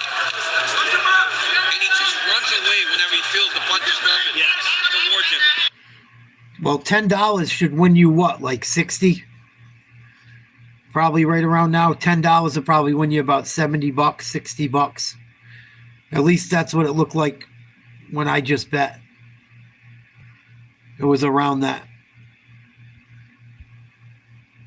I'm guesstimating. Oh, here we go. Cerulean on top. Oh, Wizza. Oh, head kick. Beautiful job by Joshua Van. And this is a confidence booster for Van, right? First time he's on his back, gets right back up, takes no damage. Punching left hand lands for Joshua Van towards the end of round 1. Imagine if Van throws a right. The difference in the striking is very obvious. Oh. Van is a much more seasoned striker, but Cerulia one more time with the takedown. Yeah, he used a single leg there. He didn't wrestle double. He went to a high crotch to get that single leg. But how much much credit do you give him for those? Because no damage whatsoever. There was no damage on the ground. And Joshua Van right there, big left hook.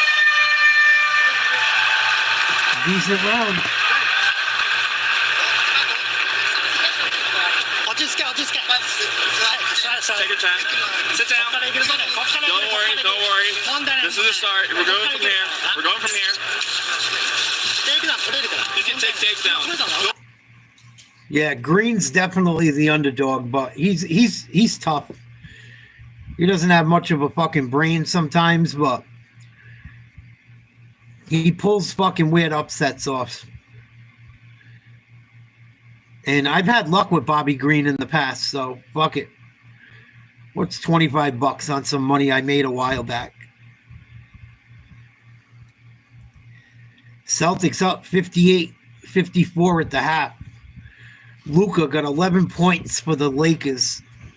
3 rebounds, 3 for 8 from the field. Let's go back to the UFC action.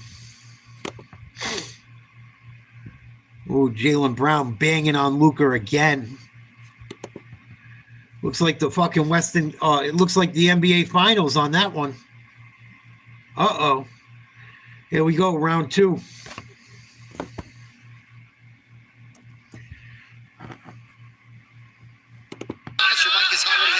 You know, for Cerulia, you don't really need to be a world-class striker to be effective.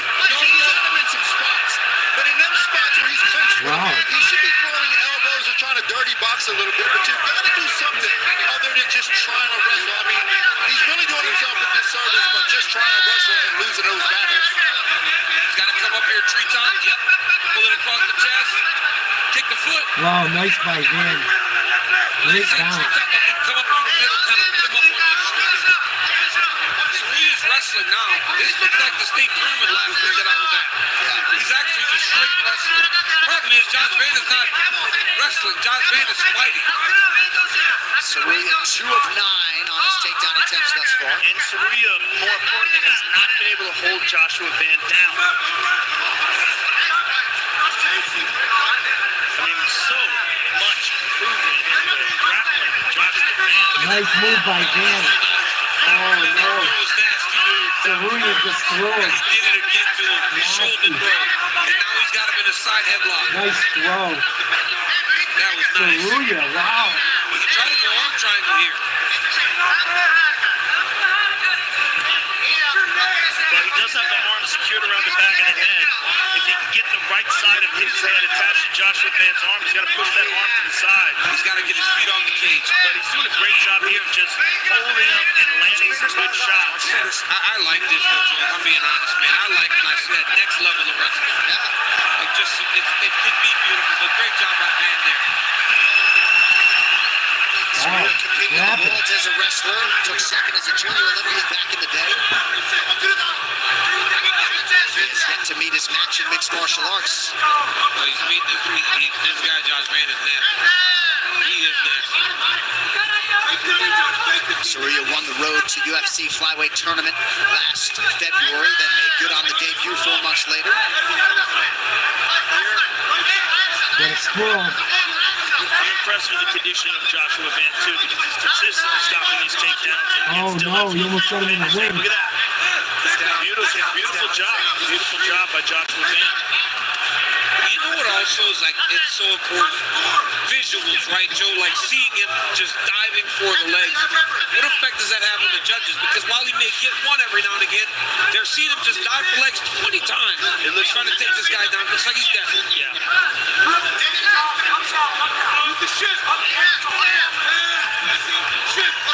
Van has been very close to a punctuation mark of a right hand several times. Another shot. Back to the clinch. He is just clamped that left side down enough. And Van is doing a really good job of just lifting that underhook. Cerulia's in great shape, though. To be shooting that much. Oh, yeah. Relentless in his takedowns. Well, and he's forced Van to be very defensive. Oh, Van which is not almost what he likes to connected. be. Oh, nice body Nice shot. left right hand to the body by Joshua Van. Shot coming. You can tell when Saruya's about to go. Every time Van lands something, he gets ready to shoot. Some good activity here by Van, stalking his prey. Just over a minute to go, round two. Yeah, like that front kick up the middle. Oh, nice right. Back to the point. Dennis strikes of the fight back.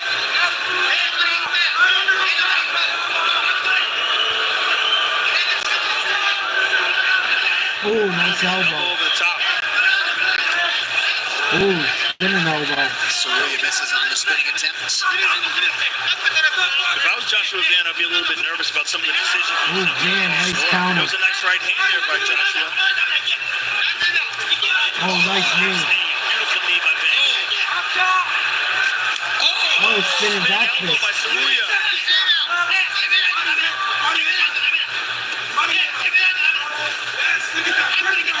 Saruya does some very odd movements when he's under attack, man. And the takedown attempt really does look like he's trying to kind of avoid the fight a little bit. A little bit, yeah. But it is his strength.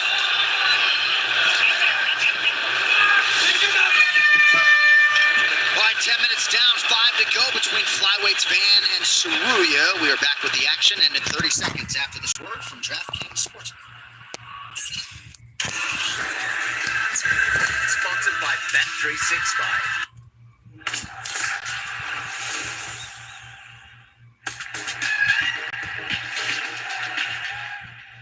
Gonna charge up for a minute. Who you guys got up?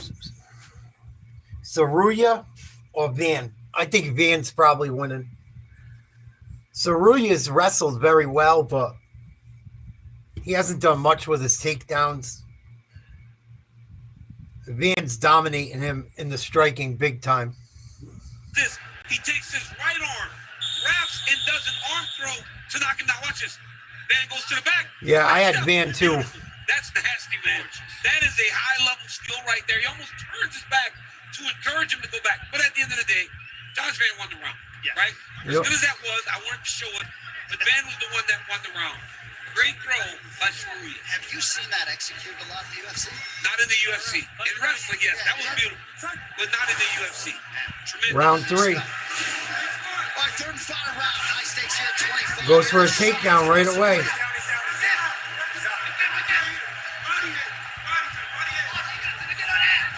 will say this about Saruya. He's got cardio for days, man. He just took a nasty elbow, though.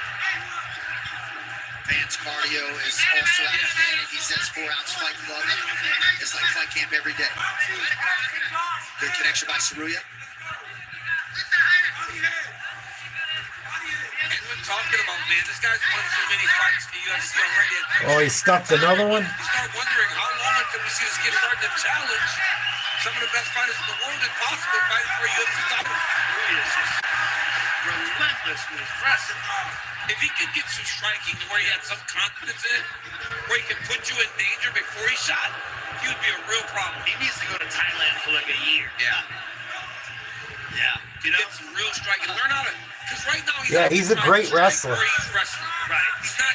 His stand-up is nothing, though. You got to have a little.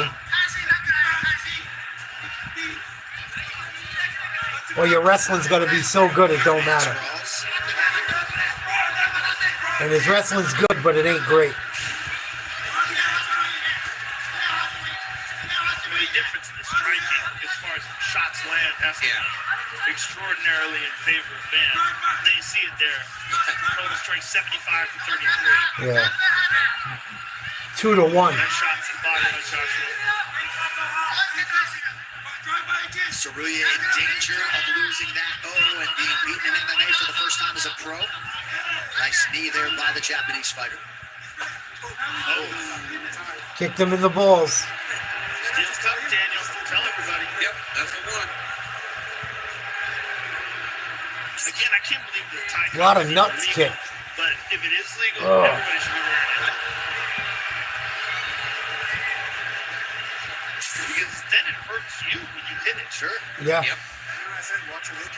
But it's also like a really unfair fulcrum when it comes to arm bars.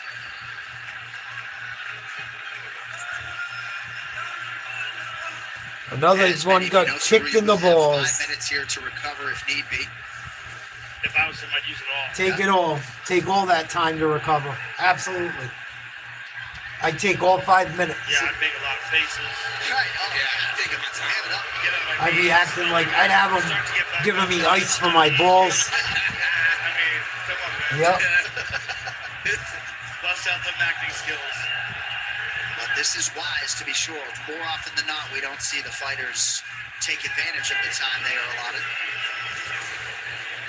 I take all 5 minutes. It's just dealing with the boobs. Yeah. Hey, no more accidents, yeah? Okay, ready? Ready? Warning from Jason Herzog. We resume round 3, just 3 minutes to go. Here we go. 3 minutes to go. Joshua Bandz is in tremendous shape. Think Another about his tough takedowns. Another shot. No good. Actually looks stronger as the fight goes on. Going to be really interesting to see him against ranked opposition. Ooh, Van's rocking him. The body by Joshua. Taking the shots and right back up to his feet. He wrestles that wizard beautifully. He's got that left wizard right here. Now, the moment he finds a space, he's going to try to hip nice. Get his left knee to the ground, and he'll start to come up to his feet. Look at that. See that? Now he's up. Start to dig his under. Yep. He's going to take him. You can tell this guy's well trained. Yeah, very, very. Oh, here comes the beginning of the end. Pereira, Frank Gallego, and his jiu-jitsu coach, Joseph McCamish, in the corner for Van tonight.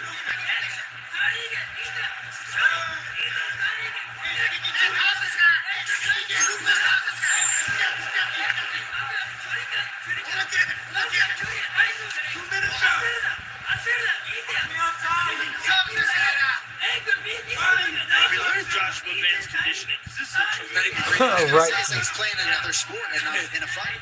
He's not even breathing heavy. He's tremendous 30 takedown. Yeah, I don't like that shit either, Mark. He is fighting. He's so active. He has so much experience. You know they got as much, like, you know they got 5 minutes. Leave them the fuck alone. Fuck it. I would just sit there and just wait and say, you got however much time. Van's going to win this one. He's outstriking him almost 3-1. Well, this is a big step up in competition for Surya and a bit of a wake-up call for his skill set. He'll be better for it, though. Yes. Nice kick to the body by Van. And you see Surya on that pressure. Yeah, Surya just not getting anything. Van just stabbed him with that front kick. I would stay there if I'm Josh Penn. I'm staying on that front kick. Surya does not like that. Van's looking for a finish. He keeps digging to the body, man. That's so important. Well, Josh has always been so well-rounded in his ability to attack both upper and lower and mix it up really well. Oh, he's going to take a point. Kicked him in the balls again. Oh, shit. They're going to steal a point. He already warned him. Uh-oh. Let's see it here. Oh. Yeah. Those toes got to the target there. Yes. Hey. You can tell. It looked like those toes got to the target there. Nice left hand by Van. And now Van knows Surya was faking it. Good combination by Joshua Van. Nice left hand by Joshua Van. You did hear, though, an audible of it hitting the cup, so it Crazy. is a point strike, even though the balance of the blow hit the body, right? Okay. That's why Herzog intervened. I thought I heard the cup, but it did look like he got there. But you're right, John. Well, those strikes are open. Oh, that hurt him. What a performance. Good fight. We'll see if he's done enough to trace Surya from the ranks of the unbeaten. Stay with us. Van did enough. Bet365. Van did enough. Pretty good fight. If that kid learns how to fight on his feet. Yeah, I agree. 1M. I agree as well. They got to stop figuring this shit out because it's going to stop making shit like boxing. We already had one guy robbed tonight that shouldn't have been robbed. We got a bunch of fucking guys getting hit in the balls the last couple fights. The last couple events, we've had nothing but eye pokes. UFC's got to figure some shit out this year. I don't understand it, either one of them. Why give them a warning if you're not going to take a point the next time?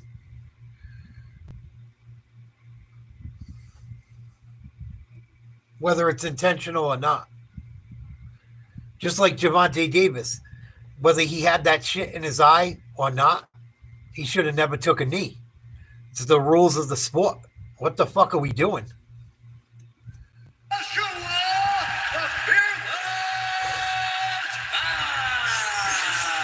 And of course, we'd love to give him an interview, but we're up against the pay-per-view clock. Joshua Van, don't look now, 6-1 through 7 starts in the UFC. A lot of star power tonight. Holly Madison is with us here for UFC 313. Also she was hot when she was younger, boy. Of UFC Fight Pass fame. Craig Jones is in the building. Always with some color. Also with us, Austin Vanderford and Power Slaps, Dage Bandz.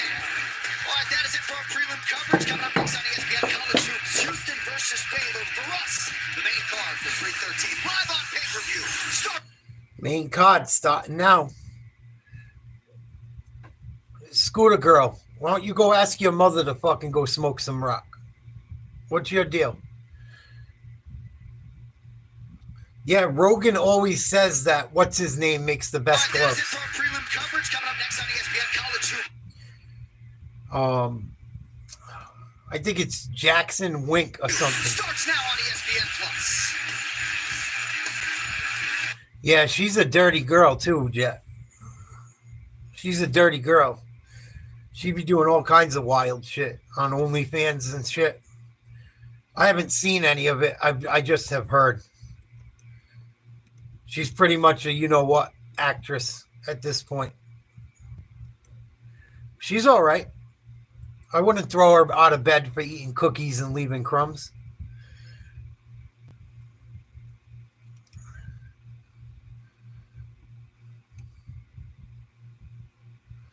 What's up with the Celtics-Lakers real quick while we wait for this main card to load up? Please like, share, subscribe if you haven't.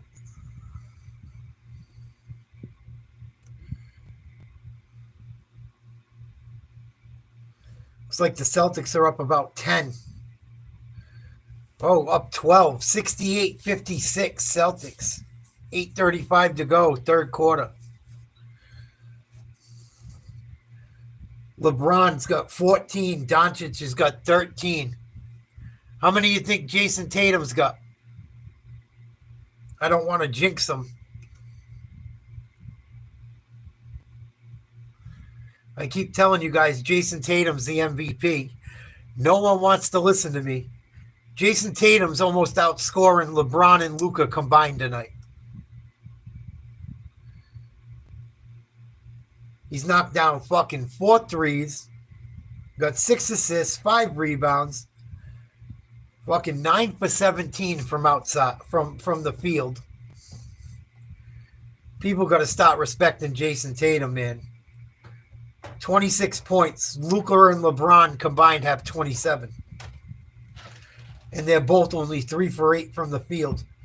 He's got as many rebounds as them both. Oh, no, not rebounds. He's almost got him beat by himself statistically. People got to put some respect on Tatum's name. Enough is enough. It's getting old.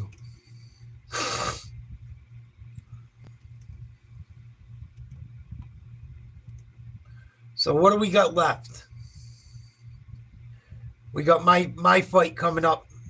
My long shot of the night. Bobby Green against Mauricio Ruffy from Brazil. Amanda Lemos versus Ismael Lucindo. That's the chick fight. We got Jalen Turner versus Ignacio Bahamondes. Gaethje versus Fiziev. And then Pereira versus Ankalaev. 5-round fight. I wonder if Gaethje's fight is 5 rounds or 3 rounds tonight. Probably only 3. I'm assuming.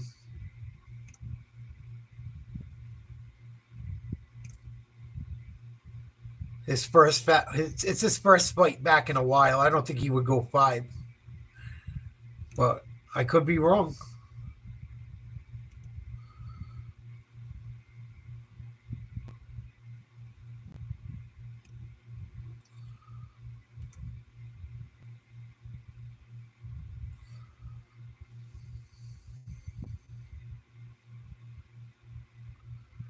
Not gonna tell me, you motherfuckers?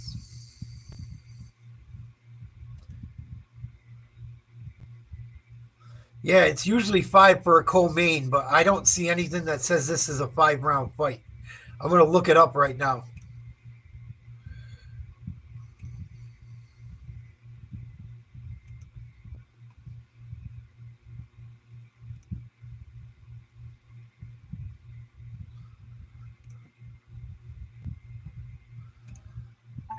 How many rounds is Justin Gaethje fighting tonight? 3 rounds. 3 rounds. According to USAtoday.com, their lightweight bout scheduled for 3 rounds will take place Saturday, March 8th at UFC 313 from T-Mobile Arena in Las Vegas. 3 rounds. The fight came together only last week after Gaethje's original opponent, Dan Hooker, suffered a fractured hand in training. Yeah. Plus Fiziv's in on... That's what it is, too. Fiziv only found out about this fight like a week or 2 ago. Hooker he broke his hand right before the fight, literally. So that's probably why they made it 3 as well. I don't know if the Hooker was supposed to be 5, but it probably wouldn't have went fucking 3 or 5 anyway. Well, let's see if Bobby Green can help us make some dough, boys. King Bobby Green. Don't get mad. I told you guys put a little bit of money on it, not a lot. Don't get mad at me if it don't work. It's a long shot.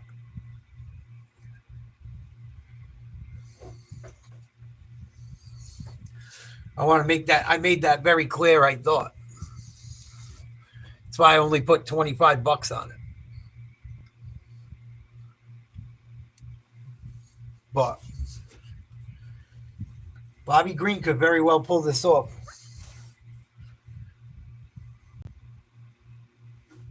Yeah, I think that's probably why it's 3 jet.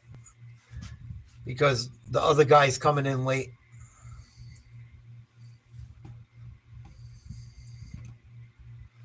Celtics starting to pull away.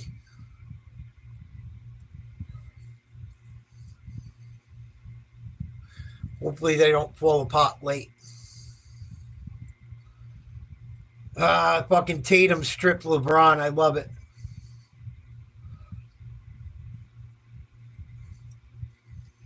Sorry.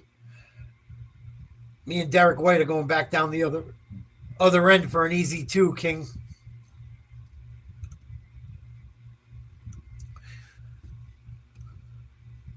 They must be going crazy in Boston tonight. Really comes in a big picture, but all of them compete and try hard to stand up individually. That place is going to be going crazy tonight. I wish it was on a different night. I wish they waited for tomorrow to have this Lakers-Celtics game. It was the NBA's way of shoving it up Dana White's ass. Because they know people want to watch both. Damn. Jaylen Brown misses a free throw. Celtics lead 72-56. 6:50 to go in the third quarter.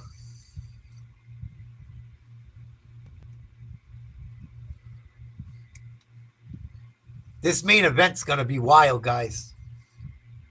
This main event should be fucking electric.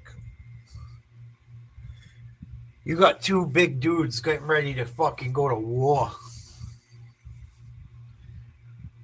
The guys fighting at What is it? Two are big. Jalen Turner and Baja Mondays. Those guys are huge for the weight class they're in. That could be a war too.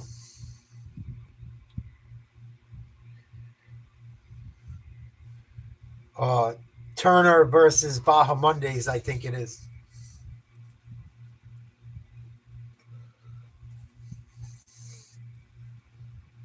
Come on, let's fucking go.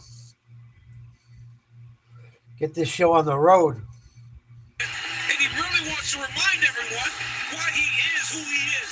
That's his intention. Let's see if he can deliver on that tonight in the octagon.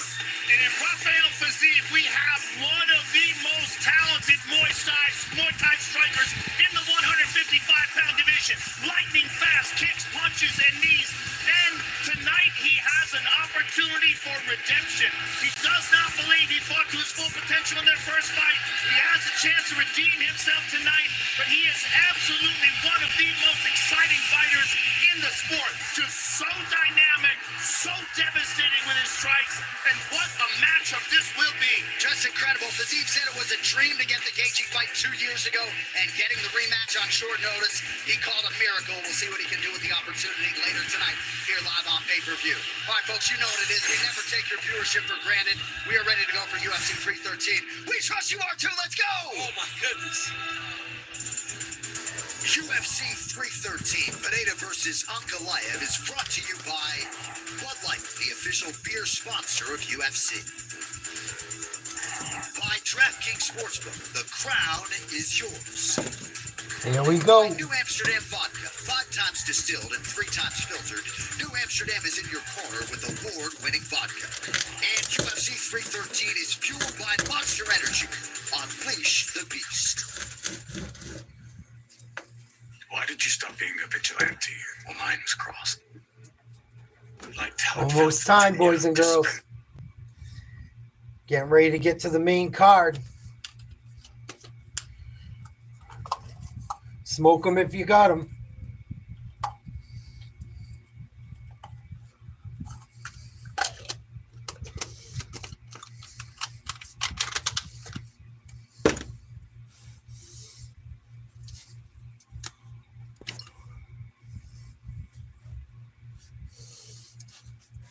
Tatum with the ball. Gets it to Holiday. Little jumper. Good. Celtics up 21 on the Lakers. Wow.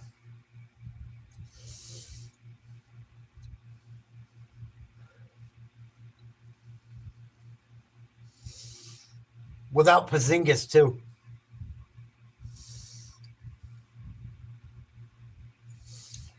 Luka lays one in. 19-point lead, Celtics. 5:25 to go in the third. Celtics are going to be tough to beat, man. I keep telling everyone.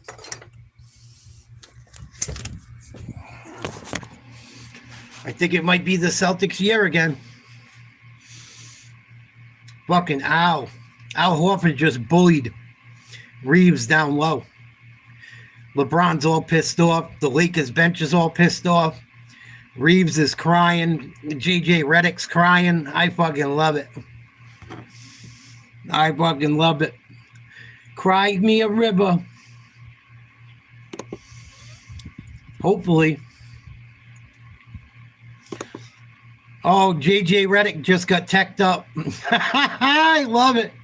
Celtics up 22. He's going to get tossed. Here it comes. JJ Redick's going to get fucking tossed. We're getting right back to the UFC in a minute, guys. JJ Redick's losing his shit.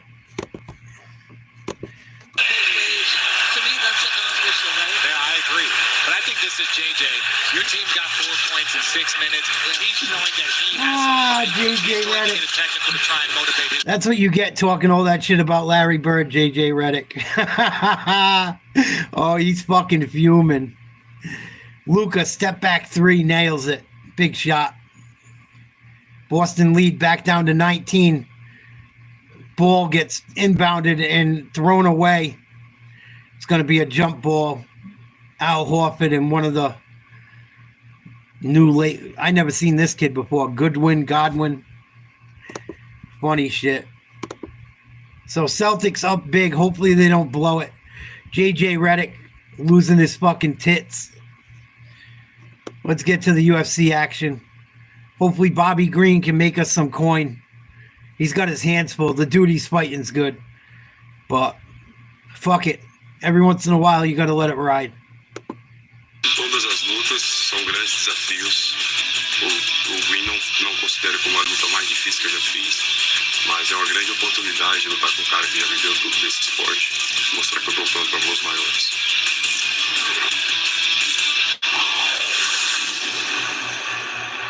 Mauricio Ruffy is often described as electric, and that is exactly how he sees himself. He proudly claims that that energy even carries into the practice room. He said it's just ingrained in his fighting style. The now 28-year-old has been training since he was just 6 years old. It all started when his older brother built a boxing ring in his backyard, and from that moment on, the Brazilian was absolutely hooked. And while tonight's opponent, King Green, was already fighting professionally when he was just 12 years old, Ruffy said that doesn't matter. He is going to make a statement tonight that is absolutely impossible for this division to deny. And you guys know it is a blast to watch him perform and also to speak to him. But one day, we gotta get this billionaire bodyguard story out of him. One day, Megan, that day is not today. Tonight's Fighter Walkouts are brought to you by Total Wireless, the official wireless provider of UFC. Get unlimited data that won't slow you down. Yes, this man was formerly a bodyguard for a Chinese billionaire, but he is not going to disclose anything about that. And we're going to respect that decision. Inside the octagon, Joe, when you hear some of his teammates, Kyle Bohalio right there, talk about Ruffy, many people haven't seen a mixed martial arts striker and athlete on this level. Fan base is wicked excited. He reminds me of a big Conor McGregor. The way he holds his stance, the way he moves, he's got fantastic striking ability. His fast twitch muscle fibers, the way he snaps in with shots. I mean, he's really a special talent. And at 28 years of age, he's really kind of finding his footing inside the octagon. But this man is dynamic, he's special, and he's got that air about him as a man who could potentially be a future champion. You know, I got a friend named Tiago Beowulf that used to come to train with me during my fight camps. He had a video of 2018 in a gym with Mauricio Ruffy. All the same. Dude, crazy spinning attacks, jumping, never letting you be relaxed and comfortable. And just vision. That's probably what's most impressive to me about Ruffy is his vision, his eyes, his ability to not only avoid strikes, but return. And I think that's why he draws the comparisons to Conor McGregor. Because Conor had that when he was at his best. So Ruffy initially met Kyle Bohalio when Bohalio took some of the fighting nerds to spar with him. See if Bobby can win us a few bucks. Entrenched with the nerds.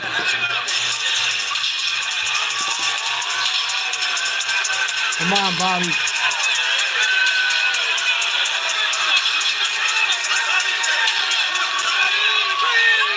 Kind of liking the walkout choice for the 51st pro fight walkout for King Green. DC 27th UFC appearance, last one somewhat forgettable against Paddy Pimblett, but that came just a few months after he dusted Jim Miller dramatically at UFC 300. We'll see what Green has left in the dog here tonight. Yeah, he fought very well, but that walkout song, John, that's big extra plug. It starts off as that other song and it turns into rap, which is why I love it so much. But King Green is one of those guys that just knows how to have a great time. We saw him against Jim Miller and showed that with those guys that are up there in fights like him, they really can't compete with him. It's the younger guys that he has to be able to still keep up with. When he was talking in an interview this week, they said, it seems like you love this, Bobby, but this is not something you can love. This is something that allows for me to get out of poverty, allows for me to find a better way of living. But when you watch this guy's fighting style, he could be a guy that presents problems for a Mauricio Ruffy because he's as evolved, he's as tricky in his striking as Ruffy is. Tonight's fighter descriptions are brought to you by Assassin's Creed Shadows. Coming March 20th, justice is forged in the shadows. John, I like how you described him as a trick machine, because that's really what Bobby Green brings. He will find out what you are made of, and he will do so with style points. He keeps his hands down, so the punches come from unorthodox angles. He's incredibly athletic, and he's had 50 professional fights. I mean, this man is a real veteran and is so comfortable in inside the octagon. Former King of the Cage champion, 4-1 under the Strikeforce banner, and looking Tatum for a almost knocked down the 3. UFC win here tonight. All right, Tail the Tape is presented by V-Change Be Better. Earn rewards for sustainable choices. Here we go. Let's see if Bobby can make us a buck. September, Mauricio Ruffy, the minus 500 favorite tonight, is 28. Ruffy taller by an inch. No issue on the scale for either man. We'll see if Ruffy can maximize what is a 4-inch advantage in reach. All right, now for the introduction to the veteran voice of the Octagon, Bruce Buffer. Ladies and gentlemen, we are... This is a long shot, but if he wins, it pays. It's a long shot, but if Green wins, you're going to get paid. Las Vegas for UFC 313, Pereira versus Goliath, presented by Total Wireless, the official wireless provider of UFC. Get unlimited data that won't slow you down. And now, this fight is 3 rounds in the UFC lightweight division. Introducing first, fighting out of the blue corner, a striker, holding a professional record, 11 wins, 1 loss. He stands 5 feet 11 inches tall, weighing in at 155 and 1/2 pounds. Fighting at a corner repeat, Alagoras, Brazil, Mauricio Ruffy.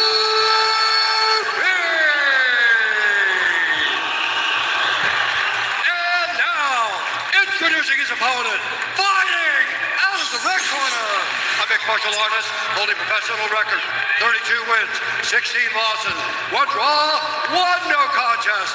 He stands 5 feet 10 inches tall, weighing in at 155 and 1/2 pounds. Fighting out of Montana, California, King Green. Come on, Mr. Green. After the game, our referee in charge, Chris Lyons. Lone main card assignment for Chris Tognoni.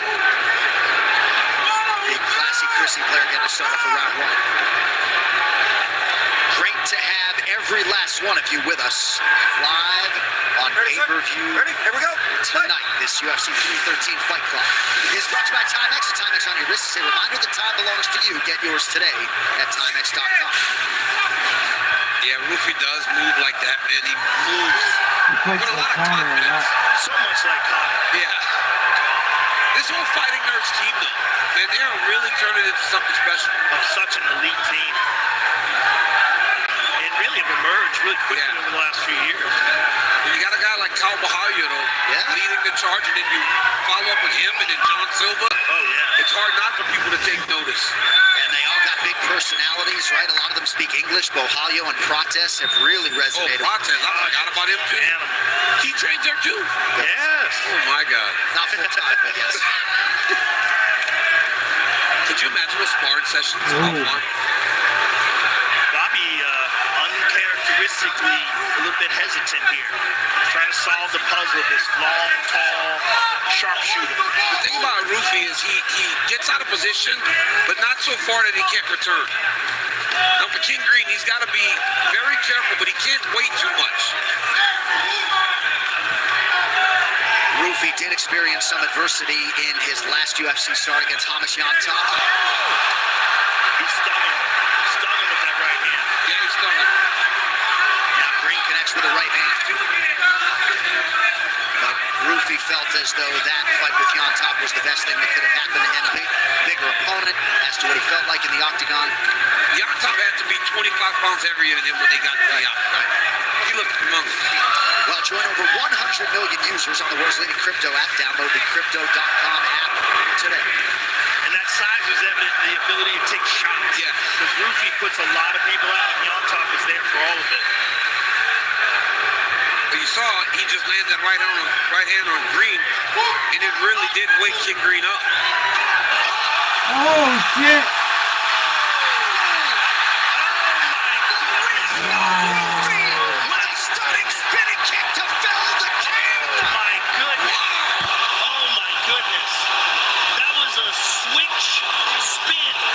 Holy shit. It was like a 360.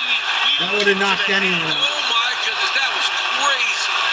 Oh my goodness, we got to see that. And then King Green fucking wheel kick. Picture perfect. That's one of the best knockouts I've ever seen in my entire life. Oh my goodness. But this is what we're talking about that this guy can do. He comes out. Best $25 I ever lost. That would have knocked anyone out. That would have knocked anyone out. What a finish. Wow. Replays brought to you by Monaco, the official canned cocktail of the UFC. 2 shots in every. See that again. Don't call it. Oh, it was just a spin. I thought he switched stances first. Oh my God. Perfect. Right on the temple. Perfect wheel kick. Right on the temple. Oh my goodness. That would have knocked anyone out. And 155 for sure. Guys, let's take a listen to this in real time. My jaw's on the floor. Let's take a listen to this.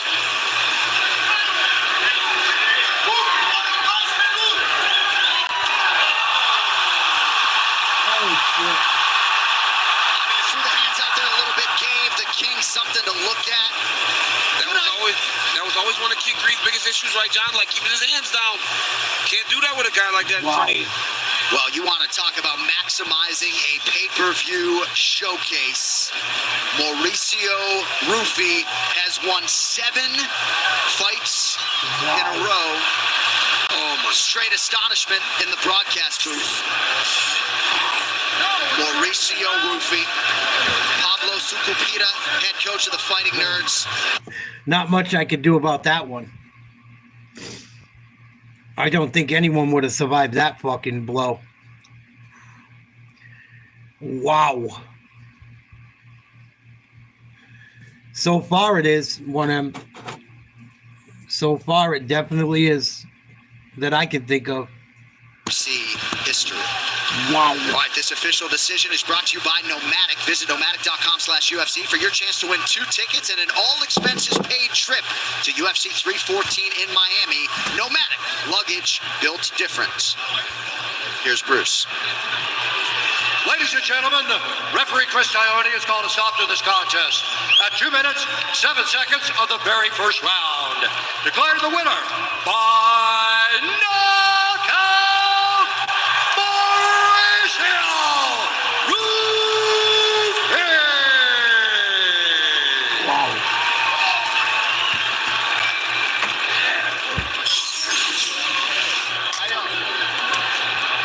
Shout out to the Fighting Nerds, ladies and gentlemen. I'm here with the winner, Mauricio Ruffy. Mauricio, you came into this fight with the reputation of one of the most dynamic strikers in the division, and you showed it tonight with one of the most beautiful wheel kicks I've ever seen performed inside the octagon. Você veio com tudo aqui com a reputação. He got hit with a vicious shot. What are you going to do? That would have knocked anyone out. It is what it is. Las Vegas! It's not like a bad beat. Like, I don't feel bad about it. You know, he hit him with he hit him with one of the best kicks I've ever seen in my life. Can't even hate. Eu tô muito feliz. Eu quero falar para vocês uma coisa muito importante. Na minha última mensagem que eu deixei aqui, olha só o que aconteceu.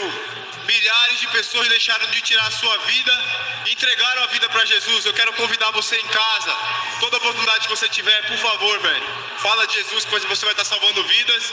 Fala sobre o suicídio para a gente alcançar e salvar o máximo de vidas possíveis.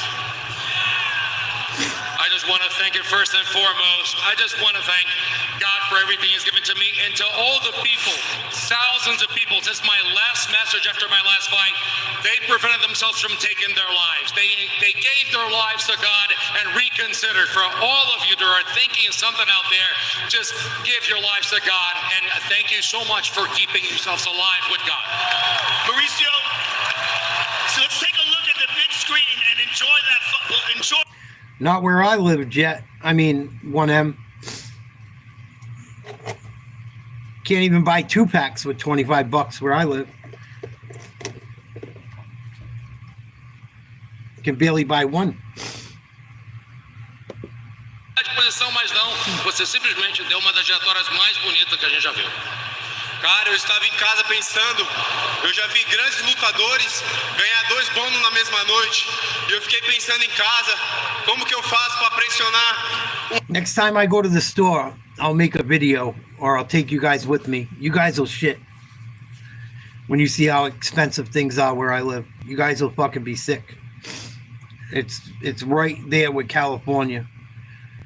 California's fucking got us on gas, but just about everything else where I live is outrageous.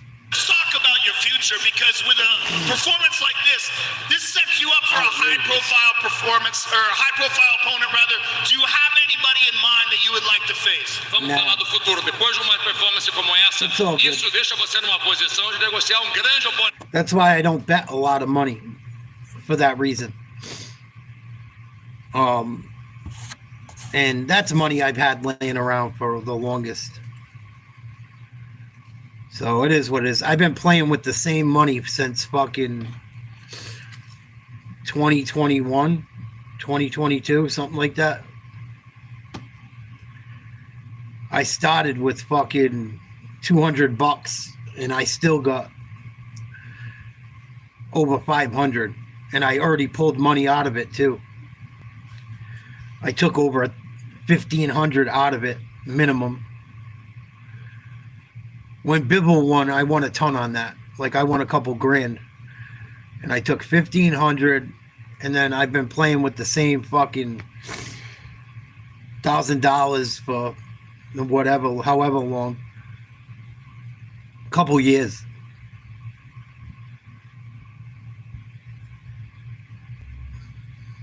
But that's what I do. I look for fucking underdogs. Sometimes it works, sometimes it don't.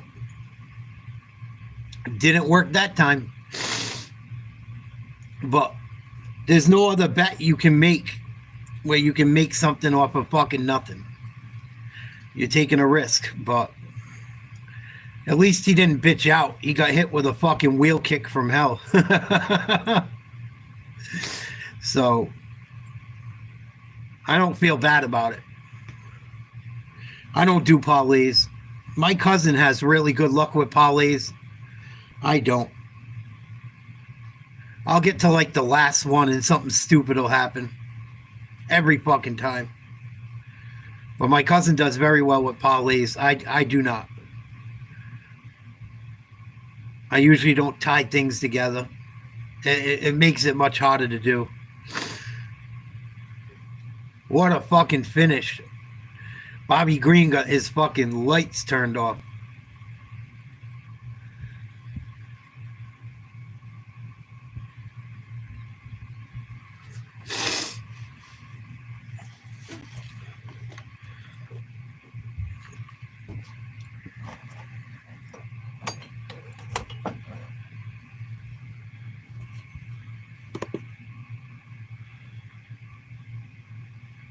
Wow, Luke Cornett, nice play.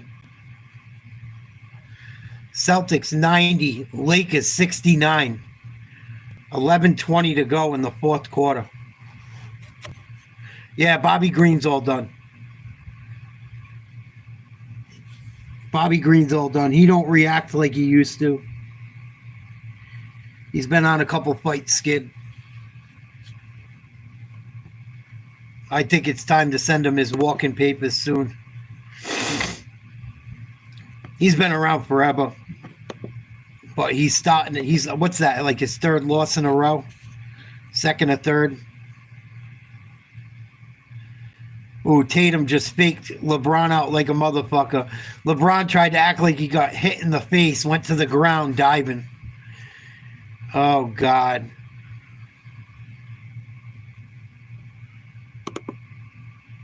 You couldn't pay me to watch that fucking GFL. People are going to get Tony fucking Ferguson killed.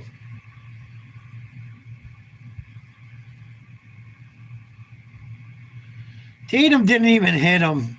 Come on. Fucking LeBron the flopper. They called a foul on it. Oh my God.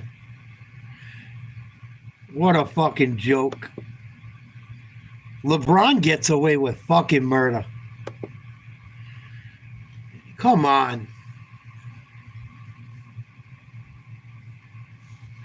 Fucking pussy. I can't stand him. Jordan would never do that shit.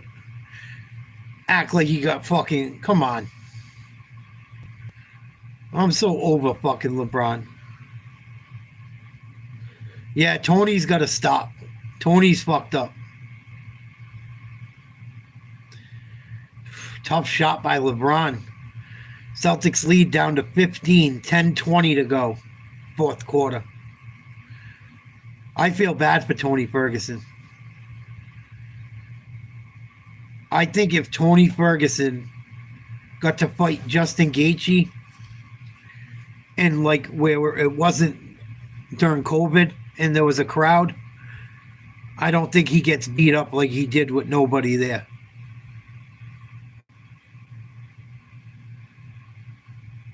Like, fucking Tony Ferguson was the fucking boogeyman up until he lost that fight. I thought Ferguson might beat Khabib. Oh, Luke Cornett. Caught an alley-oop on LeBron's face. I love it. Yeah, you can only take so many beatings. Doesn't matter who you are. You can only take so many fucking beatings. LeBron begging for a foul call. Come on.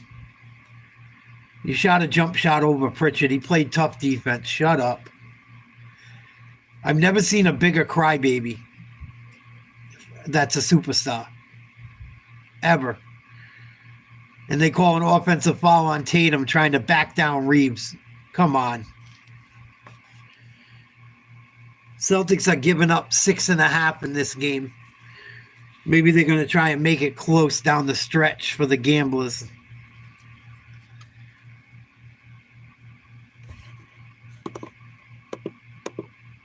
What do we got next? Oh, they're giving Lawler an award or something, or some recognition. The fights are going by quick tonight, man. We got the girls fighting next. Lemos versus Lucindo. This could be a good fight for bitches.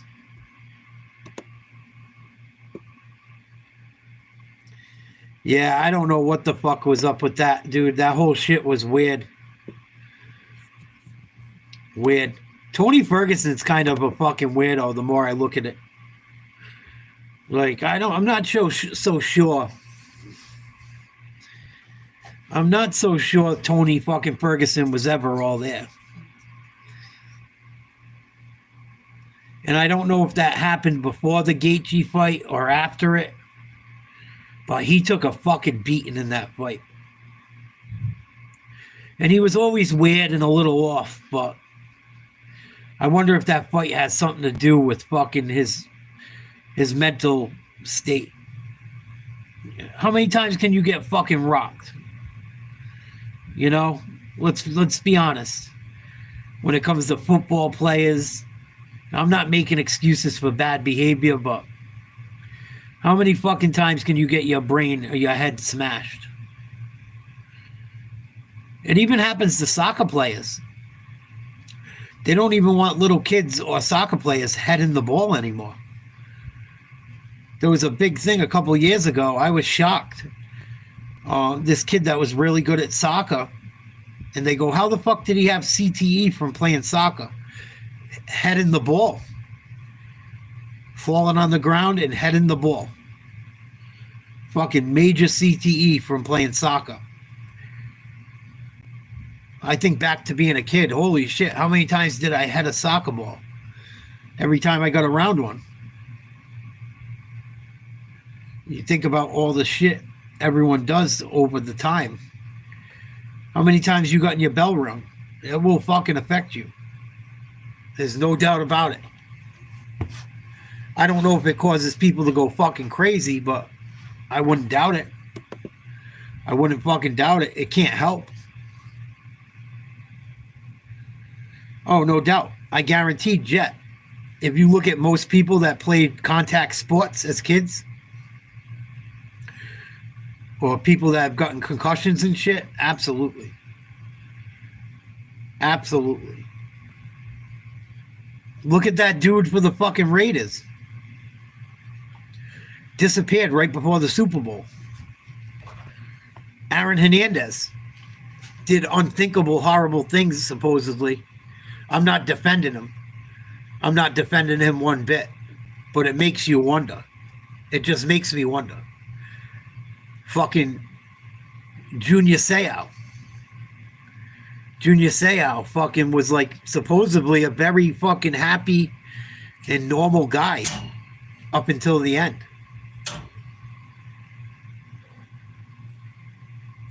Like, getting fucking your head smashed is not a good thing.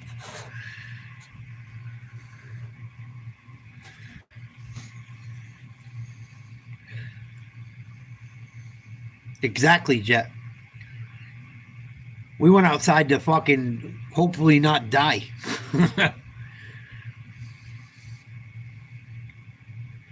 Oh yeah, header drills all the time, off corner balls, off free kicks. Fucking someone kicked the ball super hard, rock you in the face. You know how many of them I caught as a goalie? Oh. I've been kicked in the face, kneed in the fucking face. And then you're talking about guys punching people in the fucking face.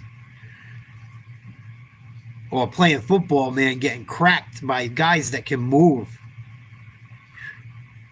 Fuck. The shit definitely does it. It definitely affects people, in my opinion. I guarantee once they prove it, a lot of things will change. And it's tough, right? Because what do you do if you love that sport? What do? You love something that could potentially kill you. You know, all sports start as a love or a hobby and usually turn into something you love. I don't think most people get into sports for money. Maybe nowadays, maybe. But usually it's because you like it. That's because if you don't like doing something, you're not going to be good at it. So it's like, do you stop all the sports people love because it's potentially harming them and causing problems? Or is it something you're willing to do because you love it? It's fucked up. You know? But people have free will. That what they decide to do is on them.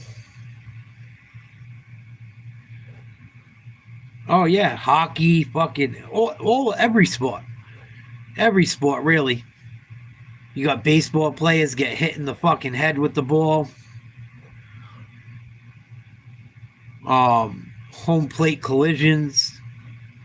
Hockey, everything you do, you're fucking risking your life. You could fucking fall down and your blade could cut someone's fucking throat by accident. Hockey's dangerous as fuck.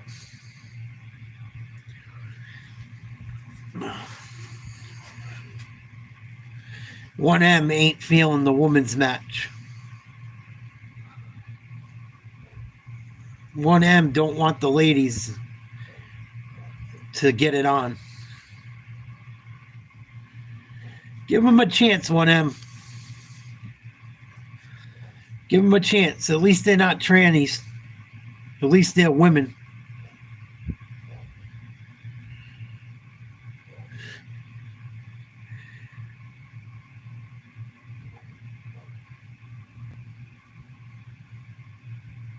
I don't know. Maybe we need to drug test them. Yeah, I know. I might want to take that back. Well, at least they were born women. Allegedly.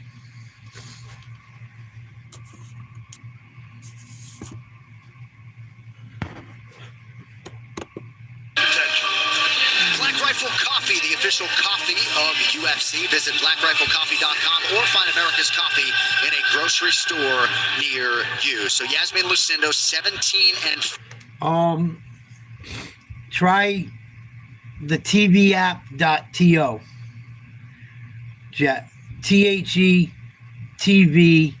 TheTVapp.to. Try that one. Or try StreamEast.gd.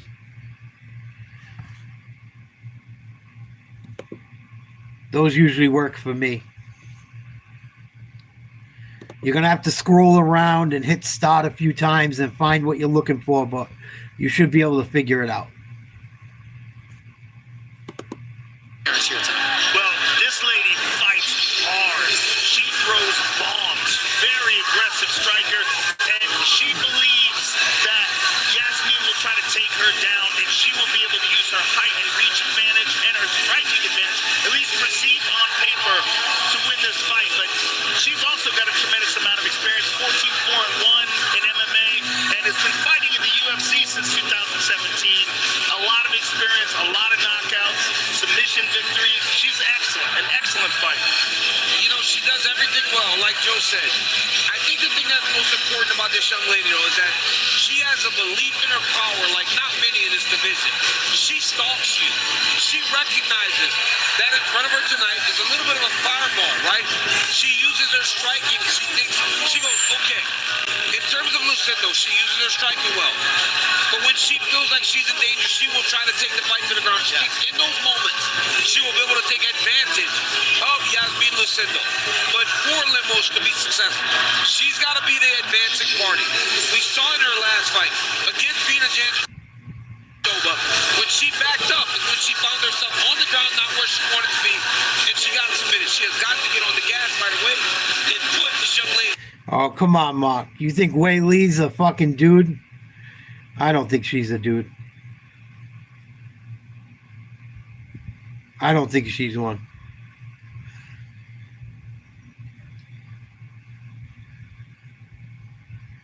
I would look at the Brazilians more than her. Shows up here tonight.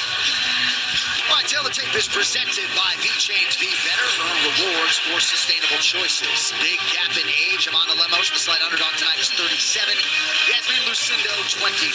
Lemos taller by an inch. 1 inch in reach, though, on the other side with the slight favorite, Yasmin Lucindo. All right, now back inside for the particulars. Here's Buck.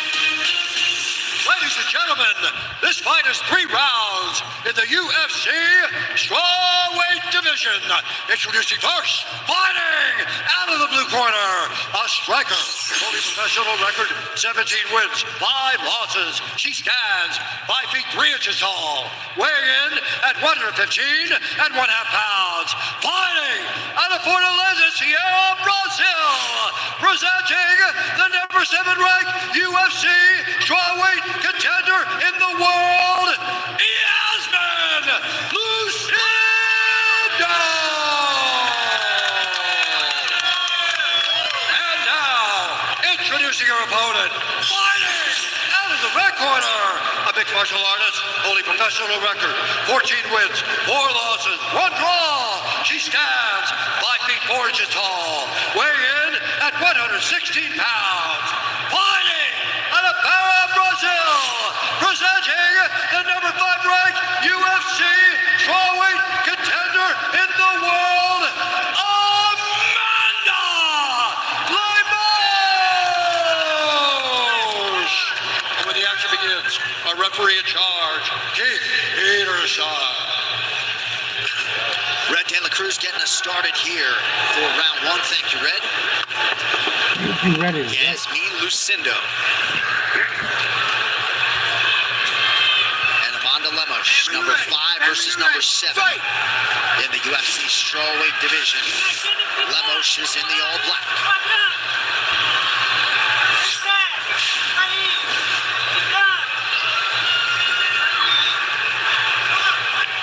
Lucindo was tested by Marina Rodriguez her last time out. Passed that test by split decision. Now trying to work her way into the top 5. God, she looks so young. She looks like a baby. Yeah, she does. I tell you one thing about these two women. They both got some real nice haircuts. They got great barbers, dude. Look at those haircuts.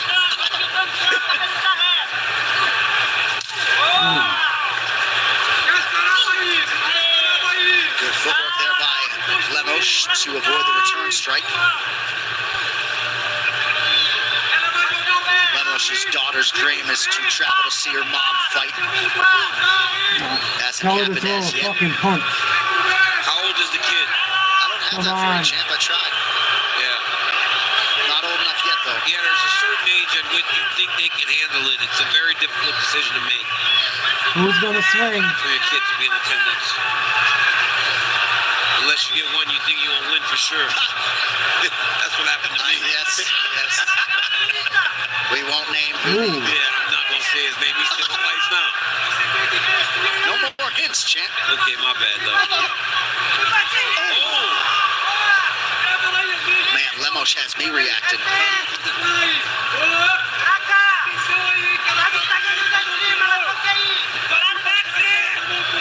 All right, break them up. They're not doing nothing. Place, Joe, you're going to get action like this is actually They're not even trying for starring anything. Wade as Nathan Kane, a man who can't feel pain on a quest for true love. Get your tickets now in theaters March 14th. Yeah, I love when you freestyle these ad reads. Get out of the clinch. Yeah. Awesome. Right here, Lemos needs to try to find a way to redig that right side underhook. She can frame off of Lucindo's face, just pushing her face away from her body to try to start getting that right hand up and back to an underhook. What I was going to say was, even though Yasmin has more fights, Amanda has had more high-level fights. Yes. And she's been in there with Zhang Weili, so she's had the rub. Losing that 5-round unanimous decision to the champion, you get to see what it's like to be at the top of the mountain. Yeah. It's like the worst. It's like the worst learning experience of all time. Fighting Zhang Weili. Oh my God. Because literally you're going in there to get a learning experience. Yeah. Because it's very difficult to win. She's so good. You're fighting the beast.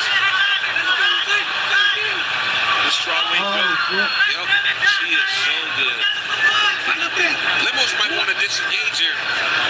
Yeah, this is a dangerous game to play with someone who's just well versed on the ground. She's so good with her butterflies as well. So sneaky on the bottom, but Lemos very physically strong. Look at her back muscle. Like a cat. Good elbow on the top. Yeah, not sure if there was an existing or pre-existing cut under the right eye of Lucindo, but she's cut pretty good. Oh, shut the fuck up. Motherfucker's just screaming. Screaming a bunch of Brazilian shit.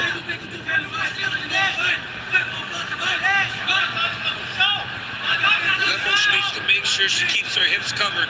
She cannot let Lucindo swing her hips off to a side and create an angle. As long as she keeps her squared up, she's pretty safe.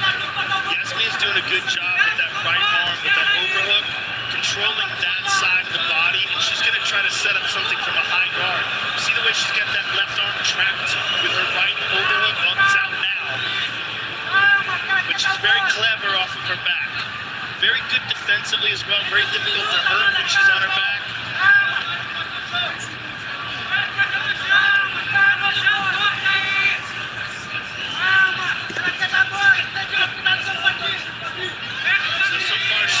Jalen Brown, big three. Striking from the top. She's real good with those overhooks. Look how she latches it on with the right arm now. And she's trying to set things up. She's not just trying to be defensive. She's turning that angle now towards her left side. Oh, nice elbow there. But you're right. It's that left side overtime. Not allowing Lemos to do anything with her right hand, which is her power hand.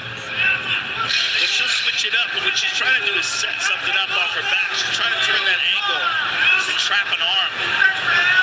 But Lemos, very well educated on the ground. And Lucindo did not land a single significant strike in round one. Tonight's quarter cam brought to you by Prime Ice. Same hydration, new lighter and more refreshing taste with only 20 calories, zero added sugar, BCAAs, and electrolytes. Now available at Kroger. Grab your Prime Ice today.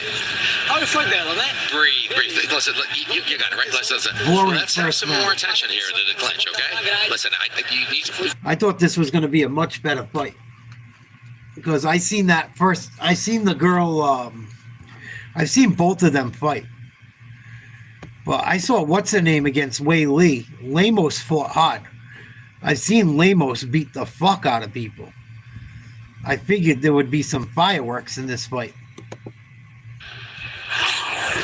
We see that cut under Yasmin's right eye, and this is what did it. Ooh. A grazing shot by Amanda Lemos.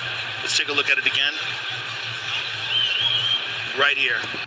Come on, man. You know I can't show you what's going on. Are you an asshole or what? I'm playing the volume for you. I can't show you what's on tape. You know I can't. Why would you even ask? Yeah, Lemos throws bombs. Amanda Lemos' daughter will be 8 in July. Okay, curious. Yeah, she's still too young to watch.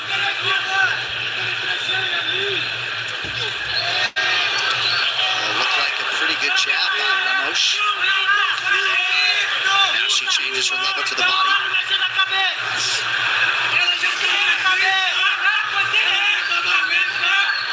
And you are right, Joe. More than twice as much UFC experience for the former title challenger Lemos, despite the wealth of regional experience for Lucindo. She's having a hard time getting on track here as yet. 0 takedowns, 0 significant strikes landed.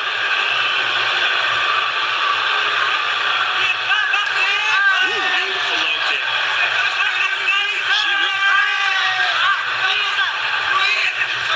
Oh, Tatum, big three. We saw this in Lucindo's last fight. She was able to secure takedowns on Rodriguez to try and also to steal this victory. But right now, Lemos just seems too strong. Tatum just put the Celtics up by 10 with a three-pointer. Luka goes to the hoop for 2. 2 minutes to go in Boston. Celtics up by 9. Or 8, excuse me. Yeah, this fight is not what I thought it would be. I thought Lemos would come out swinging. She hasn't. The risk getting taken out again. While she did a good job of controlling and limiting the damage, she lost that round. I think she's concerned with the striking advantage that Lemos has. Lemos, she's dangerous. She can stop you with the feet. Well, it dovetails with everything Lemos said all week. She's going to feel me on the feet. She's going to make this a grappling match, or at least try to. 3 minutes here to go, round 2. Crowd's had a lot to cheer about tonight. They're not necessarily loving this one. And there's just not urgency from Lucindo to break this position. She's actually okay being chest to chest in the clinch because she's not at risk of getting hit with anything big right now. Oh, that was nice. That was nice. Nice foot sweep there by Amanda Lemos. She's got a very good guillotine. Perhaps just controlling here. Caught Lucindo with her heels in the mat, really digging her feet into the ground. Knows that if you can knock that balance off, you can put her down, and that's exactly what she did.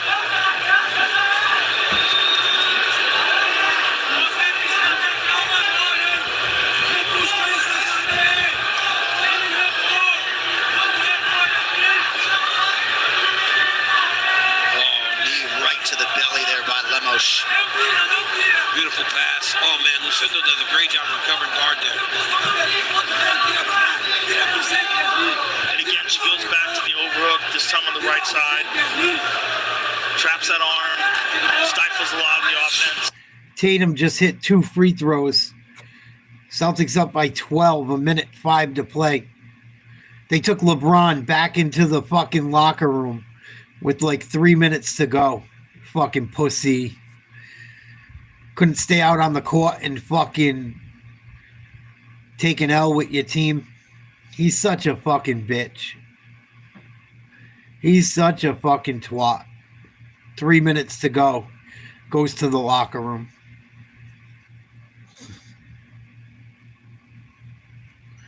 What a fucking douche. Tatum's going to get fouled. The Celtics are up by 10, 37 seconds to go. And Amanda got beat last fight, so she's okay with this. She's winning. Her goal is to get back in the win column. So if Lucindo wants to lay on her back for 15 minutes, that's what she'll let her do. And now she's 2 rounds down. Yep. Well, we continue to talk about the 25 minutes that Amanda Lemos spent with Zhang Wei Li in Boston at UFC 292. That was August of 2023 as she lands an elbow now. And when you have that type of experience and you're showing up to fight anyone but, it's just a different night at the office. So far, so good for Lemos. 30 to go in round 2. I mean, you're literally just saying it could not get any worse, right? It can't be any worse than what I went through on that night. I know she wants to get the win, but she also wants to elevate her profile, right? I mean, she's got to do something to make. That won't happen with this type of fight. Exactly. She's got to do something to make you want a compelling matchup for her.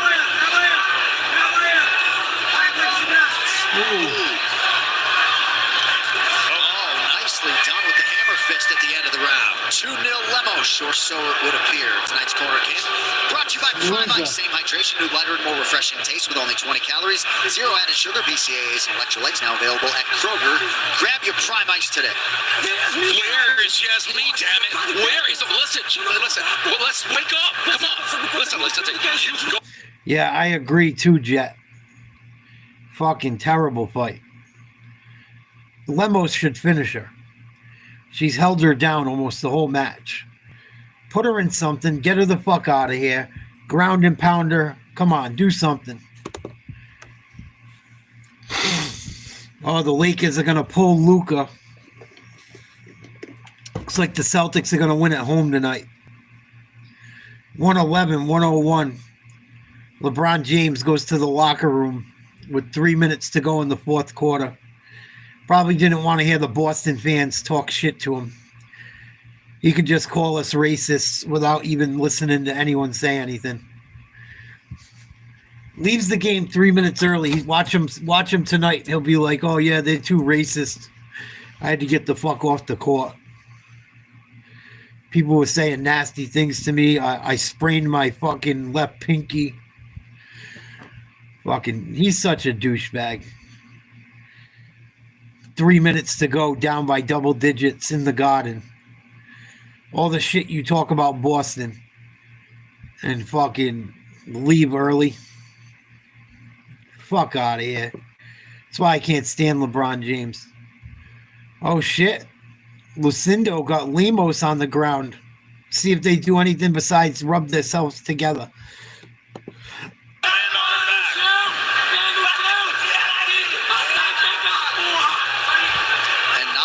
Moisture, right? Hasn't been the most grueling fight. Lemos still pretty dry. Yep.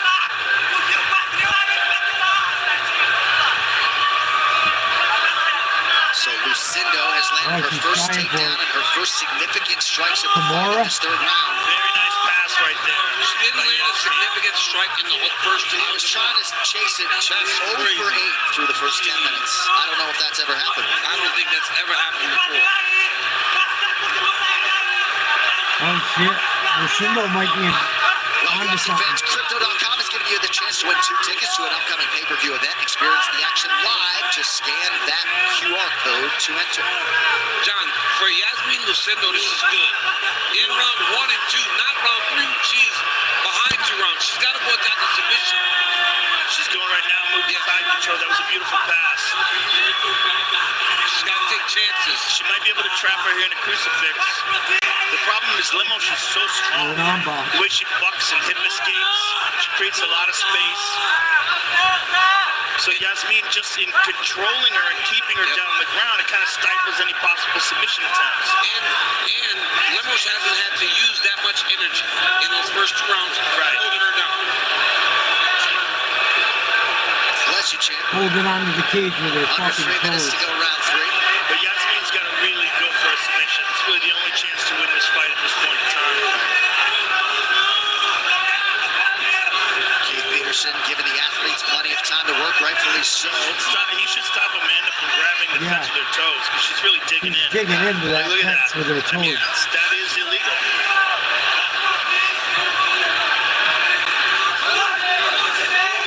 Oh, good elbow from Lemos off of her back.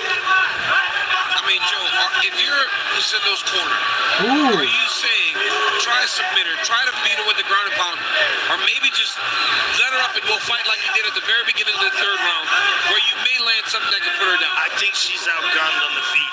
I think the real way to win this fight is by submission for her, and this is her best opportunity here. She's inside control. She's softening her up, but she only has less than 2 minutes to go. She's got to set something up. There's possibilities here. You know, there's things that she can try to submit her with, but she's got to move towards them. She can't just hold. And it's harder when a person knows. Lemos knows she's winning. Oh, beautiful job by Lemos getting out the back door. And then look at this, gets her down. It's over now. Lucindo just gave this fight away. Fight 90 seconds or so to decide. John, think about this. She's got 3 takedowns. That's all she's needed.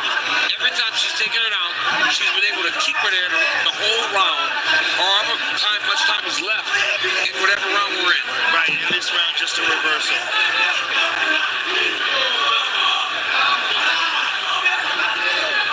Desperation time for the 23-year-old Yasmin Lucindo.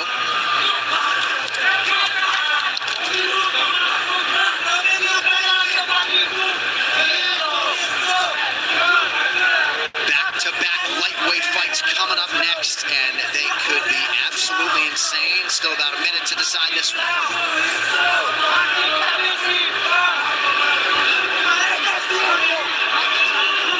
Well, 1M, you were right. Fucking Snorefest.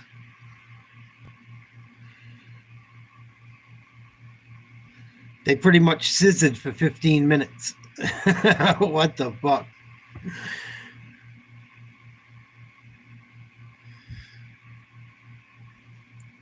This isn't going to help Lemos. Her last few fights have been fucking...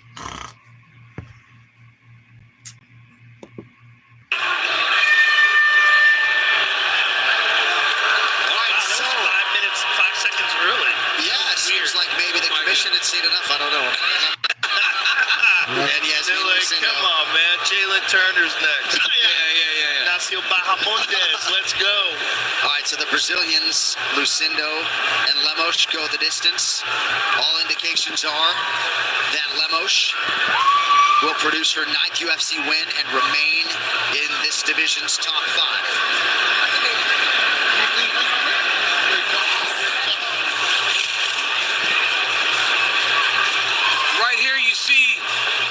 Lemos laying the right hand that cuts her. Outside leg kick lands. Then ground and pound by Lemos at the end of the second round, I believe. Takedown by Lucindo in round 3. She controlled it for 2.5 minutes. But then when Lemos was able to get to her feet, she took her down, kept her there for the rest of the round. Honestly, while it might not have been the most fun fight, it was a... Oh yeah, we're here for the rest of the night, buddy. Thanks for checking back in. I want to know why LeBron left early against the Celtics.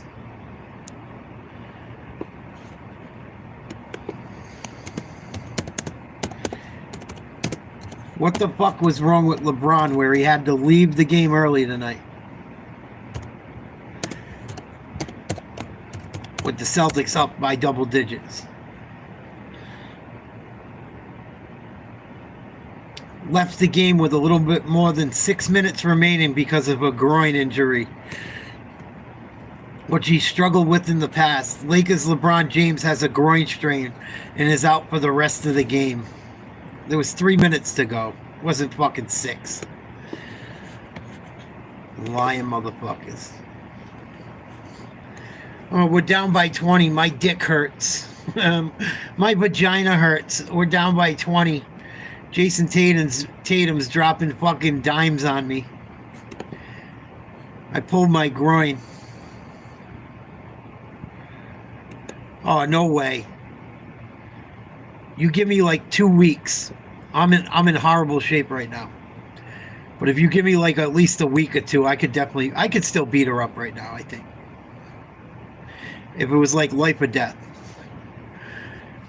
But you guys thinking women can beat up dudes are fucking nuts. My right leg weighs more than her whole body. I still got a couple minutes in me. I got at least 2 good minutes until you got me. She weighs like 125 pounds, dude. Come on. Let's be real. Yeah, the middle. Yeah. Yeah. You guys are fucking funny. My kind of people. I was trying to be humble, Veritas. I was trying to be humble. Well, Lemos probably won that, unless there's a robbery of the year. LeBron's third leg got hurt. Couldn't finish out against the Celtics. His vagina got hurt. Senor Tripod, hello.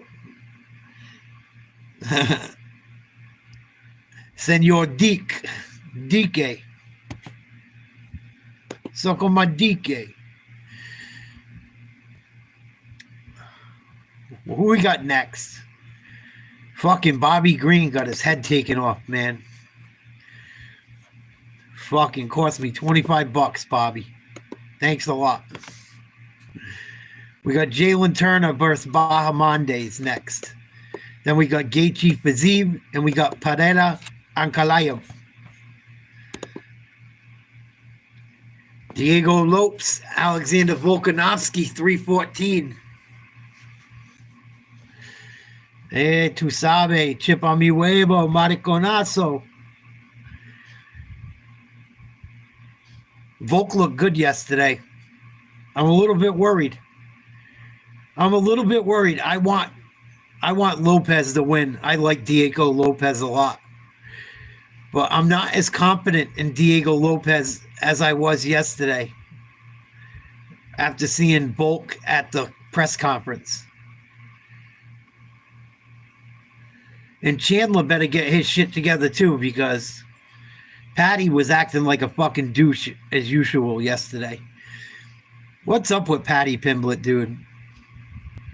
I think he's got to be on the spectrum. I do. I think Patty Pimblett's fucking definitely a little bit on the spectrum. The shit he does is just, it's like fucking, it's worse than Logan Paul and fucking Jake Paul when they were younger.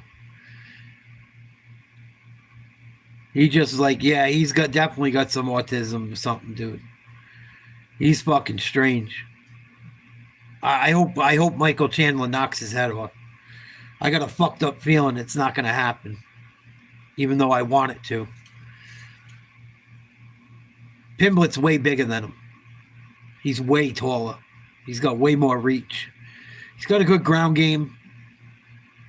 He's tough, even though I don't like him. Well, I'm still going to be pulling for fucking Chandler in that. If Chandler loses to Pimblett, he got to go. All done. Bye, Mikey. You haven't done shit in the UFC. You waited around for Conor all that fucking time. You've taken some great fights.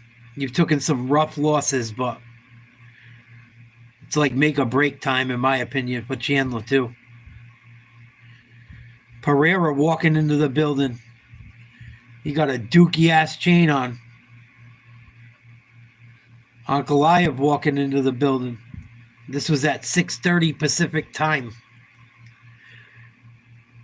I'm going to go get a nice coffee. I will be right back. I'll leave you guys with the commentary.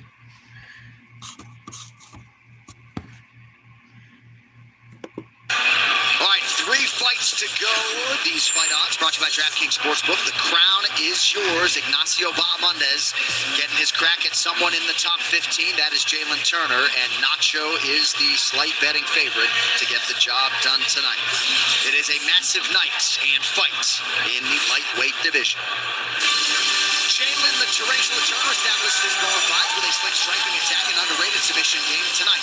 He'll have to reach into that whole toolbox to hold off the charge of Ignacio Bahamondes. The most accomplished Chilean fighter to ever grace the octagon, Ignacio Bahamondes began his UFC career as an intriguing up-and-comer. But now it is all systems go. And tonight, Lahala can make the move from prospect to lightweight contender should he defeat the uber-dangerous Jalen Turner. Well, my dozen fighting Jalen Turner is a great fight, a great opponent, but I'm going to have the victory. I think this matchup between me and Ignacio is going to be a good striking battle. It's going to be really fun. I think it's going to be something the fans are going to want to tune into. One of the rare fighters in the top 15 who has finished each of his UFC wins. Jalen Turner's 7 wins over names like King Green, Brad Riddell, and Jamie Malarkey have all ended by knockout or submission. And you can be sure he will be looking to issue that same fate to Ignacio Bahamondes. I take a lot of pride in being a finisher. It's really exciting. You know, the fans love to see finishes, and they love to see somebody that's always going to go out on their shield. Just 27 years old, Santiago's Ignacio Bahamondes has paid his dues since arriving in the UFC in 2021. And following bonus-winning knockouts of Roosevelt Roberts, Christos Giagos, and Manuel Torres, he is well on his way to fulfilling his potential in one of this sport's toughest divisions. My goal is the UFC is already going on. I'm climbing the top 10. I want a belt. I want a belt around my waist. I dream about it since I'm a little kid, and it's coming.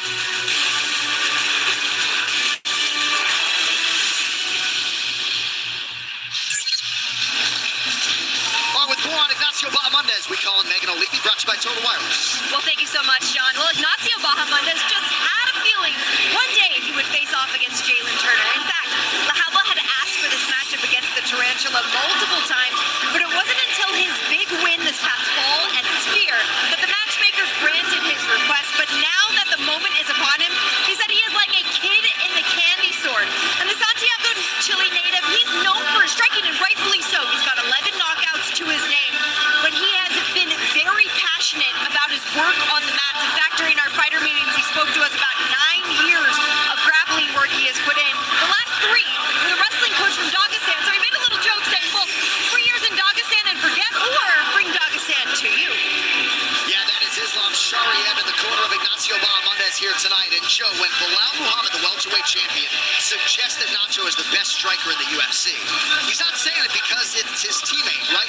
In terms of the versatility, all the different weapons, this is one of the better strikers we have in any UFC division. He's fantastic. He's fantastic. He's long. He's got a wide variety of attacks. His kicks, knees, elbows, and punches are accurate. His timing is precise. And he just has the feel and look of a guy who's going to be a top contender, which is exactly the feel that Jalen Turner had when he was on the way up. Jalen Turner's had a few stumbles. We got to realize Jalen Turner's still only 29 years of age. Right. Ignacio is on the way up at 27. I mean, this is a real contender fight between 2 guys that have massive, massive potential. This should be a good Ignacio fight. Bahamondes, this is a big shot for him. I mean, Ignacio Bahamondes, from the moment he got into the UFC, you could tell there was something different about him. Granted, he's 6'3" and fights at 155 pounds, so he stands out. But when thinking about Jalen Turner, he goes, doesn't really have anything for me. He thinks that he's going to put it on Jalen Turner tonight, and why would he not be riding high? Why would he not be feeling very confident after he had that performance against Manuel Torres at UFC No Chick? But I mean, this guy said that he took a week off, knew immediately it was going to be Jalen Turner, started preparing for him. All right, these insights are brought to you by UFC Insights Engine, built with IBM Watson X. Bahamondes needs 43 more significant strikes landed to reach 500 at lightweight. If he does, he'll tie Gaethje for the quickest to reach that milestone at lightweight. He'll have done it in 7 fights. Ignacio Bahamondes. This dude could be scary. Bahamondes does some crazy shit. He could pull some shit like the dude that fucking knocked out Bobby Green can do. Bahamondes is going to be tested tonight. He should be. If Jalen Turner showed up. Jalen Turner is long. Both of these guys are like 6'3". Very tall for their weight class. He is 11 months later, get back on the proving ground. Well, imagine that. And I can win Tom Buffett a belt after that. That could have been him in that situation. But you hear Jalen Turner, he took some time away. Yeah, remember that? After this fight. He said he really did turn into his faith because he said he needed time in. He said that fight messed him up a lot mentally and physically. And the time that he took away helped him recenter himself and be prepared to come come back into the octagon and put on performances that he feels he should be consistently having against the guys that he's fighting. That Jalen Turner, when he knocked down Renato Moicano, it looked like it was over. Yeah. It really did. It just speaks to, I mean, we know how good Renato Moicano is. It speaks to the type of skill this young man has.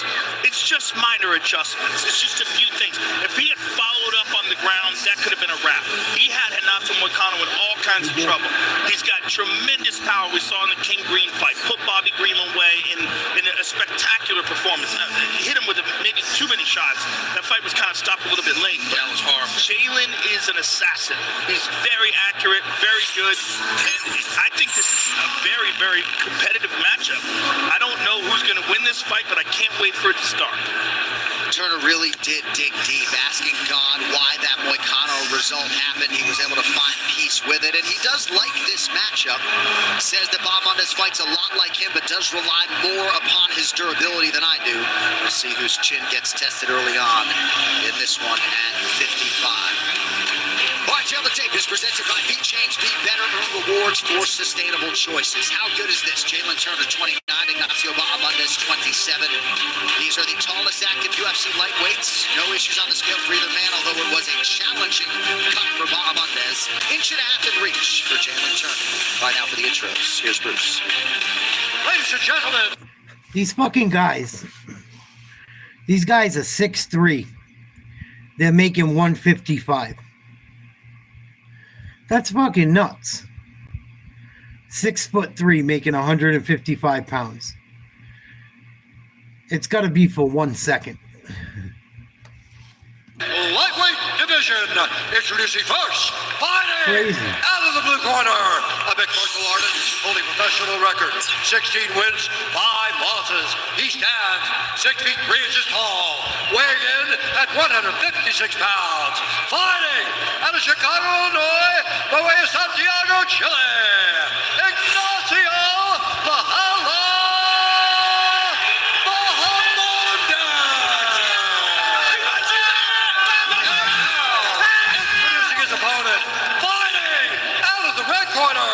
Mixed martial artist holding professional record, 14 wins, 8 losses. He stands 6 feet 3 inches tall, weighing in at 154 and 1/2 pounds. Fighting out of Fontana, California, Jalen the Tarantula Turner. And when the action begins, our referee is Mark Smith. Here we go. Thank you, Chrissy Blair. Hey, Chrissy. Big things in the lightweight division, and 2 big lightweights at that. Ignacio Bahamondes and Jalen Turner. Turner is in black. Ooh. They're getting after it right away. Early right hand and an inside low kick for Bahamondes. Bahamondes said he's going to get at those legs early and often. These guys are such big lightweights. Yeah. Both have missed weight once in their careers. How about Turner coming in 54 and a half this week? Turner said that he needs to be close against Bahamondes. Game of inches. Bahamondes nearly connected. Flush there.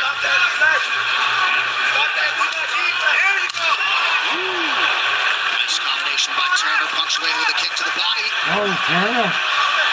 Side control. Winds up on top of this Now on exchange. top. Top notch. He went to elbow bad there. Yeah, he did. Good job by Bahamondes getting to full guard. Watch your hands, guys. Watch your hands. Walk to the cage side, Joe. Take your time. You're winning. Arroyo chiefing the corner of Jalen Turner, wanting his athlete to take his time. Yeah, this would be an awesome opportunity for him to soften Bahamondes up, get some ground and pound off. Bahamondes does a good job of framing with those legs when he's on the ground, but he's chosen to go back to a defensive full guard. And gets that left leg in between the two of them. All right, let's check in with Mike Valley and the champ. This coach's camp brought to you by Cuervo, the tequila that invented tequila. Santos, one look to the cage. Good job.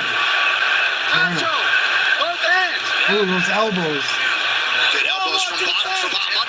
Bandz is lighting him up from the bottom. Wow. Warlock to the cage. It's the second time he's done that. Use your hands to Nasty lock the ankles, elbows. Nacho. Get your back to the cage.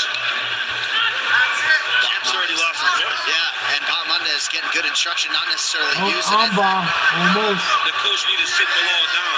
Because every champion. Triangle. Armbar. He's got submissions, no doubt. Those long legs. Get tight. Let's get Oh, tight. that's over. He's going to sleep him. Get tight. He's got it. It's over. He's out. Submits the tarantula in round one. Welcome to the top 15. Wow. I was wondering why he went to the back there. Now I know. For as good as that striking is, got grappling too. That was a slick triangle. Nacho's got submissions as well. He found one tonight. Maybe not the fight the fans expected, Nasty. but Ignacio Bandz has arrived. That speaks a lot to his skill set. He was able to pull off that triangle on a guy like Jalen Turner. Yeah. Turner, a credentialed jiu-jitsu brown belt. I mean, you could see Jalen Turner. He recognized this was getting to be trouble, and he couldn't escape. Look at this. When he starts to switch, starts to throw the triangle. Look, right here. There's still a chance to get out. Yep. Jalen can't. That's the grip of Bandz. His ability to keep him tight. Now, it's too late. But there was a moment there for Jalen Turner to submit or get out. But he couldn't. Well, Bandz did a great job of grabbing a hold of that left leg as well and trapping it, Nasty. keeping him from moving, Pulled him extending down that into leg. him. Beautiful submission. And Bilal, my man, no need to walk over to the fence, right? When you got submissions like that. Yeah. Mahala with some outstanding ground strikes. And then he gets the submission. Well done. Ignacio Bandz had a conversation with Sean Shelby right after beating Manuel Torres at Sphere. Well done. He asked for Jalen Turner, and in fact, he got Jalen Turner, and he got them out of there. And, you know, we sat down with Jalen Turner, and this felt like a real crossroads fight for him because it took him a long time to get himself back to this point to compete, and this did not go swimmingly. But even like mentally, right? For him to get back in here mentally, he said, just in terms of his mental health, it was hard to build his way back. So it wasn't just physical, it was mental, and now we got beat, so let's see what happens. All right, this official decision brought to you by Nomadic. Visit nomadic.com/UFC for your chance to win 2 tickets and an all-expenses-paid trip to UFC 314 in Miami. Nomadic, luggage built different. Ladies and gentlemen, referee Mark Smith has called a stop to this contest at 2 minutes, 29 seconds of the very first round. Declaring the winner by submission due to a triangle choke, Ignacio Mahala Bandz. Good job. Well done.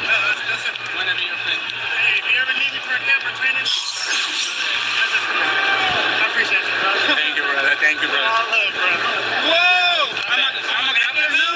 You're everything. I'm a grappler now. You're all of it. I guess. You can do it all, my friend. What a spectacular victory. Ignacio, you are known for your fantastic striking, but you showed tonight that you have a very, very well-rounded game. A beautiful triangle for the finish. You know, I knew I was going to submit him. I told in the interviews I'm going to submit him the first round, and I did, you know. Sometimes you're not in your best day, but you got to make that 60% and 100, and that's what I did today. So your game plan, or at least what you thought coming in, you were going to submit him. Why did you think that? I don't know. I just feel it. I had a weird dream one day again, and I dreamed I submit him, and it was the same shores. So I say, okay, I guess it's him. Well, hard work makes dreams come true, my friend. Let's take a look at it on the big screen. So you were on your back. You locked your legs around the shoulders here. You knew you had him at this point. You know, a lot of people think I don't got him because I got long legs, but I'm strong, so I can lift my hips and lock that triangle, and that's what I did. Whenever I saw his face, it was off. Well, it was beautiful, Ignacio. You are one of the rising stars of this lightweight division, and with a beautiful performance like this tonight, give us your thoughts on the type of fighter you'd like to face next. whatever, honestly, I haven't talked with my team, but whatever you get me closer to the belt, I need to go back to the gym, start training. My team has got a really nice fight coming up, so thank God I'm good. I'm going to go back Monday to train. Fantastic, sir. Congratulations on an excellent performance. Ignacio Bahamondes, ladies and gentlemen. That post-fight interview was brought to you by Trip, the official water of UFC. What a moment for Ignacio Bahamondes. And you may have picked up there, Jalen Turner did say to Lahala that he is done. It looks as though Jalen Turner is going to retire. He is taking the gloves off directly across the octagon from me. Seems like maybe his coaches try to talk him out of it. But tonight belongs to Ignacio Bahamondes. And the fights are only going to get bigger for that Chilean. He was a national Chilean kickboxing champion at 14. Moved to the United States at 16, aligned with Mike Valley when he was 17, and now 10 years later at 27. The MMA world is his oyster in this UFC lightweight division. Well, Mark Zuckerberg is here alongside his wife. He very much enjoyed that performance by Ignacio Bahamondes. Shamir Gibbs in the building. Looks like, yes, Odell Beckham Jr. sharing a moment there with Jameer Gibbs. Also with us tonight, those two will face each other next month in Miami. Patricio Pitbull and Jair Rodriguez and Diego Lopez will challenge Alexander Volkanovski. They will compete for the featherweight championship April 12th in Miami. Well, in case you missed it, UFC CEO Dana White is on the cover of Forbes magazine this month to celebrate. UFC giving away a trip to Vegas to watch a fight at the Apex. Also, 10 other winners. Pretty good night. I would give the fight so far tonight 1 to 10. What do you give the fight so far? I give him about an 8. What do you think about tonight's fight so far? I think the only real shitty fight was the girl fight. I think other than that, everything's been pretty good. And then the one fucked up thing was Marshall got robbed.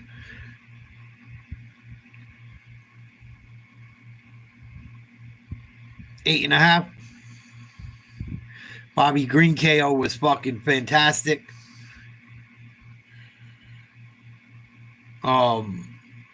Marshall definitely got robbed tonight. I thought the first fight of the night was probably the best fight. Hard to say. The most even and toughest fight, I'll say, with Diaz and Santos.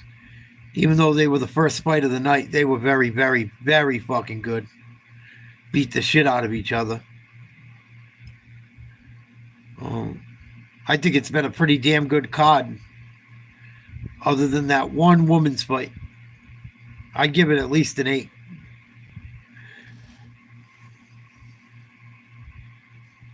Oh, I'm so glad my Celtics beat the Lakers.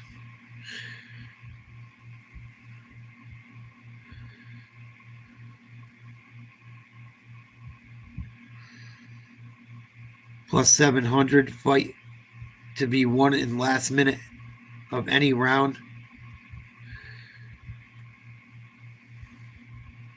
Was that Gaethje's got to win in the last minute of any round or anyone, Mark?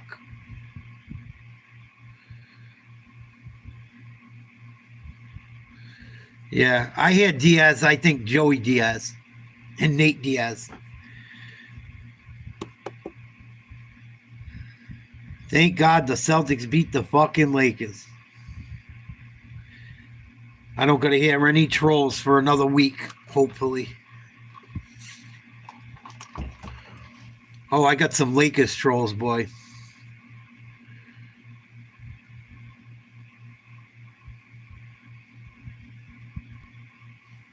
Either of them, that's not a bad bet. That's a nice bet. As long as either of them win the fight in the last minute of a round. Plus 700, that's a decent bet. That's all we got left, right? Gaethje, Fiziev, and Pereira, Ankalaev. It's fucking late. I can't believe how late it is. I thought it was still early. We missed 2 fights tonight, too. Christ, it's almost fucking midnight.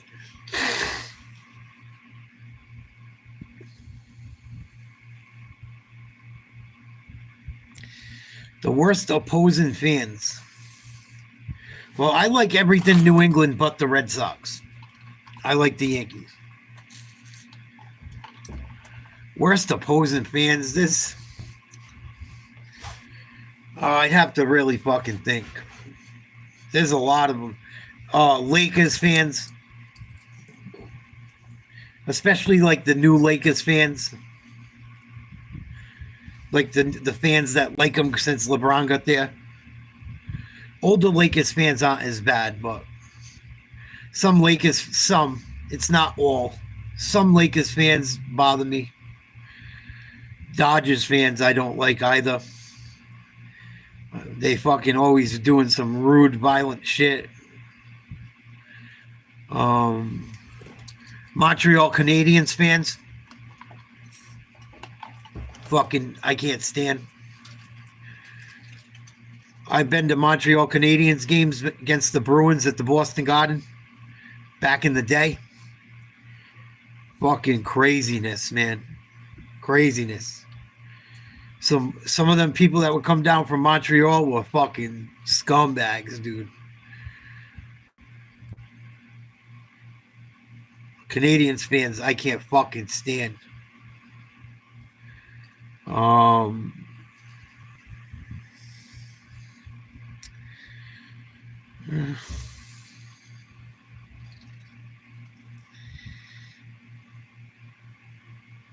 Trying to think.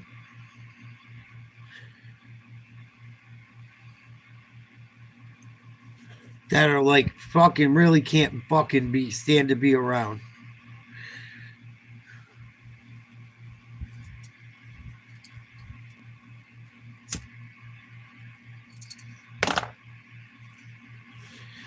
Oh, I'm trying to think. Like when I've gone to games and have fucking issues.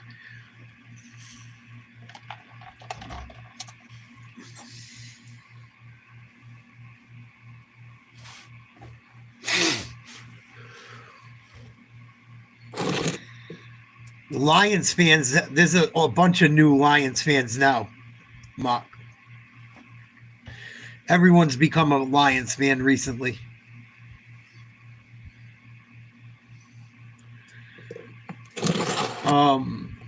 Like I try to think about different New England shit. And Canadians are pretty fucking rough. Lakers, the Knicks a little bit.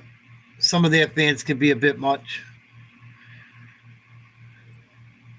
Philly can be bad. Philly can be pretty fucking bad.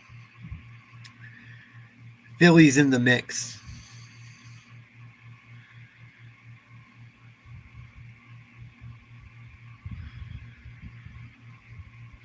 Yeah, usually most of the people are bandwagoners. That's the funny part about it, yeah. It's usually some young fucking kid or young kids thinking, you know. If it ain't that, it's some old drunk fuck from the glory days.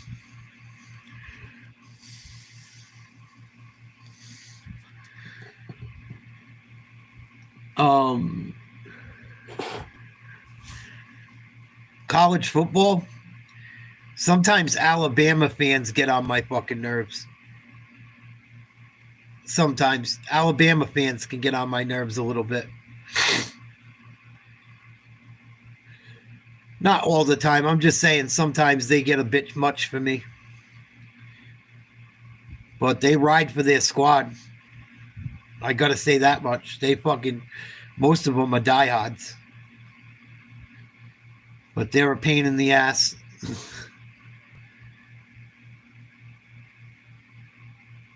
I've seen awful Celtics fans too. I've seen people get punked outside that fucking garden. Stupid shit. People ready to fucking have a gang war over fucking millionaires playing a basketball game. It's fucking nuts. Stupid. Here we go. Fazeev making his ring walk. I used to love Thanksgiving Jet because you knew on Thanksgiving as a kid, you got to watch Barry Sanders play and you didn't have to go to school. Every fucking Thanksgiving. Usually the early game too.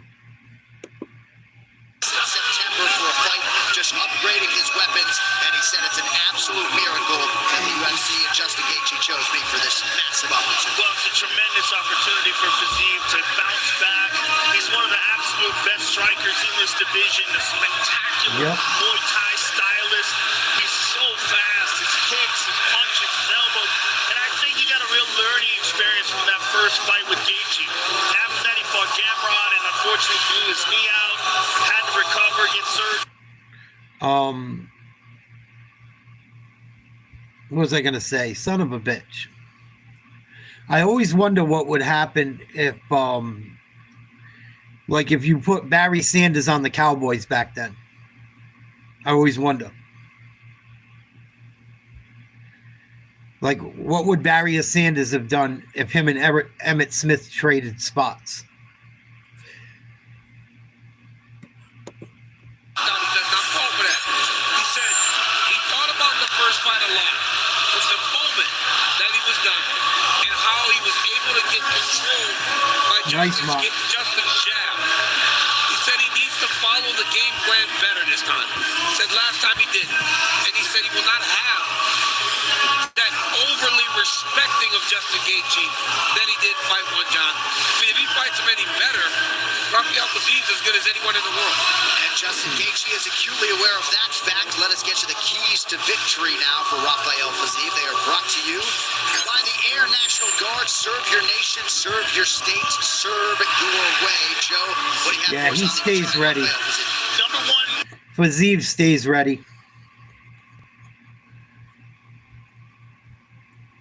This could be a war. I don't know how many punches Justin Gaethje can take anymore. I worry about Justin Gaethje.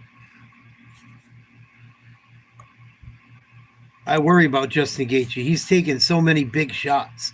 He got out of composure and started brawling with him, but he should have been more technical and cutting angles. And those words of yours dovetail with a lot of what he was telling us in the fighter meeting this week. It backs up DC's point as well. Fighting smart, using the jab, using his IQ. Easier said than done against the chaotic Justin Gaethje.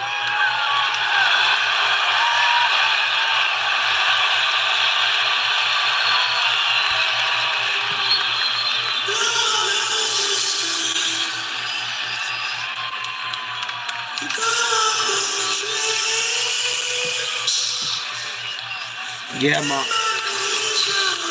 He already had a list, but it's more pronounced.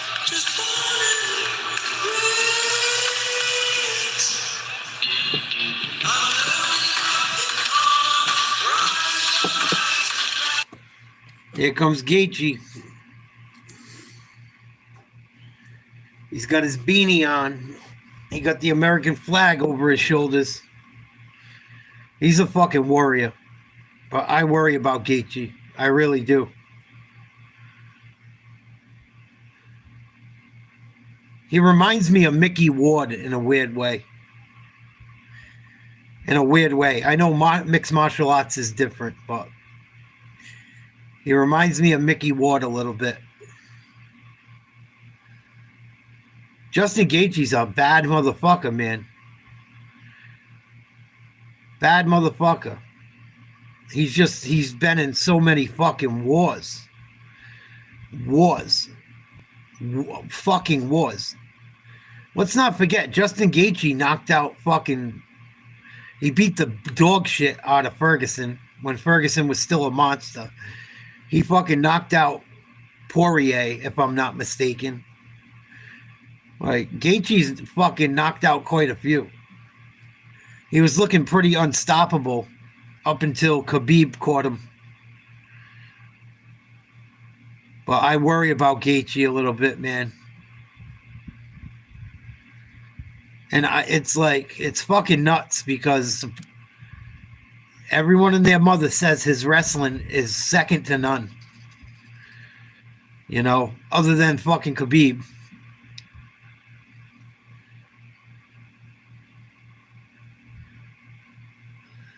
We'll see. These guys have faced each other a couple years ago. It went 3 rounds, and Gaethje got the win. Gaethje gave Fiziev a pretty good beating in the first one. In the 3rd round. We'll see what happens. Brendan Schaub's coming back. I have nothing to say about Brendan Schaub. Everyone and their mother rips that guy apart on the internet. And it's hard not to agree with him. I don't know. The whole thing with Brendan Schaub becoming a comedian, and now him and Rogan, you never see him together. It's just fucking weird. I don't know. I think Brendan Schaub just needs to be himself. I think he's trying to be all these things just to make money, and he's not. He's probably not any of them besides a cage fighter. But it's kind of late to make a comeback. I'm not a big Brendan Schaub guy. I don't want to shit on him too much. He gets shit on enough. Here we go. Fiziev versus Gaethje. Presented by Assassin's Creed Shadows. Coming March 20th. Justice's Wars in the Shadows. And by New Amsterdam Vodka. 5-time distilled and 3-time filtered. New Amsterdam is in your corner with award-winning vodka.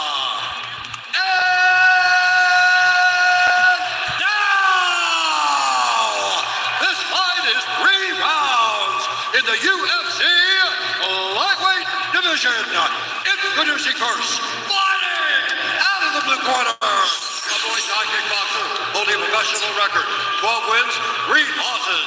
He stands 5 feet 8 inches tall, weighing in at 156 pounds, fighting out of Baku, Azerbaijan, by way of Phuket, Thailand, Raphael Adamek.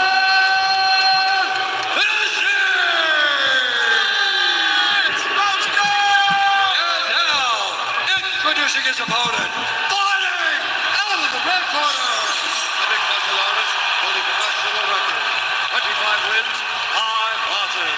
He stands 5 feet 11 inches tall, weighing in at 156 pounds, fighting out of Denver, Colorado, by way of Safford, Arizona, presenting the former interim UFC lightweight and BMF champion and the number 3 ranked UFC lightweight contender in the world, Justin the Highlight. We're gonna see.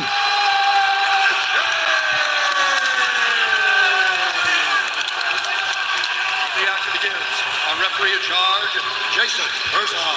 Jason Herzog, our referee for the co-main event. And I know my broadcast partners were wondering why that UFC logo is not on the gloves of Justin Gaethje.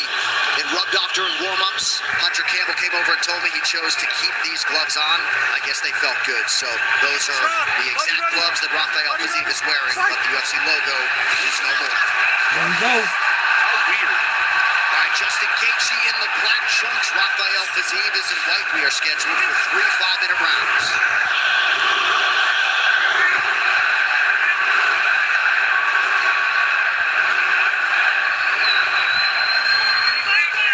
Fiziev got off to a good start in their previous meeting, although Gaethje did win round 1 on one of the 3 judges' scorecards. Fiziev just seems so much faster than him at the start of the first fight. But Justin was able to work his way back into the fight, mostly behind that beautiful pressure and that nice jab he was in with last time. Oh. Beautiful takedown there by Fiziev. Wow. Unexpected. No, we did not expect that. It's much easier than he probably thought he would get the takedown. Ooh, nice explosion by Gaethje to get up, but he's greeted with a knee, and now another one. Again, Fiziev with the takedown. Oh, you fucked up. You fucked up. Oh, he's got the leg. Gaethje with the scrambles. Reverse triangle. Oh, shit. Reverse triangle. Nasty. Needs to respond. Nasty work. This could be over. He's going to choke him out. The Fiziev's legs are too deep. It's too far. It's over. Now, he's got it crossed around his It's ankles. over. Justin just has to be very careful as he tries to escape this. He's gonna get slapped. Fiziev has strong legs. Look how he's squeezing. All he's gonna do is sit on him. Wow, Gaethje. Scramble back up to his feet. Wow. Fiziev had 2 takedowns in that exchange. Hadn't taken anybody down since Mark Jacasey back in 2020. Well, plays Colby Covington, Edson Barboza, and Jan Blachowicz in their biggest. Nice escape by Gaethje. That was dangerous. Well done by Fiziev. When you look at Fiziev and you see his explosiveness, if he did mix in wrestling, you would imagine he would have that type of success. Because he is just an explosive ball of muscle, man, this guy. Tremendous athlete. Yeah. Chael Sonnen got to watch him train privately and was effectively blown away. Ooh. There you go. Nice little sequence from Gaethje. Come on, Gaethje. You gotta go forward.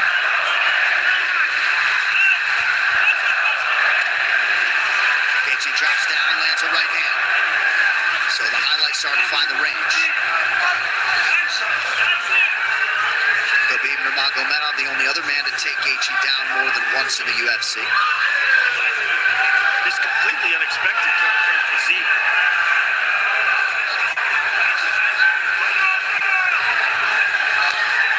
Inside leg kick, Fiziev. Nice job, too, by Fiziev and his coaches. Thinking about the wrestling and getting to it. Ooh. Big uppercut. It didn't land, but Fiziev threw one that would have knocked him out if it landed. Yep. Much smarter the way he approached his fight. The first fight, he was going so hard, so early, that he got tired. Nice knee there. Nice knee by Fiziev. Another one. Nasty knees and so quick. You don't want to be in there in those Muay Thai positions with Fiziev. Dude lives at Tiger Muay Thai. Been there for years. Oh, beautiful kick to the body and a left hand upstairs for Fiziev. Ooh, body kick. Kicks to the body by Fiziev. Oh, Gaethje, nice. Gaethje with hands clasped, unable to take Fiziev down. Still, he got out of the way of that shot. That was big. These tie clinches aren't good for Fiziev must Gaethje. be so strong to be able to hold you in position there with an overhook and then landing those knees.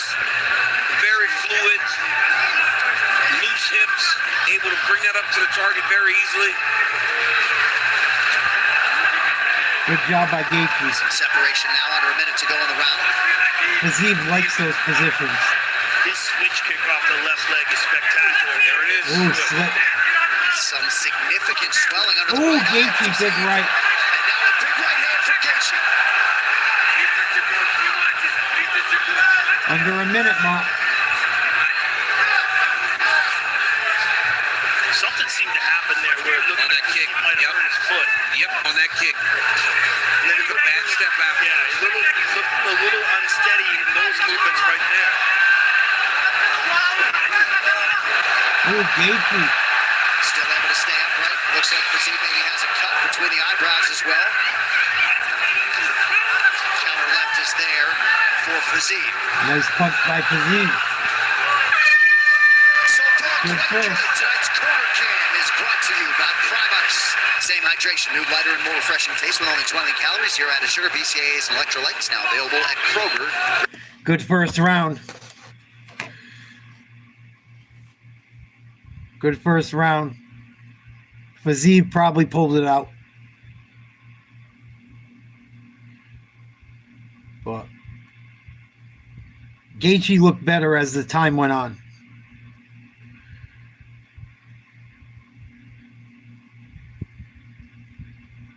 Fiziev looks a little bit beat up.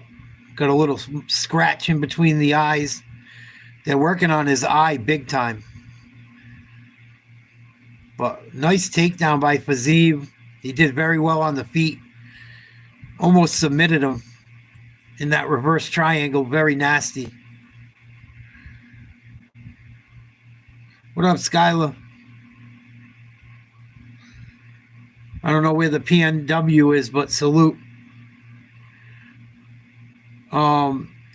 I didn't know DK went to the Pats. Is it official? If he goes there, depending on what we gave up, I'm with it. Fuck yeah. Did they make it official? I know there were talks about it. And some skin ripping off of the right toe of Rafael Fiziev. So it seems like there's some kind of an injury that possibly could have happened either in one of those scrambles, the takedown, or maybe a kick to the elbow. Gaethje, nice job. There's the physique foot. Gaethje's trying to pressure Fiziev.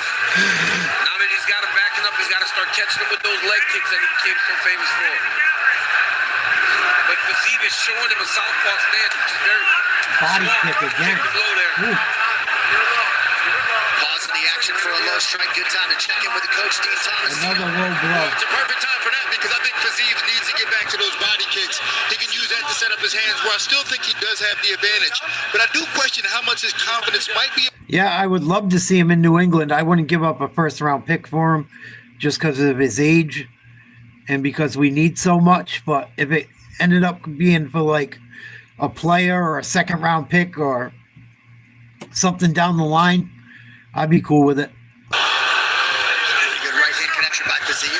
It could be also Fiziev took this fight on shorter Ooh, notice. Gaethje. And then he's fighting at a much more measured pace because he doesn't think he has the cardio to fight at that frenetic pace that he usually fights at. But that's on Justin Wright to push him and make him fight harder, because if he does fight at this pace and he's allowed to do it, he can do this for 15 minutes for sure. Gaethje's got him backing up. He hasn't been able to hit him as Big cleanly right as hand, he normally Gaethje. does. Yeah, because what's interesting is fighting at a more measured Gaethje's pace starting to causes him land be some more shots. technical, which is actually going in his advantage. Fiziev keeps slipping too. Oh, they both trade rights.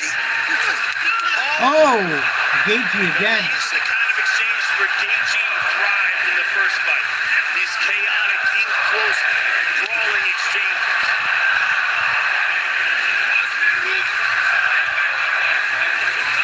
See, he needs to come here. He's got to be throwing the body kick. Yeah. Yeah, you knew that was coming. Good vision there by Gaethje. Gaethje's not afraid of it, I guess. Good job of keeping him on his heels. Said, fuck it. I'm coming in with my right. I don't care about that body kick. Here's another right. Here's another right.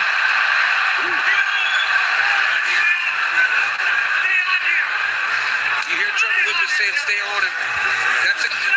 Oh, big head kick missed.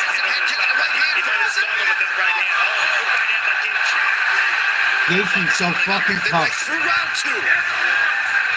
Fiziev is too, don't get me wrong, but Gaethje's been in so many fucking wars.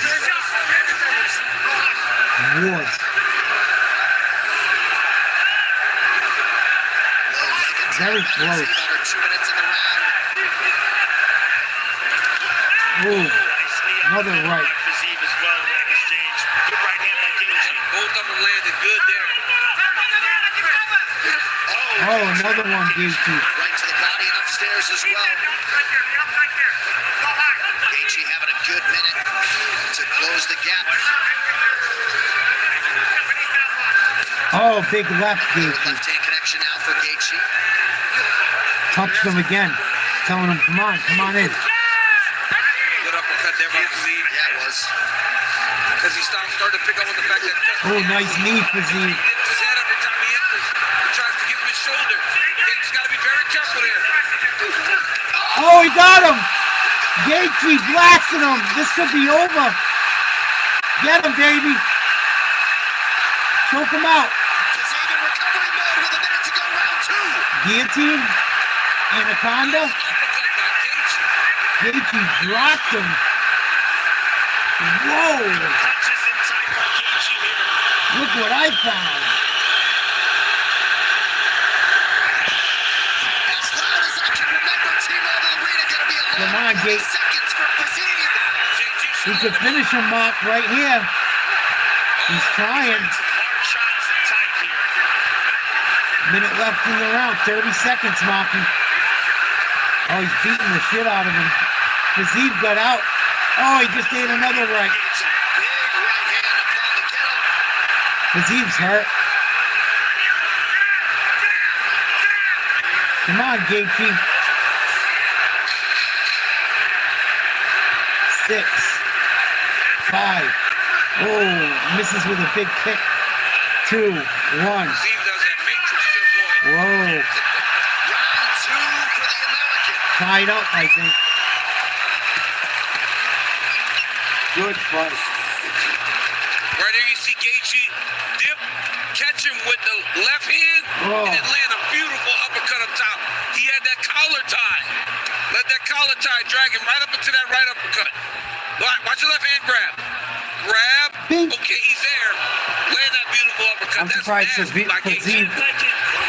Fazeev isn't sleeping. After your hands, do a left high kick. Wow. Just do it. Fazeev got smoked. You got 5 minutes, brother. You got 5 minutes. I think this is a tied fight right now.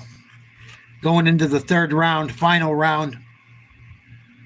I think Gaethje pulled out the second. Fazeev probably won the first. Oh, you almost had him, Mock. Both rounds. Both rounds it got close. Fazeev had fucking Gaethje in a bad spot for a minute too. Here we go, round 3. $7, $10 off the normal price. Go to ESPNplus.com/UFC314 to order. Fazeev's corner calls for that left high kick off of the punches. Gaethje again. He's so good. He's so good. And that's where he shined in the first fight. That's where he really took over the fight. Oh. Spinning back kick. Fazeev. They've shown to be so evenly matched that every time they come together, we can expect a really good fight. Nice jab by Gaethje. Ooh, big leg kick. By Fazeev.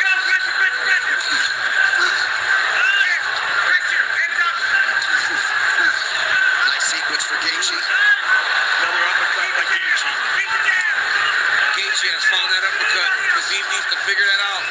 Fazeev should go back to that knee because every time he feints, Gaethje drops off to his right. He landed that lead knee once early in round 2. He needs to go back to that. Oh, Gaethje again. Oh, Fazeev returned an uppercut. Oh, big head kick. Seemingly Gaethje's chin is back. He's hit a lot of big shots tonight. Fazeev twice now to the body. 3. To the body. Nasty kicks to the body. Gaethje backs off a little bit. Ooh. Gaethje's got to answer here. 3.5 to go. Oh, Gaethje lands again. Uppercut by Gaethje. So close. Again with that kick to the body. Again. Crazy ninja kick. That was wild. Body shot, Fazeev. Another left to the body. Gaethje better wake up quick. Fazeev's winning. Fazeev's winning this round. Gaethje got to do something quick. 2:55 to go. Gaethje got to do something. Because all those body kicks, that looks good to the judges. Yep. There you go.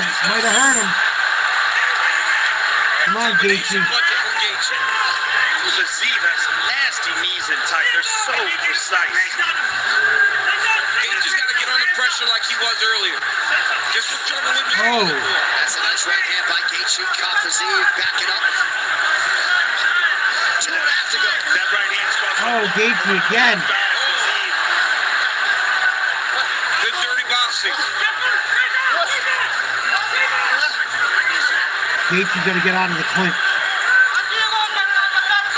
Only twice has Gaethje been to decisions in the UFC. Of course, once against this man. Oh, head kick. Gaethje. This is close. This is so close. Fazeev got to be careful. This was something Gaethje did in the first fight. Take him down late in the fight.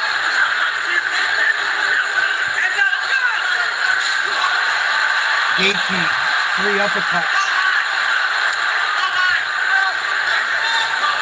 So Fazeev started round 3 with a lot of offense. His corner's calling for more now as Gaethje starts to take over. Fazeev started the third round really good. Gaethje seems to be catching up though. Oh, Fazeev is fading big time. And Fazeev, even though he's been waiting for an opponent since September, right, he was not in training camp. So to Oh, big right hand, Gaethje. a feather in his cap. So yeah, you see there's a little bit more labor in those punches. They're not as explosive.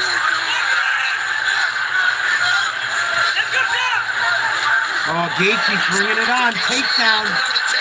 Good stuff by Fazeev. Great defense there, turning that hip, getting to the wizard. 50 seconds left. Controlling the underhooks here. Wow, this is close. So not unlike their first meeting, Gaethje finishing things as the stronger, more conditioned fighter. And it's optics, right? The optics of seeing Justin be in the advancing party. The guy that's starting the combinations. The one that seems to be bringing the fight. It's like significant strikes are going to be decided by 1 or 2 in the third round. Gaethje, big kick. Bring it, Justin. Finish him.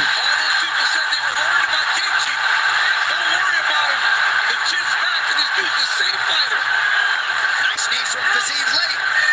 But questions answered by the Anak as he returns to competition in fine fettle. Gaethje. Justin Gaethje. This much. The legend in all likelihood crows, win or lose. And Rafael Fazeev, about as game as it gets, but some disappointment there. Perhaps he knows that he didn't do enough in round 3. Gaethje won by this much, I think. So here's a shocker early in the fight. Fazeev early on with a takedown. I think so too, Jet. The way he And then finished. from the top, nasty elbows by Fazeev. He almost dropped. He Likely dropped won him in the round second. 1. Knees to the body in the clinch. Here's a nice combination by Justin.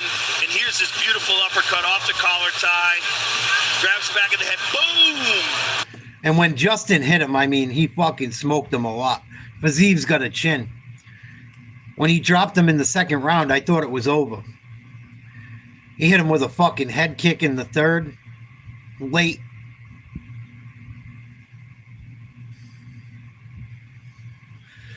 Gaethje's a motherfucker, man. I think he did enough to win. I think he did enough to win. I think he did more damage. But by like 1%. It was that close. I wouldn't be mad if it was a draw. Those guys have so much respect for one another. All right, official decision is in. It's brought to you by Nomadic. Visit nomadic.com/UFC for your chance to win 2 tickets and an all-expenses-paid trip to UFC 314 in Miami. Nomadic, luggage built different. For those scorecards, here's Bruce. Ladies and gentlemen, after 3 rounds, we go to the judges' scorecards for decision.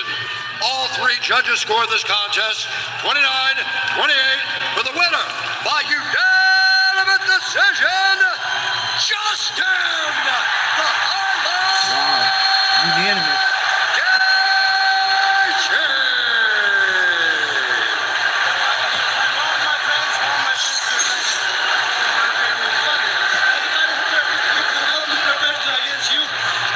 Fans, man. Same. Come train. Let's train together. Let's never fight again. Unless it's for a belt. We have to. You'll be there good to us, man. Amazing fight, Good gentlemen. fight. Justin, welcome back. Great to see you again, Close sir. fight. Remember it this time. Yes, sir. Listen, that was a fantastic fight. That motherfucker, man. Honestly, world class. He really changed his tactics from the last fight. And I really just had to start pushing forward. I mean, 12 days notice for him to not get completely exhausted. He deserves so much credit. This sport is so fucking I don't great. think so. And I'm pretty sure my hand's broken, but that's one tough son of a bitch. I am so happy to represent the United States of America. I cannot tell you how proud I am. I've been proud since I was a child, and now to rep it on the world stage, it's such a dream come true for me, I cannot tell you. Justin, you are such a special fighter, and it's been almost a year since we've seen you back in the octagon. How good does it feel to come back and to come back victorious? Yeah, I mean, this is living right here, boys. I had to come back. I had to show everybody. He didn't have any. I don't give a shit how far down you are. It is on you to get back on the fucking horse. That's what we do. That's what I do. That's That's who my parents taught me to be. And I hope you're teaching your kids that same exact thing, because we need it. Justin, you came back. You looked as good as ever. This puts you back into an amazing position. Give us your thoughts on what kind of opponent you'd like to face next. You never know. I'm number 3 in the world. I'm the most exciting guy that's ever stepped in there. And I don't have a choice. It's all in the UFC. We'll see what they want. Well, sir, congratulations on an outstanding performance. Always a pleasure to watch you fight. Justin Gaethje, ladies and gentlemen. Stars and stripes never far from that man, the proud American Justin Gaethje, with a tremendous victory tonight to put UFC 300 No, he's not the top, but he's damn close. Was brought to you by Drip, the official water of He's UFC. damn close to the top. He's number 3. Does not have a next opponent. He has never faced Justin Gaethje. Ilya Topuria's name looms large. Big W. Gaethje played out a great case here tonight. Well done, Justin Gaethje. Close fight. Very, very close. Super fucking close. Close as it can get. That fight was fucking that close.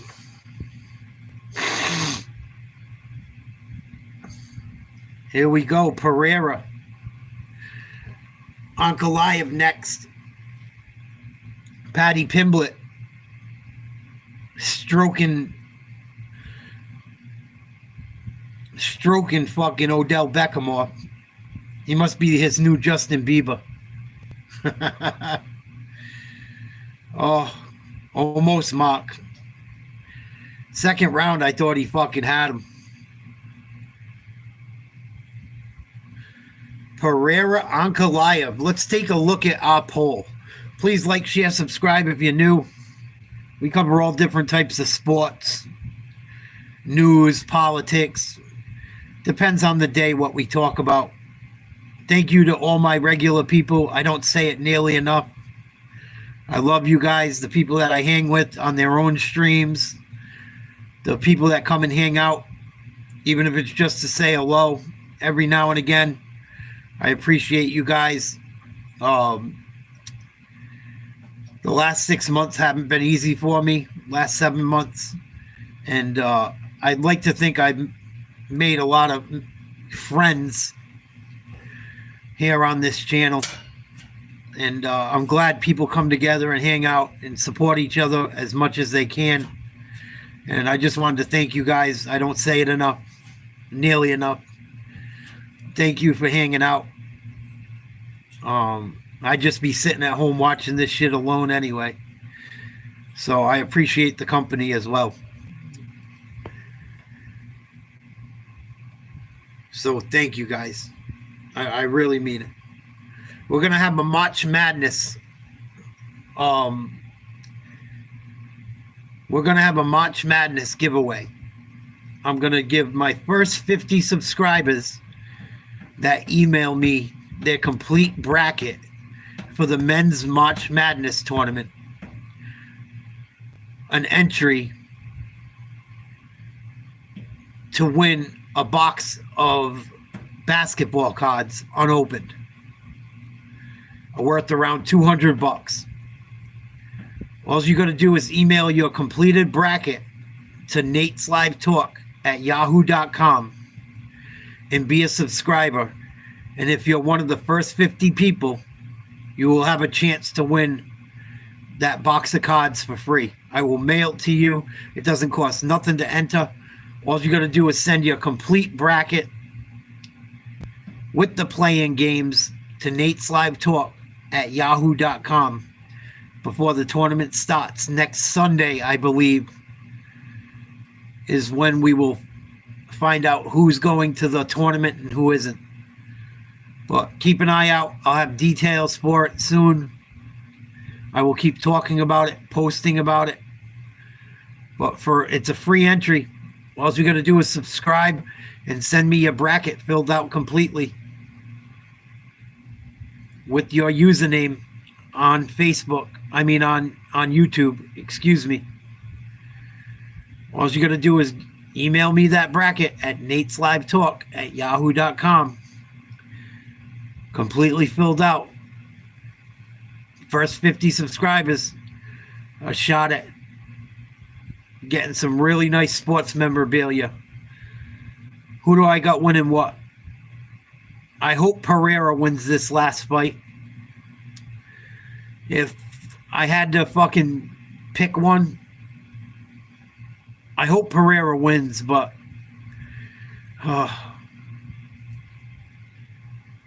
we all know how this fight's probably going to go.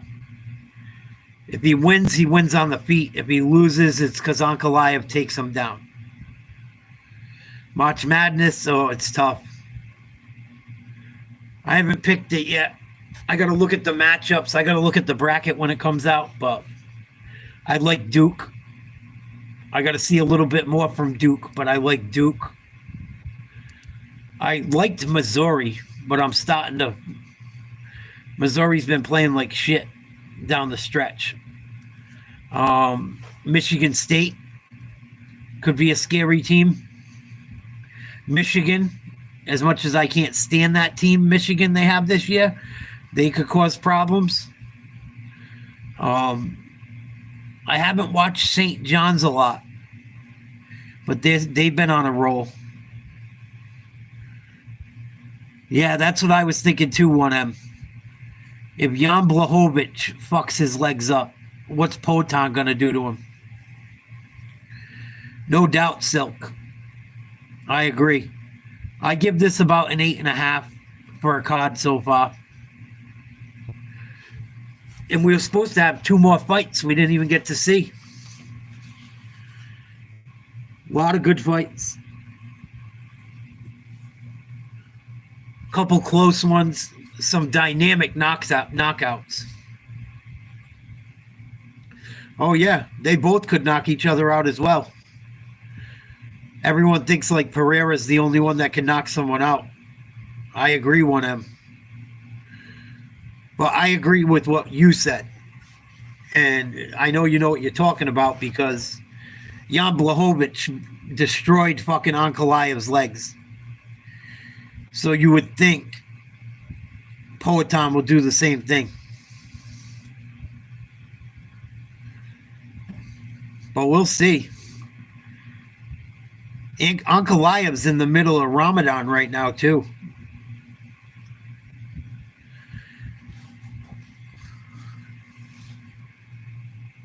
He was talking about it in the press conference, saying that's why Pereira wants to fight him now, because it's Ramadan.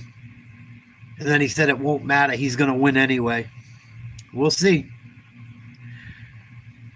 They say the winner of this match is going to fight the winner of John Jones, Tom Aspinall, supposedly. I read an article about it yesterday. It's coming on right now, Rizzo. Ankalaev's coming out to the ring. I'll turn the volume up.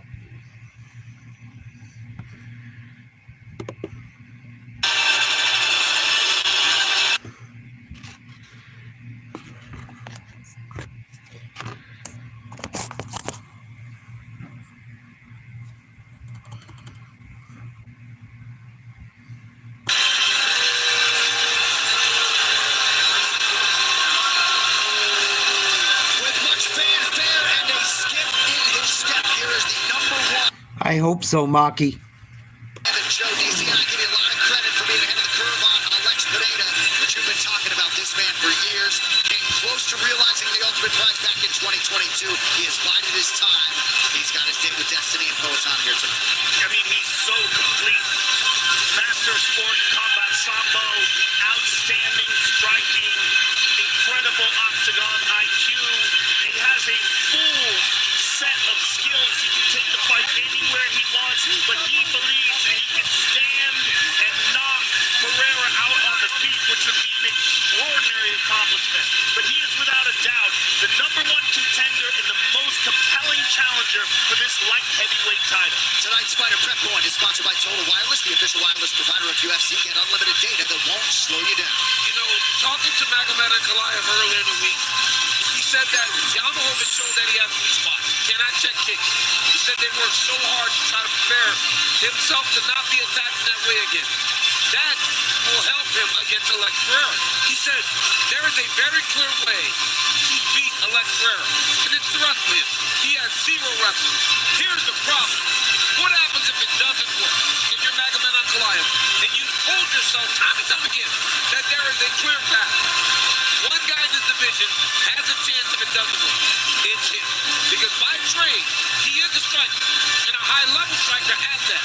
But he does believe that his combat sambo background is what's really going to pay dividends in this fight tonight.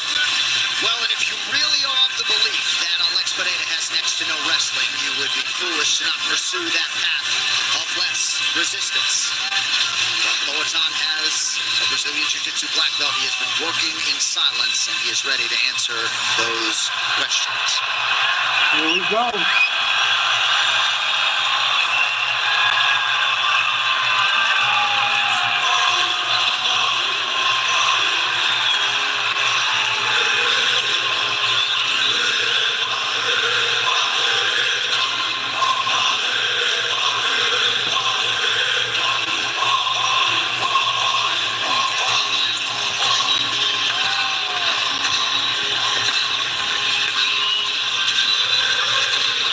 Thank you, Silk. You ain't gonna do that, man.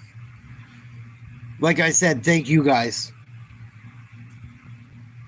This ain't about me. This channel ain't about me. It's about hanging, listening to sports, having a place to chill. The world's a crazy place, man. I love having this outlet and hanging and watching sports and just hanging with regular people that don't gotta fucking stick up their ass. I wish we all lived in the same town. We could go out and have a fucking beer and, you know, just chill. You know, I'm thankful you guys come hang and most of you guys are all right for the most part. Thank you for contributing. That's more important than if this channel ever blows up, ever. Here's Poatan.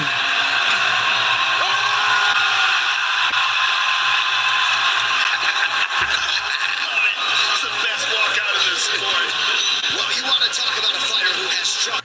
Let's check out our poll before the final fight. Take the poll now, or else your voice will not be heard.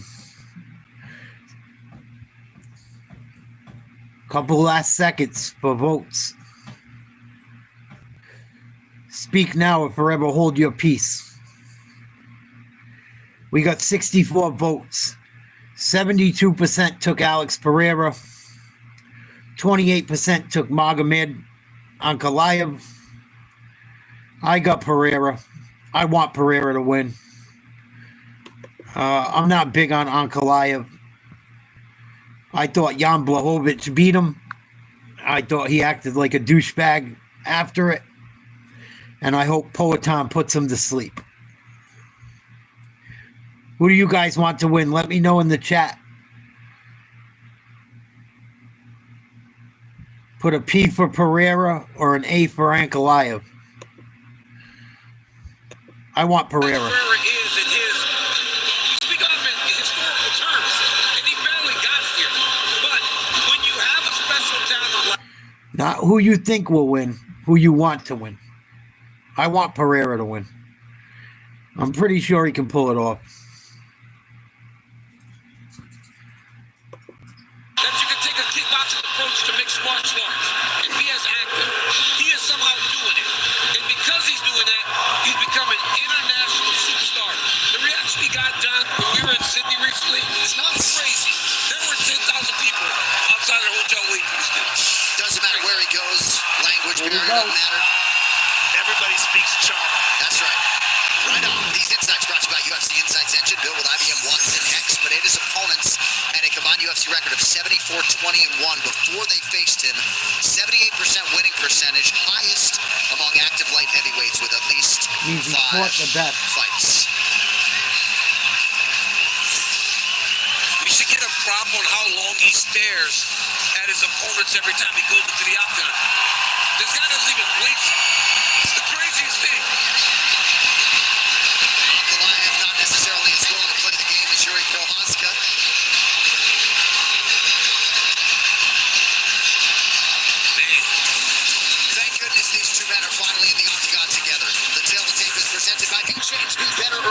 those four sustainable choices. Pereira 37, Magomed Ankalaev is 32. Pereira taller by an inch. He will try to maximize what is a 4-inch advantage in reach.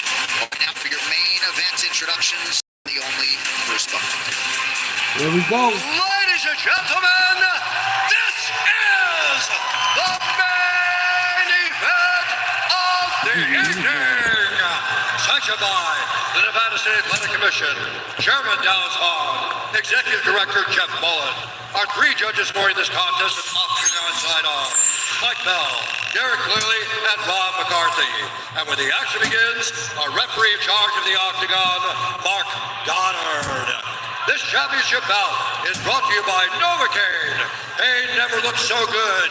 Catch Novocaine, starring Jack Quaid, only in theaters March 14th.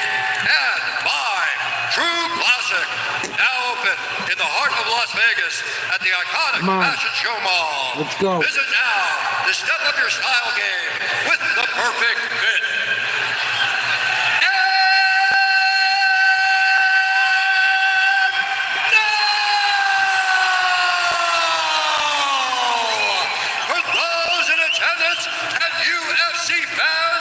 This shit reminds me of Blade Runner. The moment you've all been waiting for! Live from the sold-out Fucking Blade Runner. Arena in Las Vegas!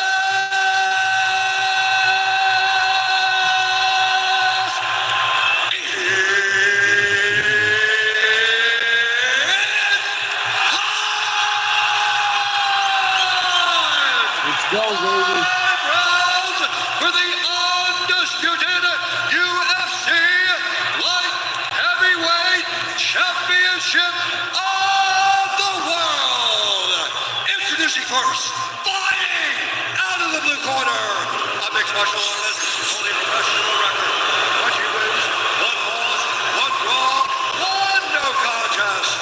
He stands 6 feet 3 inches tall, weighing in at 205 pounds, fighting out of Moscow, Russia, presenting the #1 ranked UFC light heavyweight contender in the world, the challenger, Magomed Ankalaev.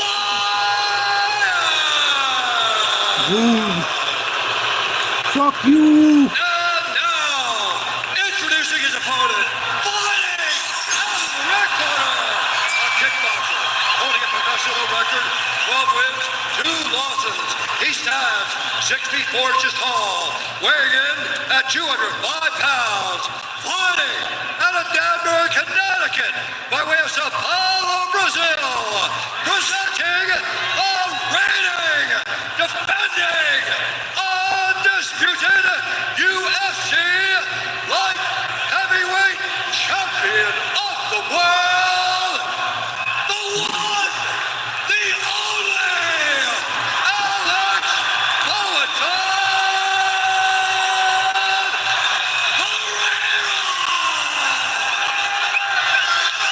Fucking kill him. Break his fucking neck. Okay, gentlemen, you understand the rules you follow. They're listed at all times. Cut his fucking head off. If I say stop, you stop. If you want to touch, You can do it. God bless. Here we go. Today he's like, what do you think? The one, the only for Pereira? I'm like, you goddamn. You can do it. Cut his fucking head off. Fucking nuts. Someone's gonna get fucking smoked, man. If this stays on the feet, someone's gonna get fucking hit hard.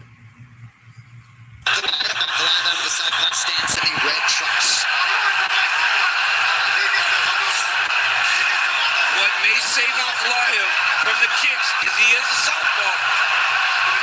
But so is Izzy. Here comes Trauma right away. Just the same with that switch off the left leg. Excuse me, the right leg. Alex got him going backwards already. There it is. There's the switch. Yep.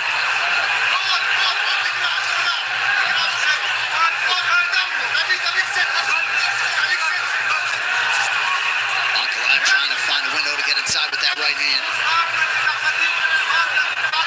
was already Peloton's landing taller than him. Holy shit. And it is the signature technique of Pereira. Just the fact that he can land with that much impact up his lead leg is very crazy. And with no tempo. Staying light on that lead leg. Yeah. That's 4. I mean, it's crazy. Leg kicks like a It's so motherfucker. crazy There you how go. often he's able to land that on people. And right away you see them Leg start to kick. limp a little Yeah, bit. you don't like it. He's already And bouncing. Ankalaev, who had a real problem with those low kicks against Jan Blachowicz. Yep. And Jan just went shin to shin with him. Yeah. Fucking Ankalaev don't like them leg kicks. He's already bouncing around. And Poatan's not even fighting southpaw. He's fighting orthodox. So he can land that lead kick. Ankalaev does not like those leg kicks.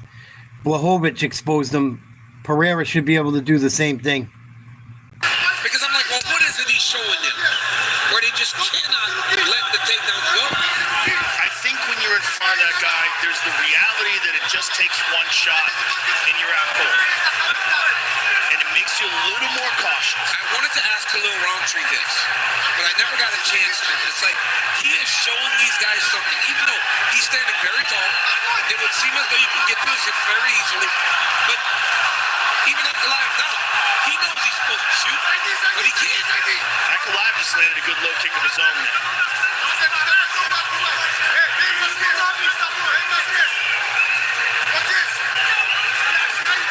Right, I mean, Peloton still is a human being. Yeah. Right? Well, we saw Izzy knock him out cold. Yes, we did. True. But again, that was at middleweight where I think he was significantly compromised by that extreme weight cut. Also kind of felt like he stopped respecting Izzy because he had him hurt so bad that he was trying to finish him, and he put himself, he took more risk than he normally does. Because the one thing Pereira does is, even when he's got guys hurt, he doesn't expose himself as freely. He takes his time. Ankalaev has started to realize some success on the feet. Yep. And that's what he does. Ankalaev is a striker in his own right. High-level striker.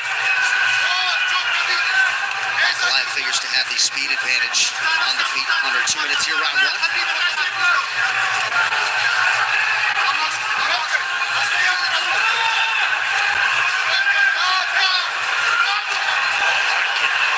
Can't really get through. And then just touching that lead limb again. Oh, shit. He buckled him with that one. That right leg is already bruised and red. Ankalaev's trying to get on the pressure a little bit here. The pressure is going to be very important for Ankalaev. He's got to get Pereira going backwards. Pereira has rolled well with that left hand offering from Ankalaev thus far.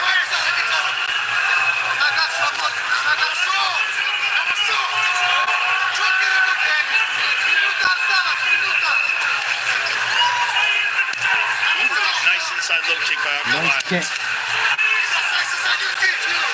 Beautiful inside low kick by Magomed.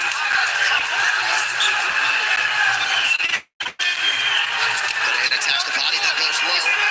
Ooh, Ankalaev almost got him there. Misses with the right hand. And getting in front of Pereira. That was Getting after him a close. little bit.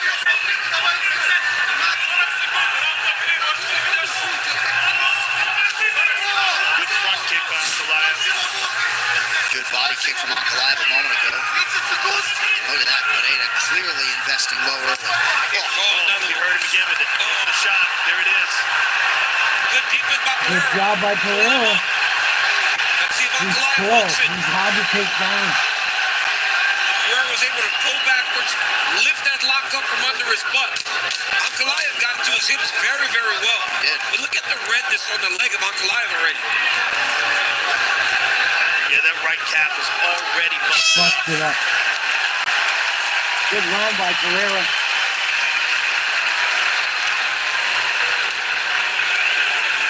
One 0 Pereira. Yeah, Pereira fights all the time because he barely ever gets hit. He hardly ever gets hurt.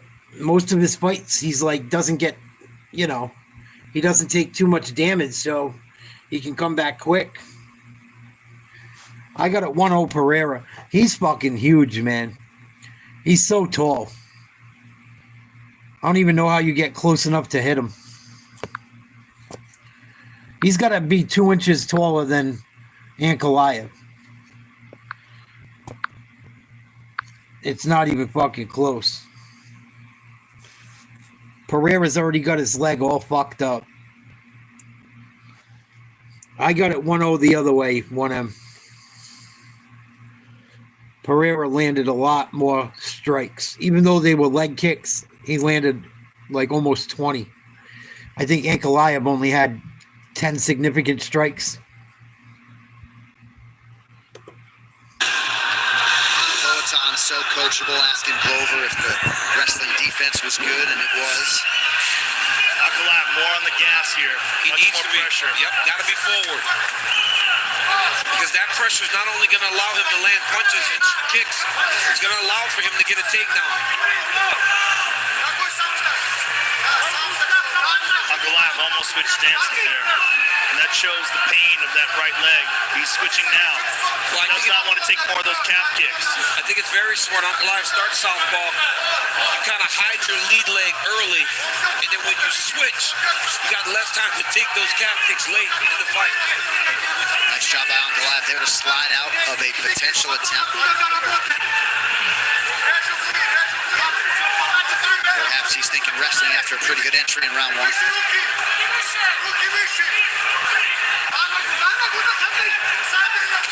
Nice front kick. By the challenger. Kick right in the breadbasket. Yep, that's the second time he's done that. Landed it very good. Another one. Didn't get through, but... I heard the corner of Ankalaev saying he's much slower than you, and that was a fast but smart kick. Yeah, I wouldn't say he's slower.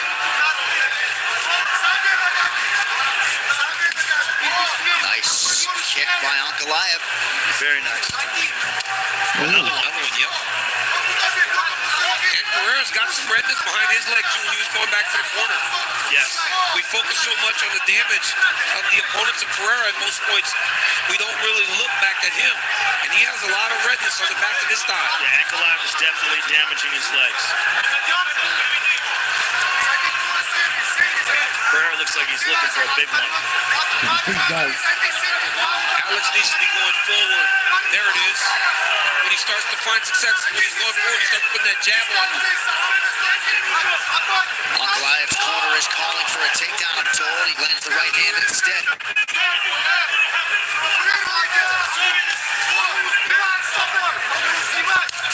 Man, beautiful snap. So much power for such a short area. He lands it again. Good left hand to the body by Ankalaev.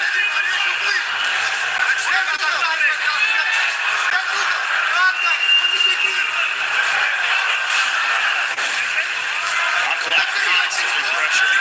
Ankalaev's trying to get it back to the octagon side, 2-level change. But Pereira always attacks him when he starts to feel that octagon at his back.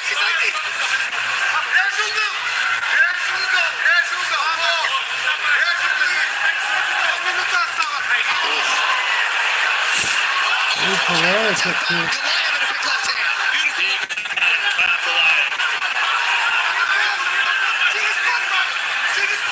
Ankalaev coming forward. Now right hand from Ankalaev. Good right hook there. Beautiful right hook there by the challenger. And you can see the confidence growing for the Russian fighter.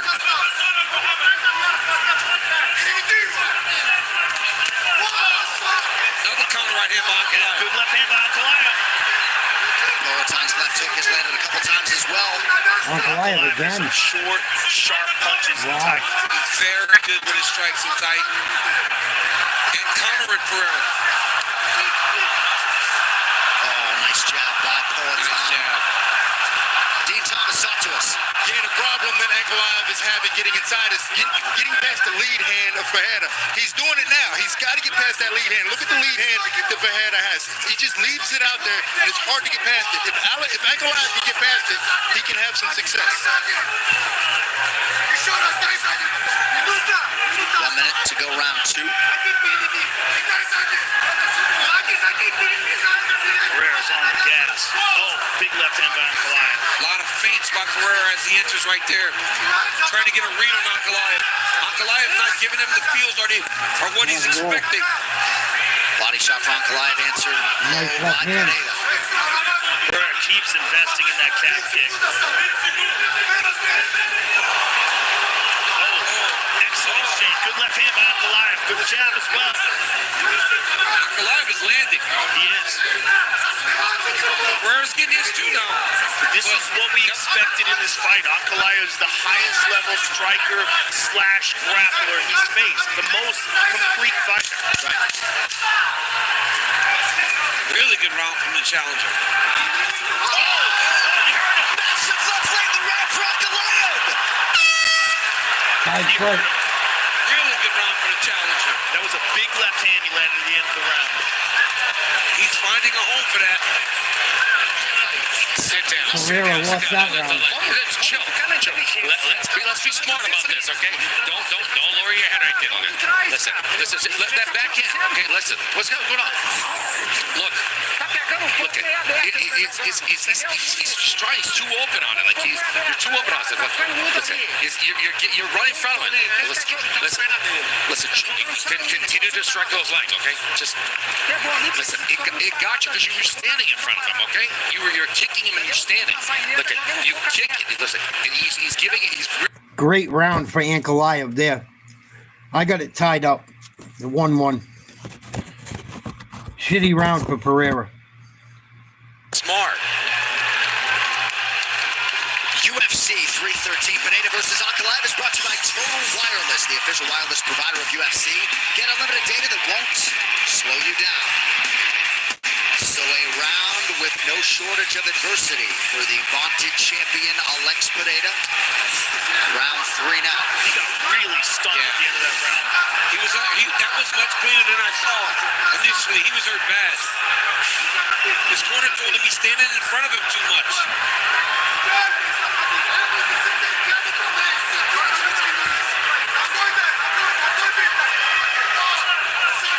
Good body and then leg attack by Ankalaev. Ankalaev's chopping at those legs. Better than anybody has against Poatan. You know, Ankalaev's doing a really good job of keeping the outside leverage with his right foot.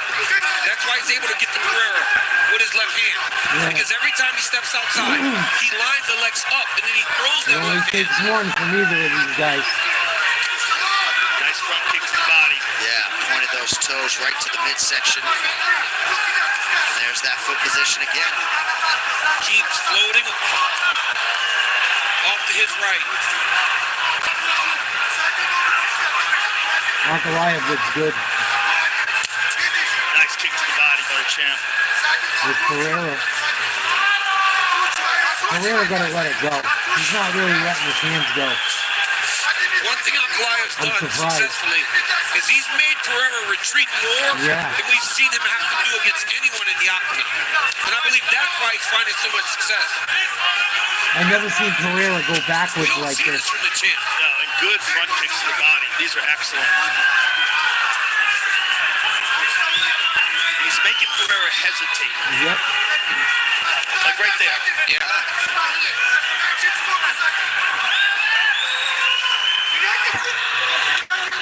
Perhaps Poatan's a little bit in recovery mode, continuing to attack that lead leg of Ankalaev.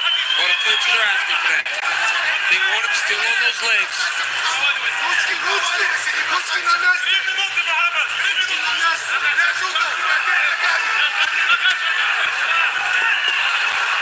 Another beautiful, nicely taken out. Yeah. Good job by Pereira.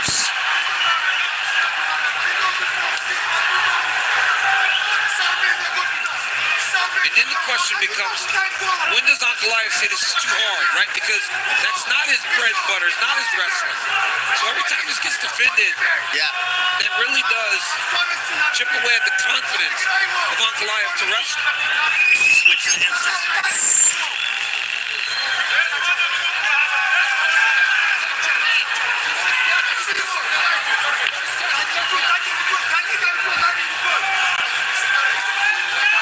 Pereira picking his spots well as usual, 53% on his significant strikes. These guys are so close to each other.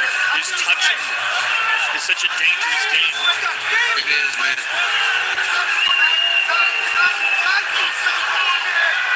Ankalaev believes in his defensive vision. Oh, nice knee.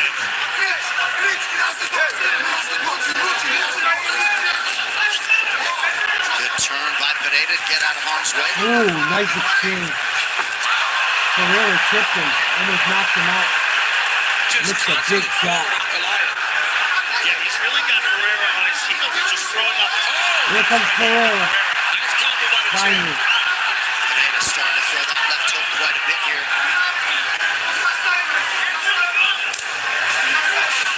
Again with that inside low kick, no tell. Pereira adding to a career best, 35 and counting. And Goliath just missed a huge shot. He went big on that one, John. Barely missed. Well, Ankalaev, when he fought Jan Blachowicz for the vacant title in 2022, was down 3-0 after 3, had a rally for the split draw.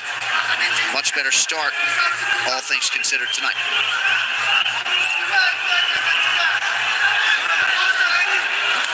Ooh, for Pereira. Momentary stumble from Pereira. Pereira just seems to have a hard time. Wicked uncomfortable with Goliath. On his heels all night. You know, every time we've seen him as the champion, I've never seen Pereira with defenses like this. always been the advancing party. But with that being said, I think he did a really good job this round, fighting back after being hurt in round 2. He's also battering that leg. That right leg is bruised up. I want to hear the corner of Ankalaev, see what they tell him when he goes back to the octagon, to his corner, sorry.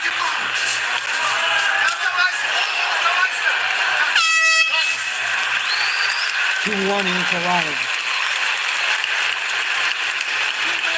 Give me the chair. Give me the chair now. Hey, where's the chair right now? Give me the water. Why didn't you bring the water? Give me the water now. Magomed, backhand. Don't do it yourself.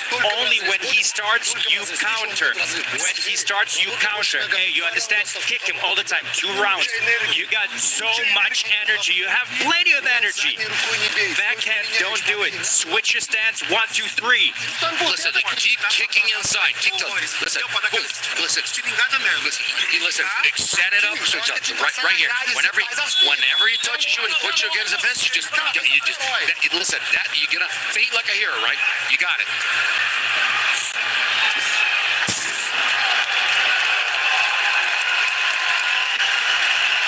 Championship rounds. 10 minutes or fewer to decide the light heavyweight title.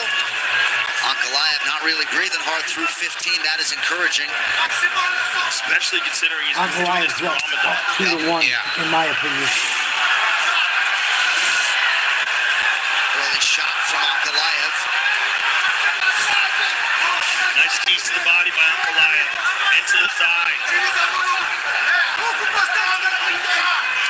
Ankalaev wants to wrestle. Round 3 not super definitive on either side. Very close round. Ankalaev is trying to take him back.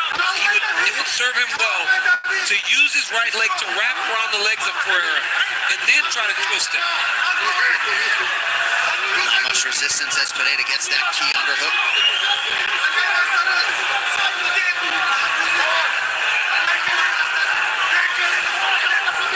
Nice pummeling shots by Ankalaev now. Another shot there by Ankalaev. Beautiful job by Pereira.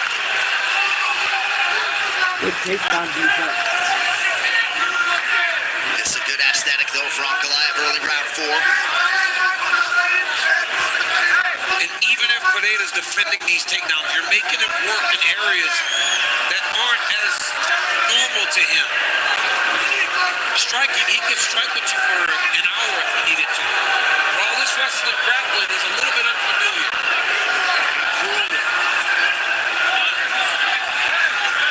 Good wrist control by Pereira to get free. Here we go, he got out. Not for long. Staying tight. Smart move. Crowd don't like it. Very smart. Championship rounds.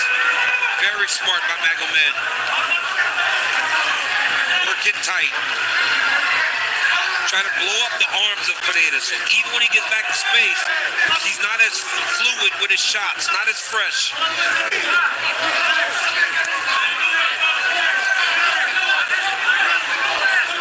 Hand fighting going on here under 3 to go, round 4. Ankalaev keeping that head position.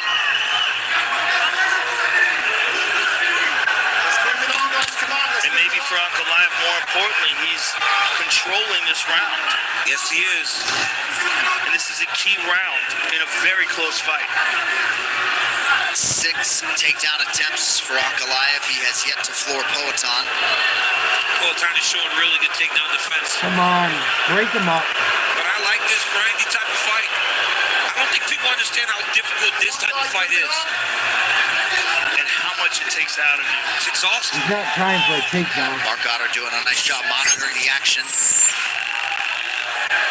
Now closing the distance. Yeah, thank you. Ankalaev is punching though. He was punching there. Just wasn't much on it. Good right and then a left by Ankalaev. 2 minutes to go in a quick moving round 4.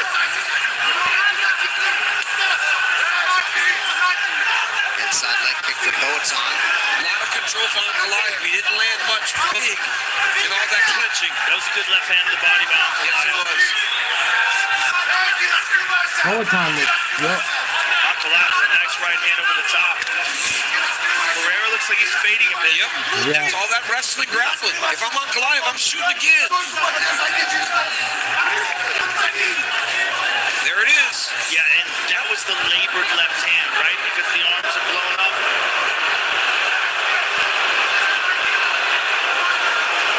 Those moves probably sound like music to Ankalaev right now. Exactly what he's trying to do. Because if they're booing, he's winning. Yeah. Right? That's like Pereira's the favorite, the fan favorite. People love him. He's our champion. They want to believe in him. But if Good they're job booing, by it's because the fight's Pereira not going to in his stop the direction. takedown. Well done. Ankalaev just the better grappler, and you see it there in these exchanges. He's more comfortable with this type of fighting. There's more to grappling, right? There's more to wrestling than just take down, get up. This is grappling on the octagon side. Control.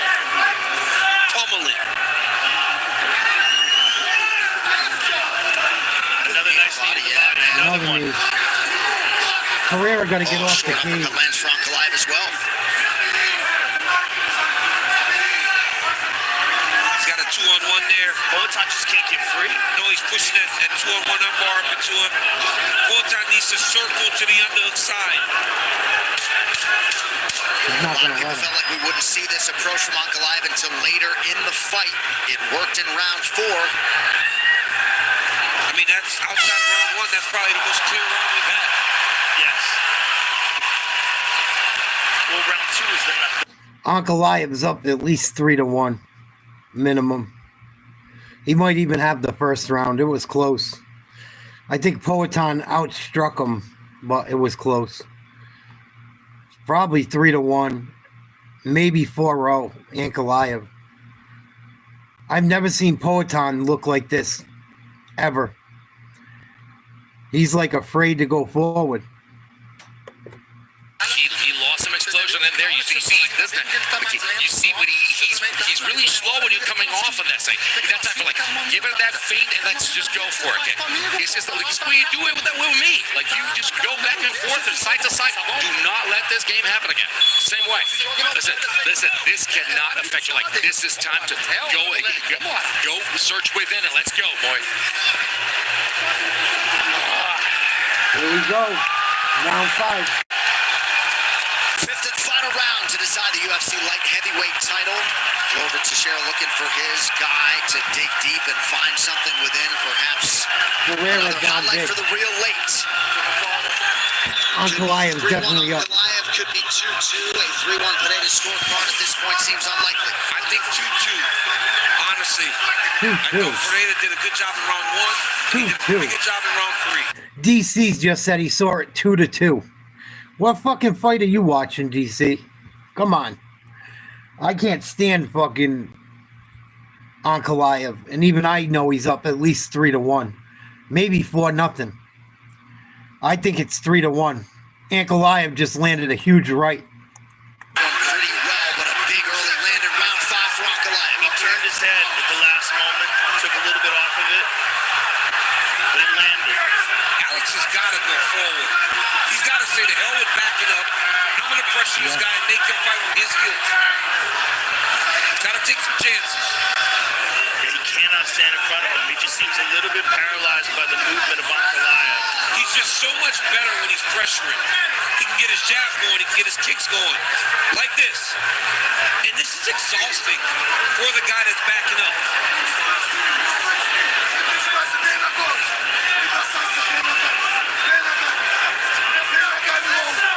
Ankalaev counters nicely to the body after Poatan landed. Poatan landed a nice left hook there.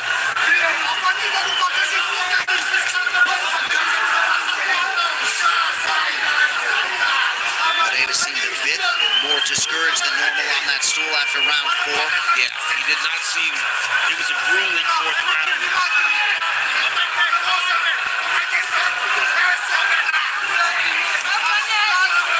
Here's what's good if you're Poatan's team.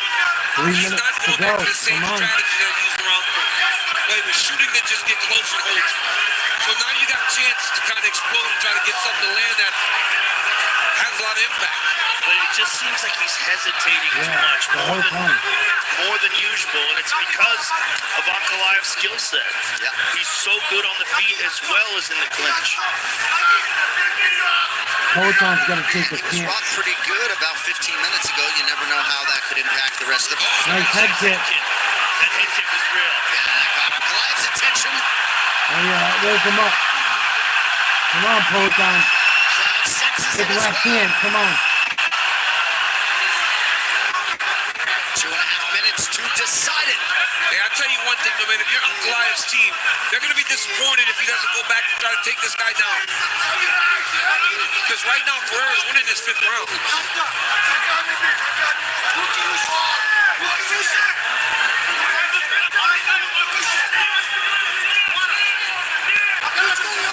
Teixeira begging for some 2 minutes. forward motion in the Pereira corner. Poatan circles. Ankalaev stalks. It's just when Poatan's on his back foot, he does not fight as well. He does not fight as well backing up. Nice jab.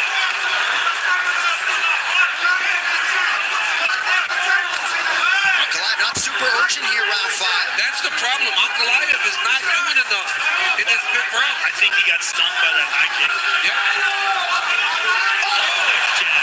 Beautiful jab by Poatan. Snapped his head back right from the broadcast position. There it They're going is. to rob Ankalaev. They're going to rob Ankalaev. Alex has got to have real urgency getting out of this clinch. He does not have much time. They're going to rob him. He's got to do something with this clinch. Because right now, Poatan has done a good job. They're going to rob him. Get ahead of him. Man, he looks like They're he's gonna in rob a position Ankalaev. to explode, but can't. Poatan's doing a good job of attacking the hands of Ankalaev. And he's winning.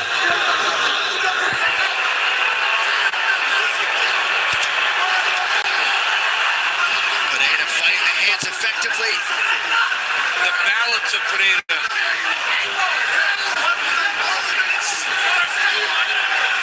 And this is where a guy like Islam Akashi has so many different ways to get you down. Yes, that's what separates Islam from most. He would start kicking at his feet, he would start moving him.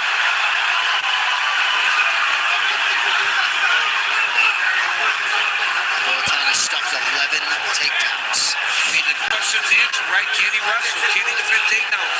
Oh, sure. Knees. But the thing is this enough to counter the shots that Poatan landed earlier? I don't know. I don't think so. I don't think so. I think Poatan landed some big shots, was able to get his offense going early, and it was the urgency of Ankalaev in round 5. It didn't seem like it was there. Maybe he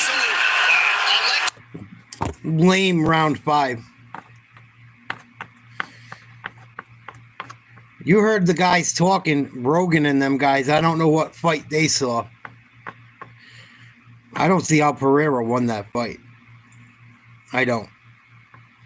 And Ankalaev kind of, Even though he wasn't exciting in the last round, I don't think Pereira won it. I think Ankalaev at least won 3-2. Even if you don't like 2 of his rounds. I don't see how Pereira won that fight. I got a bad feeling there's going to be a robbery. You heard Cormier. This is one thing I noticed about the UFC lately in some fights. You heard Cormier and you heard Rogan and them guys and fucking John, whatever his name is. Is it Vanek? Something like that. Anak. John Anak.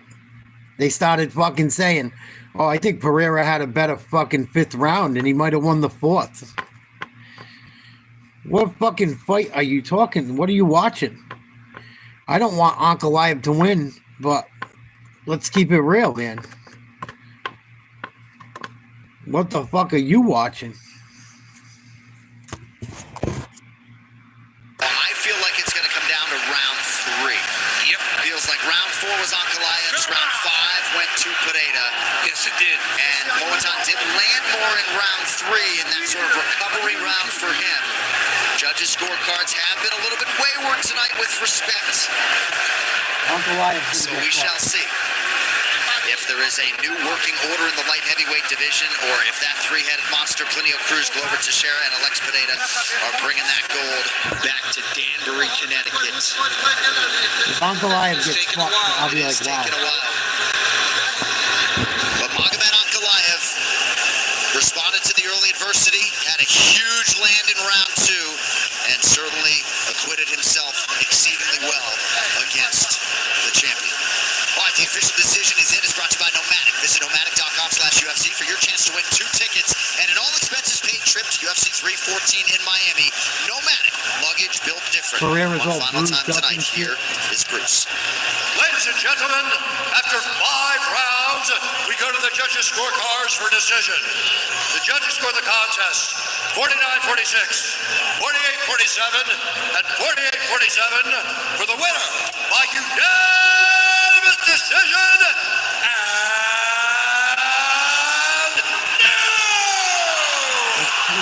Good. Undisputed UFC light heavyweight champion of the world. It was a unanimous decision. Even the dumbass judges got it right for once.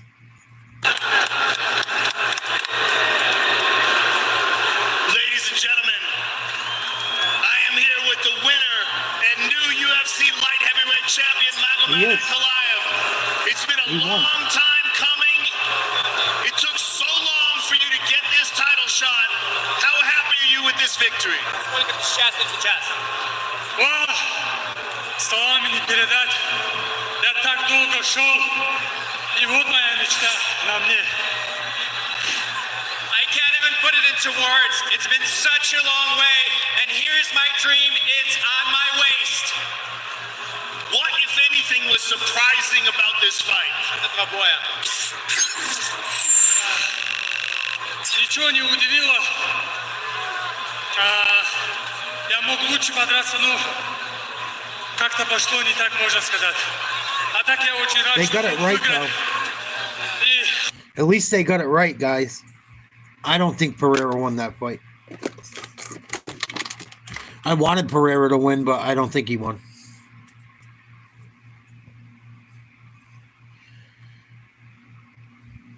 No, I think Pereira's just fucking... He fights so much. He fights so much. He jumps all over different weight classes. And it probably caught up to him tonight. Probably caught up to him. Pereira should really be a heavyweight. Let's keep it real. Should really be a heavyweight. Да, я шел на него, он обычно работает первым номером со всеми. Но все, которые со мной выходят, получается, вторым номером работает, и мой план разрушается как бы. Yes, the plan was to pressure. Everybody who fights against him always counters, but my job was to make sure that I work as number one, and everybody who fights against me becomes the counter striker, and my plan worked. Well, sir, congratulations. You pulled it off. You are the new light heavyweight champion of the world. Ladies and gentlemen, Magomed Ankalaev.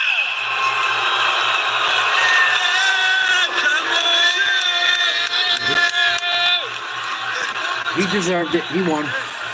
He won. It is what it is. I'm here with Alex Pereira. Alex, what did you expect coming in here tonight, and what, if anything, was surprising? O que você esperava aqui essa noite? Teve alguma coisa que te surpreendeu? Não, eu sabia que isso é uma guerra. Toda luta pra mim é uma guerra. I knew it would be a war. Every fight of mine is a war. Were you surprised that he was able to pressure you and have you backing up? Você ficou surpreso que ele colocou pressão e fez você recuar? Ele colocou uma pressão no segundo round, onde eu senti alguns golpes dele, mas disso daí e colocar na grade eu não entendi. Tipo, ele não fez nada. Yeah, he put some pressure in the second round. I felt some of his strikes, but putting me up against the cage, he didn't really do anything. What was your strategy coming in here to deal with that kind of pressure, and what do you think, if anything, went wrong? Qual era a estratégia para lidar com essa pressão e você acha que você fez alguma coisa errada? Não, essa aí era a nossa estratégia, a gente fez, tudo certo, mas, ele me segurou na grade, é um jogo que ele faz, todo mundo sabe, mas se colocar na grade e não fazer nada e dar a vitória para ele, isso influencia todo mundo fazer um jogo desse. Às vezes as pessoas reclamam do jogo dele, mas se isso faz ganhar, os lutadores vão fazer isso, e aí se torna chato e ninguém quer ver. No, we followed our strategy. We know that he puts people against the fence and he plays that game. But giving him the win with a game plan like that, it kind of incentivates people to do that against people. People might say it's a boring style, but when a guy gets a win doing that, it kind of makes people want to do that too. Na grade eu machuquei ele mais do que ele machucou. A diferença é que eu tava de costas pra grade. Yeah, I hurt him against the fence. The only difference is I was the one against the fence. You were one of the most active champions in this sport, if not the most active. What do you do now? Do you take some time to relax and recover, or do you seek an immediate rematch? Você era dos campeões mais ativos. O que você vai fazer agora? Dar um tempo, relaxar um pouco, ou quer uma revanche logo? Não, vou estar treinando, eu tô bem. Foi uma luta dura, mas eu acredito que não tenha machucado muito, de ficar muito tempo parado, só alguns dias descansando. E vou estar ativa, nessa é minha vida. I'm going to keep training. I feel good. I don't think I'm hurt or in any way. I'm going to take a few days off and get back to training. This is my life. Well, sir, it's always an honor to call your fight. We look forward to seeing you again. Ladies and gentlemen, Alex Pereira. A lot of big things await Poatan Alex Pereira, maybe even an immediate rematch. But you can be sure he will be back at a big spot later at some point in 2025. But tonight it belongs to that man. Bud Light, the official beer sponsor of UFC. Easy to celebrate, easy to enjoy. And you can... Yeah, I don't know what's next for him. He'll be fighting someone for a belt. They'll probably run it back. I think you gotta run it back. Right? With them two. I think. Supposedly the winner of this fight was supposed to fight John Jones, Tom Aspinall. That's what the rumor was going into the night. I think Tom Aspinall or John Jones flattens either of these guys. I think Pereira gets flattened by either of them, and I think fucking Ankalaev gets flattened by either of them. So I never saw that making much sense. Poatan's a lot of fun to watch. He just, if he don't get you with that fucking left hand, it seems like you can beat him. Very few people haven't paid the price. Almost everyone pays. Almost everyone goes to sleep. Tonight, Ankalaev didn't go to sleep and he won. Rightfully so. Yeah, he can't fuck with John Jones, man. I don't think Tom Aspinall can either. Like, Pereira was on his back foot all night. He did not look like himself. I've never seen that Alex Pereira ever in my life. That's the worst fight I've ever seen him fight. Ever. I'm pretty sure. I think when he fought Jan Blachowicz, it was pretty bad too, if I'm not mistaken. But pretty damn close.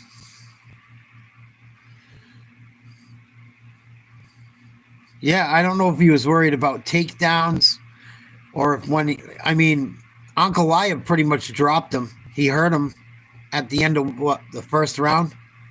Second round? End of the second round, I think he hurt him. Second or third. I don't know what Joe Rogan and John Anik and fucking Daniel Cormier were talking about at the end of that fight, thinking that Pereira even had a ice cube shot in hell. But I didn't see how. Celtics knocked off the fucking Lakers tonight. Love it. UFC, I had a decent night other than my 2 losses with Pereira and Green.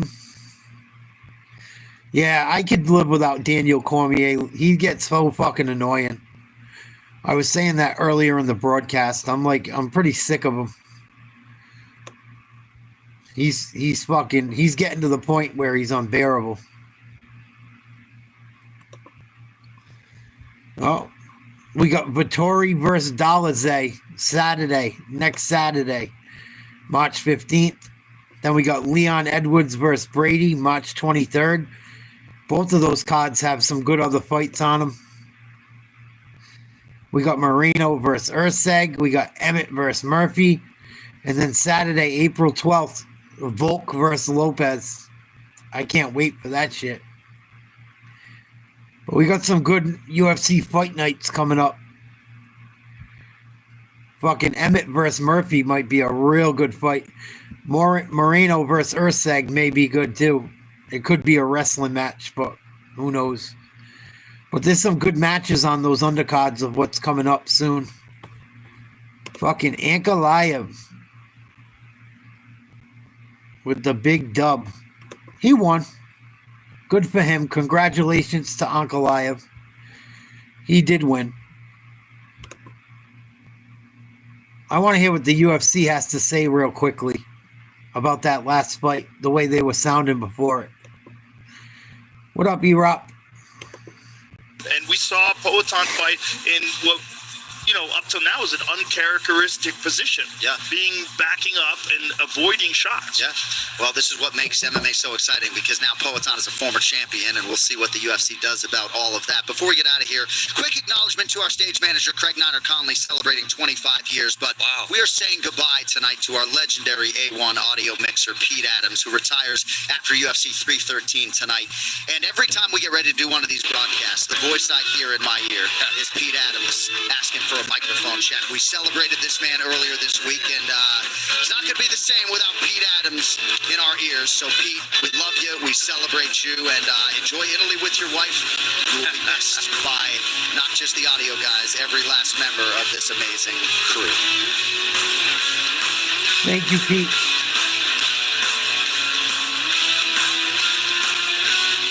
All right, folks, that indeed is a wrap on UFC 313, the executive producers of the Ultimate Fighting Championship. UFC CEO Dana White, Ari Emanuel, and Patrick Weitzel. Our CCO and Executive VP of Operations and Production is Craig Borsari.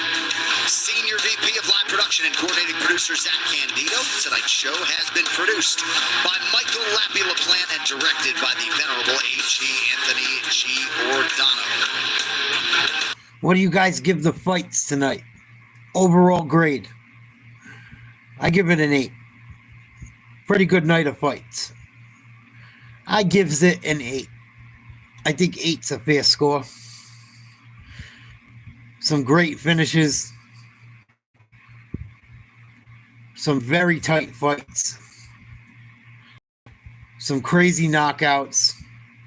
We got a new champion, Ankalaev.